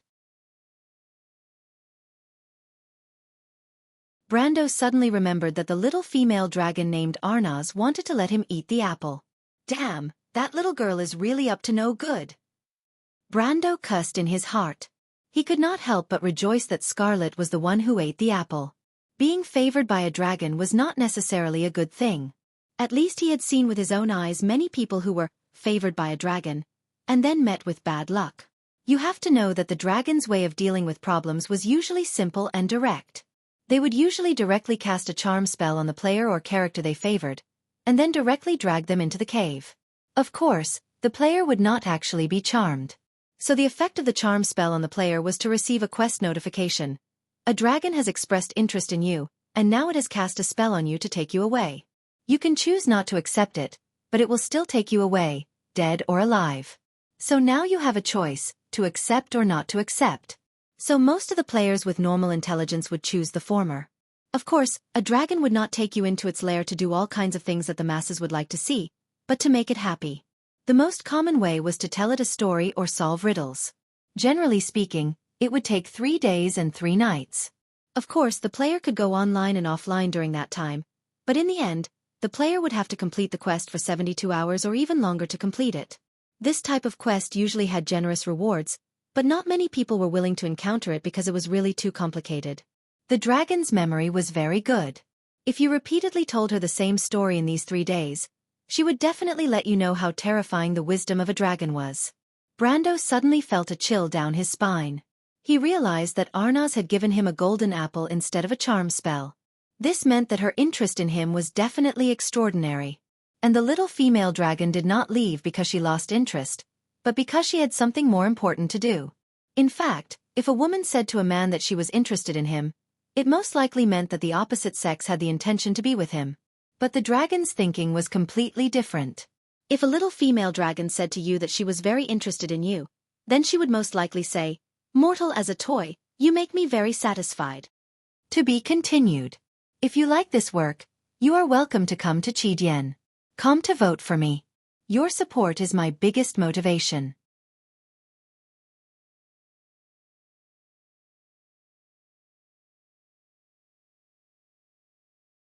Chapter 472. What is this? Farina suddenly asked. She lifted her skirt with one hand and stood on top of the black pyramid. The pale light reflected the fine hairs on the girl's face. Next to her hand was a staff, a black metal staff about the thickness of an arm. It was inserted in the area opposite the base of the huge crystal, and a transparent crystal ball was placed on top of it. Brendel was certain that this thing did not exist in that place before. He patted Scarlet's hand. He and Orthlis had already guessed the girl's problem. As long as the dragon's blood was not harmful, they could put it aside for the time being. The threat of the dragon girl Arnaz was still a little weak. He and the others walked over to take a look at the staff. The staff was black, and there were golden patterns engraved on it. They looked like meaningless metal threads. The style of the staff was exactly the same as the hall. It had an ancient feel to it. The crystal ball was firmly attached to the staff, and it could not be removed no matter how hard he tried. Brando's strength was equivalent to 7 or 8 adults combined, and it did not budge even after he tried. This meant that the crystal ball and the staff were not connected by physical means. There might be magic at work below. Brando had a guess as soon as he saw it. He looked at the others and placed his hand on the crystal ball. In an instant, layers of green light weaved in front of him. These webs scanned up and down in an area of about a cubic meter in front of him, forming a mysterious pattern. So it's this thing. Brando's heart skipped a beat. What is it? Veronica asked. It's the core of this dungeon, Brando replied. Oh, so it's the core crystal. The Wind Elves' Ashen City Fortress also has a similar crystal. It was made by the wizards of Buga, and it can be used to control the outer defense system. Valkyrie suddenly understood. Brando knew about the crystal in Ashen City Fortress, but it was just a replica of the core crystal. The craftsmen of Buga made many of these replicas, and they sold them to the players for 10,000 gold coins, about 1,000,000 tor, each. However, the replicas were far inferior to the real thing. A row of ancient characters intertwined in front of Brando and formed Staku, Doas. A roots. External sanctum, request, interrupted damaged. Dump, Doas. A roots. Dawn, cavalry, sanctum request, interrupt. Pauses, Doas. A roots. Market, requesting, interrupt. The ancient language was extremely complex. These pictophonetic characters were extremely prosperous about 20,000 years ago. It seemed to have suddenly exploded at a certain time and spread throughout the entire continent. However, that era had long been buried under the sand, and Brando could only read these words with great difficulty. This was also due to the fact that he had seen too many ancient words before he transmigrated. The ancient characters in the Amber Sword were all self-contained, and they used to be called a miracle. Many players had done research on this. In the game, there were documents in the libraries of the larger empires. There was also a systematic archaeological investigation of ancient history and writing. Such a huge and complicated world background was something they used to talk about the most. However, as the characters became more and more complex, countless characters formed a green stream of light that fell like a waterfall in Brando's eyes. However, unlike before, everyone could now see the green light web intertwined on the crystal ball. Except for the symbols that they could hardly recognize, the light web quickly formed layers of patterns under Brando's instructions. This is the panoramic view of the underground city. When the layers of green light stabilized, Veronica's eyes flashed with a strange light. The image projected by the crystal was the panoramic view of the underground city. On top, they could see the 3 layers of defense that were distributed like broken glass, and then below, the city was distributed like a spider web. The underground halls of various sizes were 3-dimensional in mid-air, and it looked like a map of the galaxy. She couldn't help but turn around and look at Brando with her green eyes. This is the panoramic view of the city. Could it be that this central crystal can control the entire city? Brando took a deep breath and nodded. At this moment, he couldn't help but feel a little surprised and excited, but not because of what Veronica said. The ancient central crystal was the core and brain of the city, and as a player it was basic knowledge. He was surprised because of the knowledge he gained from the words. So this was the reason why Valhalla was called a legendary territory. After reading the ancient text information, although it was not complete and incomplete, and he couldn't read all of it, Brando couldn't help but tremble with excitement. Valhalla was actually a concept territory. He didn't know how the ancient silver folk came up with the idea of building such a fortress. They actually set up a huge permanent magic system with the entire city as the foundation. A permanent magic system was different from a magic circle. This was a super complicated law, elements, and magic intertwined. In fact, it was a territory, a self-contained system within the space, and it was not affected by external forces. Unless the city was completely destroyed and turned into ashes, the system would continue to operate. This permanent magic system seemed to be a kind of spirit communication technique, but it was much higher level than that. The Valhalla people used a permanent transformation system to preserve their souls, gathering heroic spirits from all over the world into this fortress. It was used to preserve skills, technology, and soldiers that might have been lost in the river of time. In short, Valhalla was simply an ancient technology and information center. Brando saw the purgatory people who worshipped the sun and fire among these heroic spirits, as well as the mist elves and the legendary light folk. He saw the Dawn Spear Cavalry Temple, which was where the heroic spirits of the temple raised the purgatory people who worshipped the flames of the sun, the Dawn Spear Cavalry. The purgatory people were the legendary golden race. The Dawn Spear Cavalry could use the light of dawn to defend against enemies of darkness, and they had powerful healing spells. But this soldier class had already disappeared in the war between the purgatory people and the Twilight Dragon. Even the purgatory people themselves had disappeared in history. But he never thought that the Valhalla people would reappear in this martyr's temple. Although he didn't know how high the standard of the genuine Dawn Spear Cavalry was, the genuine Dawn Spear Cavalry was a level 10 soldier class. Even if it was a medium-sized empire, it could become the main force of the main forces. Other than that, he also saw the Twilight Altar that recruited sudden death angels and the Eternal Dark Forest that recruited dark elf archers. These two were legendary level 14 peak super armies. Even normal empires might not have them. Brando knew that other than those superpowers that spanned the continent, there were only the 4 empires established by the 4 sages that had this level of army. The ancient powerful warriors were all gathered here. This was the original intention of the Martyr's Temple. No one in the wound world knew the true meaning of the word Valhalla, but Brando's heart was clear. Legend said that Odin had his maid Valkyrie lead the heroic spirits to this great hall in the Glacier Forest, preparing for the dusk of the gods in the future. But just from the concept of raising soldiers, the Valhalla fortress in the wound world was indeed worthy of this name. But it was a pity. Veronica gasped at this time. It can control the central crystal of the entire city. Doesn't that mean that it can mobilize the magic power of the entire city? Is this a huge magic fortress? Brando of course knew what she was thinking. Such a fortress was almost equivalent to the floating city of the Bugas. That was the legacy of the Silver Folk. It was impossible that the people of Cruz would not be tempted. But he shook his head and replied, "Not the whole city, but the whole territory." What? This time, not only Veronica, but also Mephisto and Farina could not help but exclaim.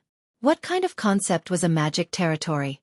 But Brando still shook his head. It's not that simple. What do you mean? Veronica was a little tempted. After all, she was a female general of the empire. If the loop of trade winds, which was originally just an enclave, was not enough to attract her, then a legendary magic territory was too tempting for her. You'll know when you come and see.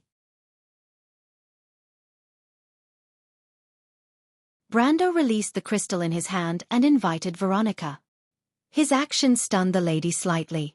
She looked at him in surprise. You're asking me to come? Veronica looked at Brando curiously and confusedly. His action was equivalent to putting the entire defense system of the fortress under her control. Brando smiled and nodded. Veronica saw Brando's reaction and did not ask any more questions. She put her hand on the crystal ball, raised her eyebrows slightly, and then lowered them again. Then a look of realization appeared on her face. What's wrong, Army Commander? Farina asked curiously. I see. I was wondering why you trusted me so much. Even though Veronica did not understand the ancient language, she could tell that the underground city had been severely damaged. Perhaps it was because of the erosion of time that the entire city was almost completely paralyzed. How badly was the city damaged? Is it possible to repair it? She asked. Brando shook his head. He had no intention of hiding the truth. The entire city was almost completely destroyed. Apart from the core of the city, the rest of the city is just an empty shell. There's no way to repair it. What a pity, Mephisto and Veronica said at the same time. Sly. Farina glared at him. It was indeed a pity. This was a legend in a magic territory. But Brando nodded. He was not sad at all. Because he already knew from the final text that this fortress was not the historical Valhalla, and the real Valhalla was still sleeping in this underground fortress. Because from the very beginning, the Valhalla people had created 2 central crystals. To be continued. If you like this work, you are welcome to come to Chidien.com to vote for me. Your support is my biggest motivation.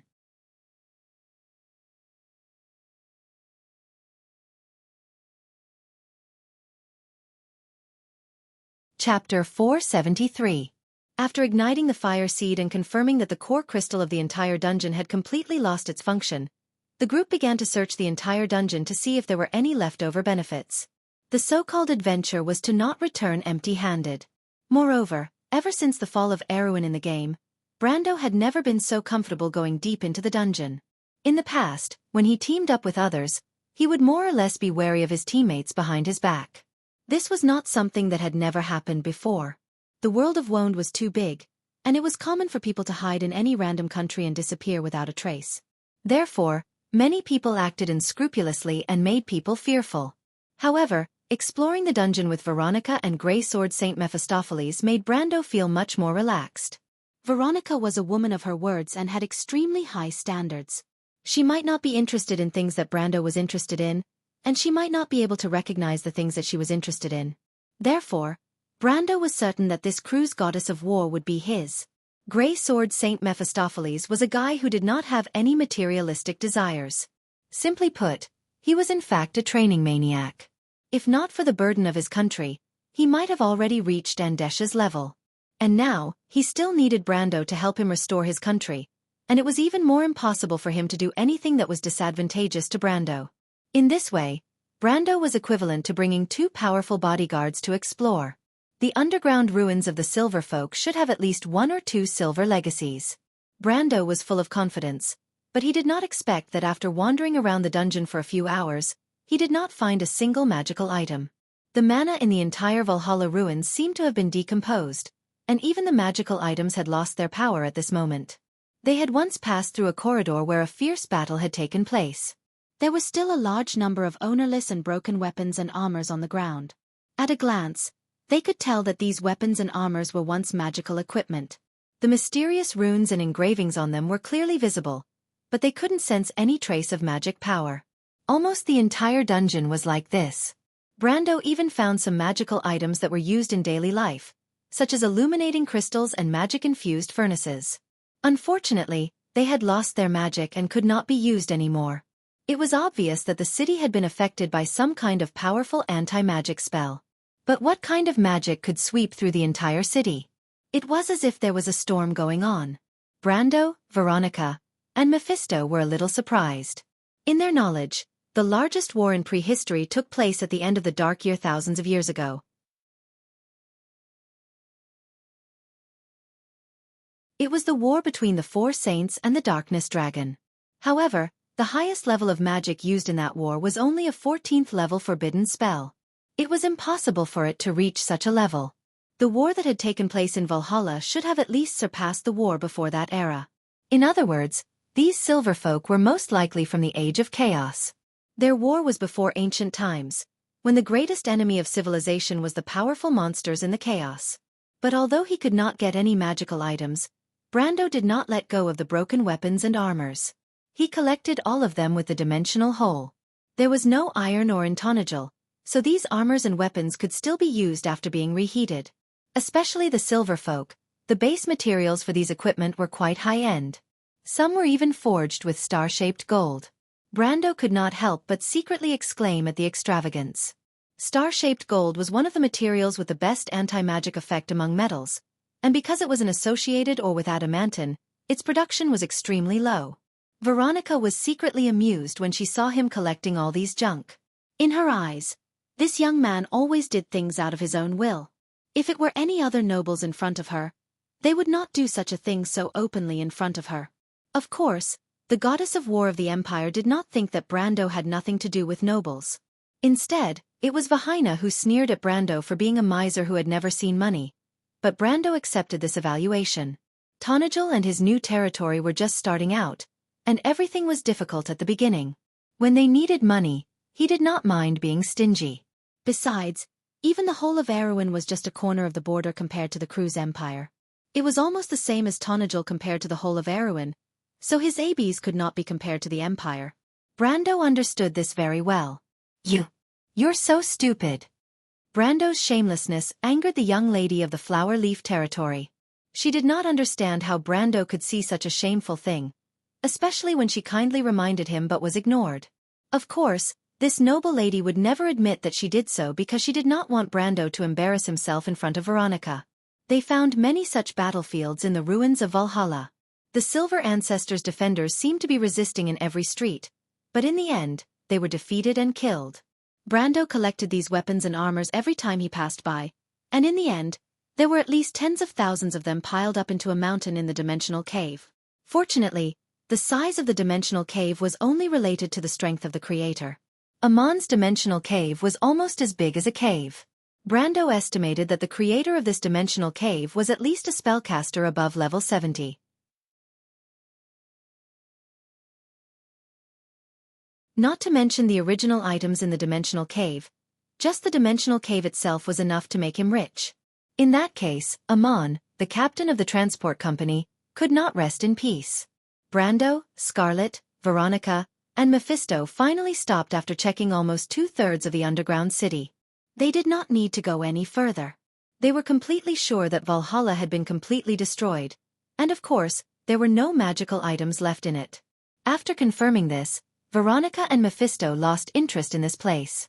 This was especially true for the goddess of war herself. Not only did she fail to find any clues to the things she wanted, she even lost a few outstanding young people. Although this blow was not enough to shake her prestige in the Empire, it was more or less because of this reason that she had no intention of staying here any longer. She quickly expressed her intention to leave to Brando. The goddess of war did not even intend to return to the Green Tower. Apart from a few lucky ones who stayed in White Cliff, there were almost no survivors. Therefore, she planned to bring the remaining people back to the Empire through the Wolf's Pass.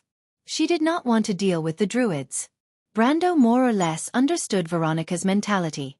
They had a conflict with the Druids in the Green Tower, and with Veronica's pride, she would not allow her potential enemies to see her in such a miserable state. However, Brando thought that the Druids might not be much better off now. Or rather, it should be said that none of the forces that stayed in this area were in a good state. The Cruz Empire was considered to be in a better state compared to the other forces. At the very least, they still had some of their followers. But then again, before the war, Brando's forces from Tonajil could be said to be the weakest force. However, after the war, they were the ones that suffered the least losses. Even the youths who went out to train themselves did not suffer any losses. Although this was all thanks to his foresight, Veronica felt that it was a little too ironic. However, Brando did not intend to stay any longer. Right now, Valhalla could be said to be a dead city. It was meaningless to him, not to mention that he had already found a second central crystal in his previous exploration. This crystal was completely different from the previous one. It was gray and looked like a walnut. If it wasn't for the information he received from the first crystal, he wouldn't have been able to recognize it. If Brando could not recognize it, Veronica and the Ash Sword Saint would definitely not be able to recognize it. Just like that, he managed to obtain it without anyone noticing.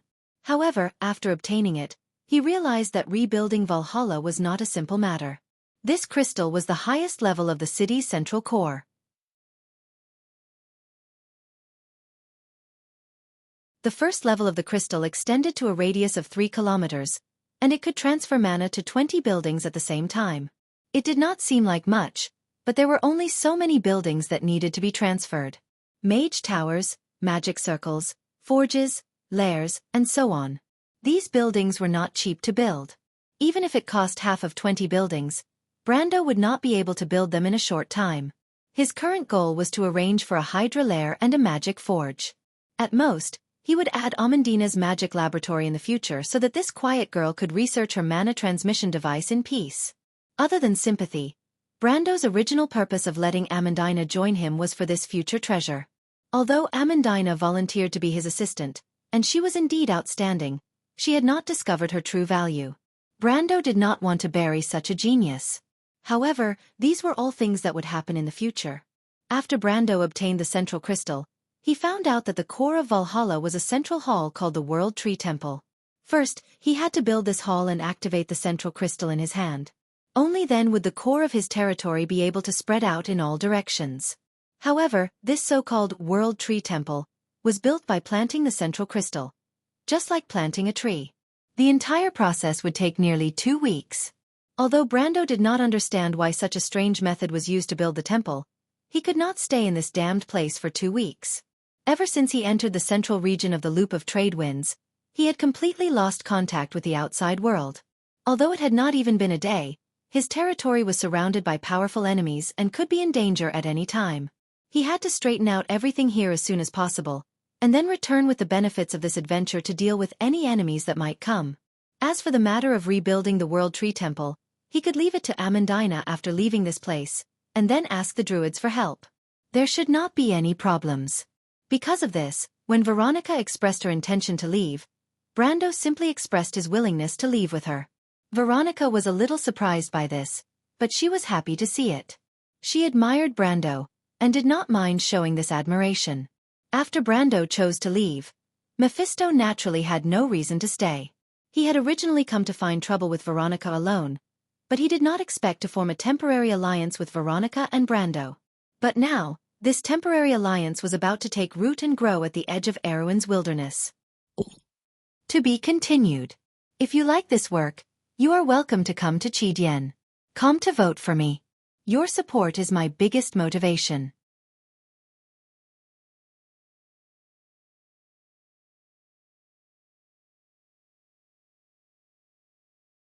Chapter 474. When he walked out of the Loop of Trade Winds, he paused for a moment. What's wrong? Veronica turned around and asked. It's nothing. Brando shook his head. The moment he walked out of the wind wall, he felt a connection with his summoned creature. Metisha and the Shire immediately reported to him what was happening in his territory. In less than a day, Count Randner had already made his move. The harsh winter in Erewhon was not yet over, and it was much earlier than Brando had expected. He asked Metisha to praise the little Roman in their telepathic communication, but he was not too surprised by the news. The entire Abes had been preparing for this war for months, and they were waiting for this day. Besides, it would be too fake if they could not survive the first few weeks of the war.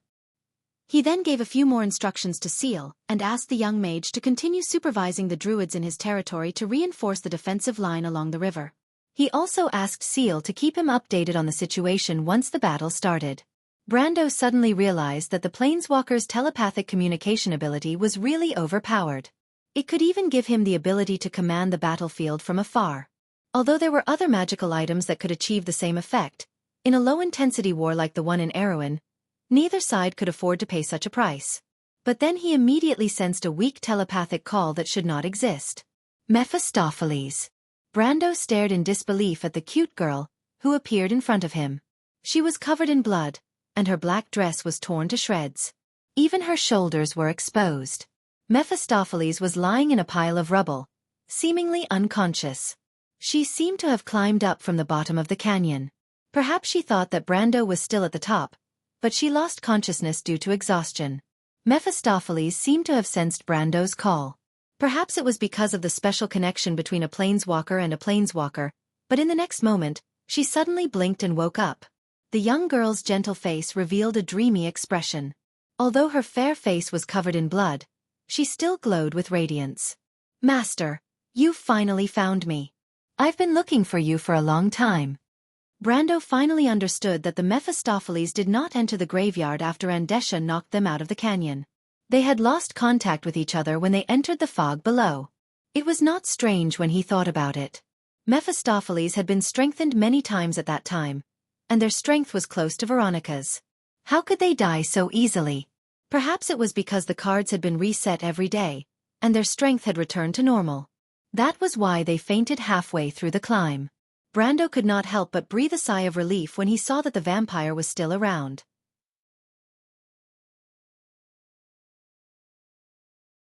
Mephistopheles were gold-tier creatures, and they could reach elemental strength through sacrifice. With her around, it was equivalent to having a powerful ally. However, Brando still could not treat his summons as cards. He could not help but ask guiltily when he saw the girl in such a state. "Are you all right?" "I'm fine," Mephistopheles shook her head, but her face was a little red. "I'm just a little hungry, master." Under Scarlet's blushing face and Vahina's strange gaze, 2 sweet teeth marks appeared on Brando's neck. "Wait, didn't you say you can't bite my neck?" No matter how much Mephistopheles looked like a woman, Brando could not accept being bitten by a man on the neck. But he did not expect the Mephistopheles to be so fast.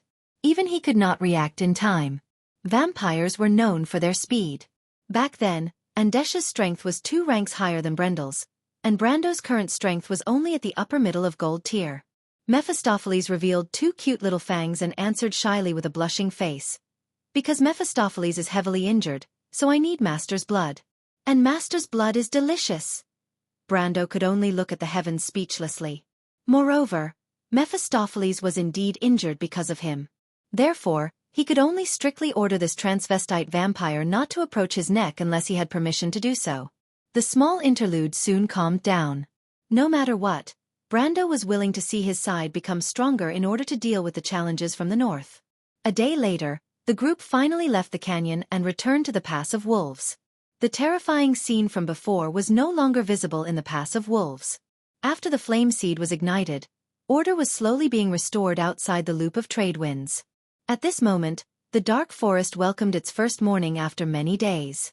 The forest was quiet, and there were still sparkling dewdrops hanging from the leaves.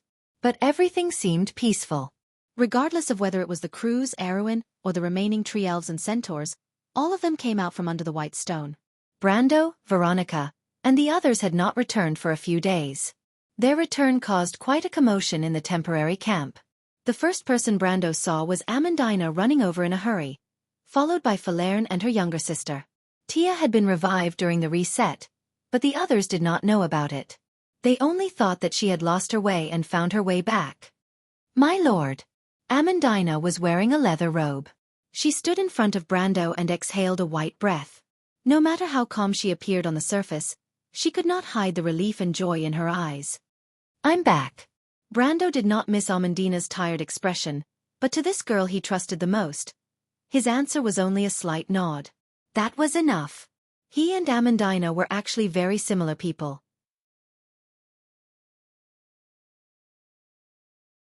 Their minds were clear, and they could understand each other's thoughts. As the best of partners, they did not need to speak much to understand each other's thoughts. This was the unreserved trust between them. Even if the emperor of the Cruz Empire valued her talent and personally came to hire her, she would not be willing to leave this place. She believed that other than Brando, no one else could give her this kind of trust and understanding. Amandina began to believe that this kind of trust was beyond the hazy love between a man and a woman. It was purely a kind of mutual need and dependence on each other. Brando did not ask any more questions. He raised his head and looked at the white stone.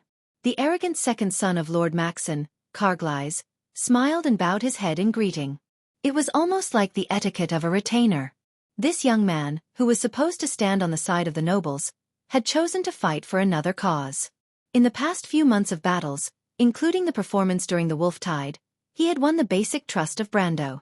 With this foundation of trust, he had everything. Behind Carglaise were the youths from Erwin. They were still immature, and there were even some nobles among them. After the calamity of wolves, these youths seemed to have found their own direction in the turbulence of history. They were reborn, and their expressions showed maturity and determination. "My lord." When the youths saw Brando and the others walking out of the forest, they quieted down. The story of the past few days was like a legend that they had personally experienced. Brando alone entered the loop of trade winds and ignited the flame seed at the most critical moment. They saw with their own eyes the moment the calamity of wolves was completely eliminated. Such a magnificent scene made everyone feel as if they could hear the loud bang of history and the future. Just a day ago, the Druids of the Green Tower had also sent people to express their gratitude. After the Druids, the mercenaries and the survivors of other forces, apart from the envoys of other countries, more or less came to express their gratitude. Not to the Kurlutz people but to the Green Tower. This confirmed the guesses of the youths. On that night, when the pillars of light that represented order disappeared in the violent storm, only one person lit up the lighthouse of this world. This time, Erwin was the main character. Even the crew's empire had to step aside. Of course, Brando didn't know that his actions had won him many potential friends. The survivors of the calamity of wolves were more or less indebted to him. One couldn't imagine the gratitude one would feel when a stranger saved one's life in a desperate situation. When the calamity of wolves was at its most violent, everyone thought that the darkness had completely suppressed the light. Even the last trace of order had disappeared. The Green Tower's light was about to be extinguished.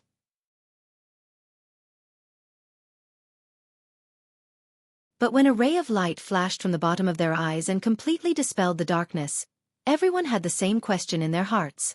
What was that? But when they learned of Brendel's plan from the Druids, the shock in their hearts was indescribable. Of course, this sudden shock and gratitude might only be temporary.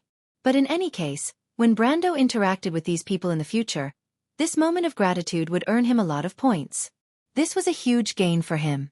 But Brando didn't know this at the moment. He only felt that these youths were unbelievably quiet when they saw him. He had a high prestige among these youths before, but that was the prestige of a lord. But at this moment, they looked at him as if he was their king. If one day they became knights, they would answer to Brando's call and fight for a heroic king. This was the dream of countless young knights. After the four sages, there was only one such king in the past, and that was Erwin's predecessor, King Eric. But he had passed away, and Wonde had been calling for heroes for 100 years. Looking at these youths, Brando was satisfied. The embryonic form of the White Lion Legion had appeared. He took a step forward and placed his right hand on the hilt of Halran Gaia.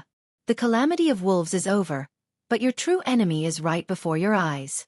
Now, follow me and prepare to return to the Green Tower. Long live Erwin. Long live Erwin. Everyone was in an uproar. P.S. I'm sorry, but I forgot to delete the draft when I was writing. I only discovered it after a book friend reminded me.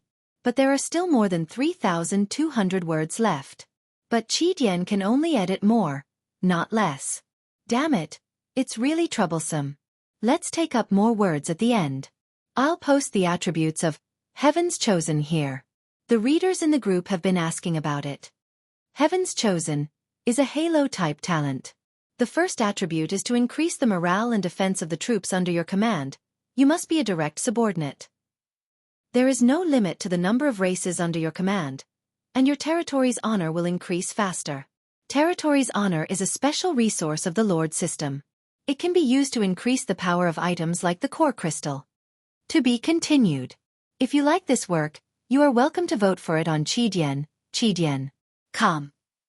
Your support is my biggest motivation. You're tuning in to the Wisdom Diary YouTube channel. Don't forget to subscribe and join us on this journey to catch the most captivating stories.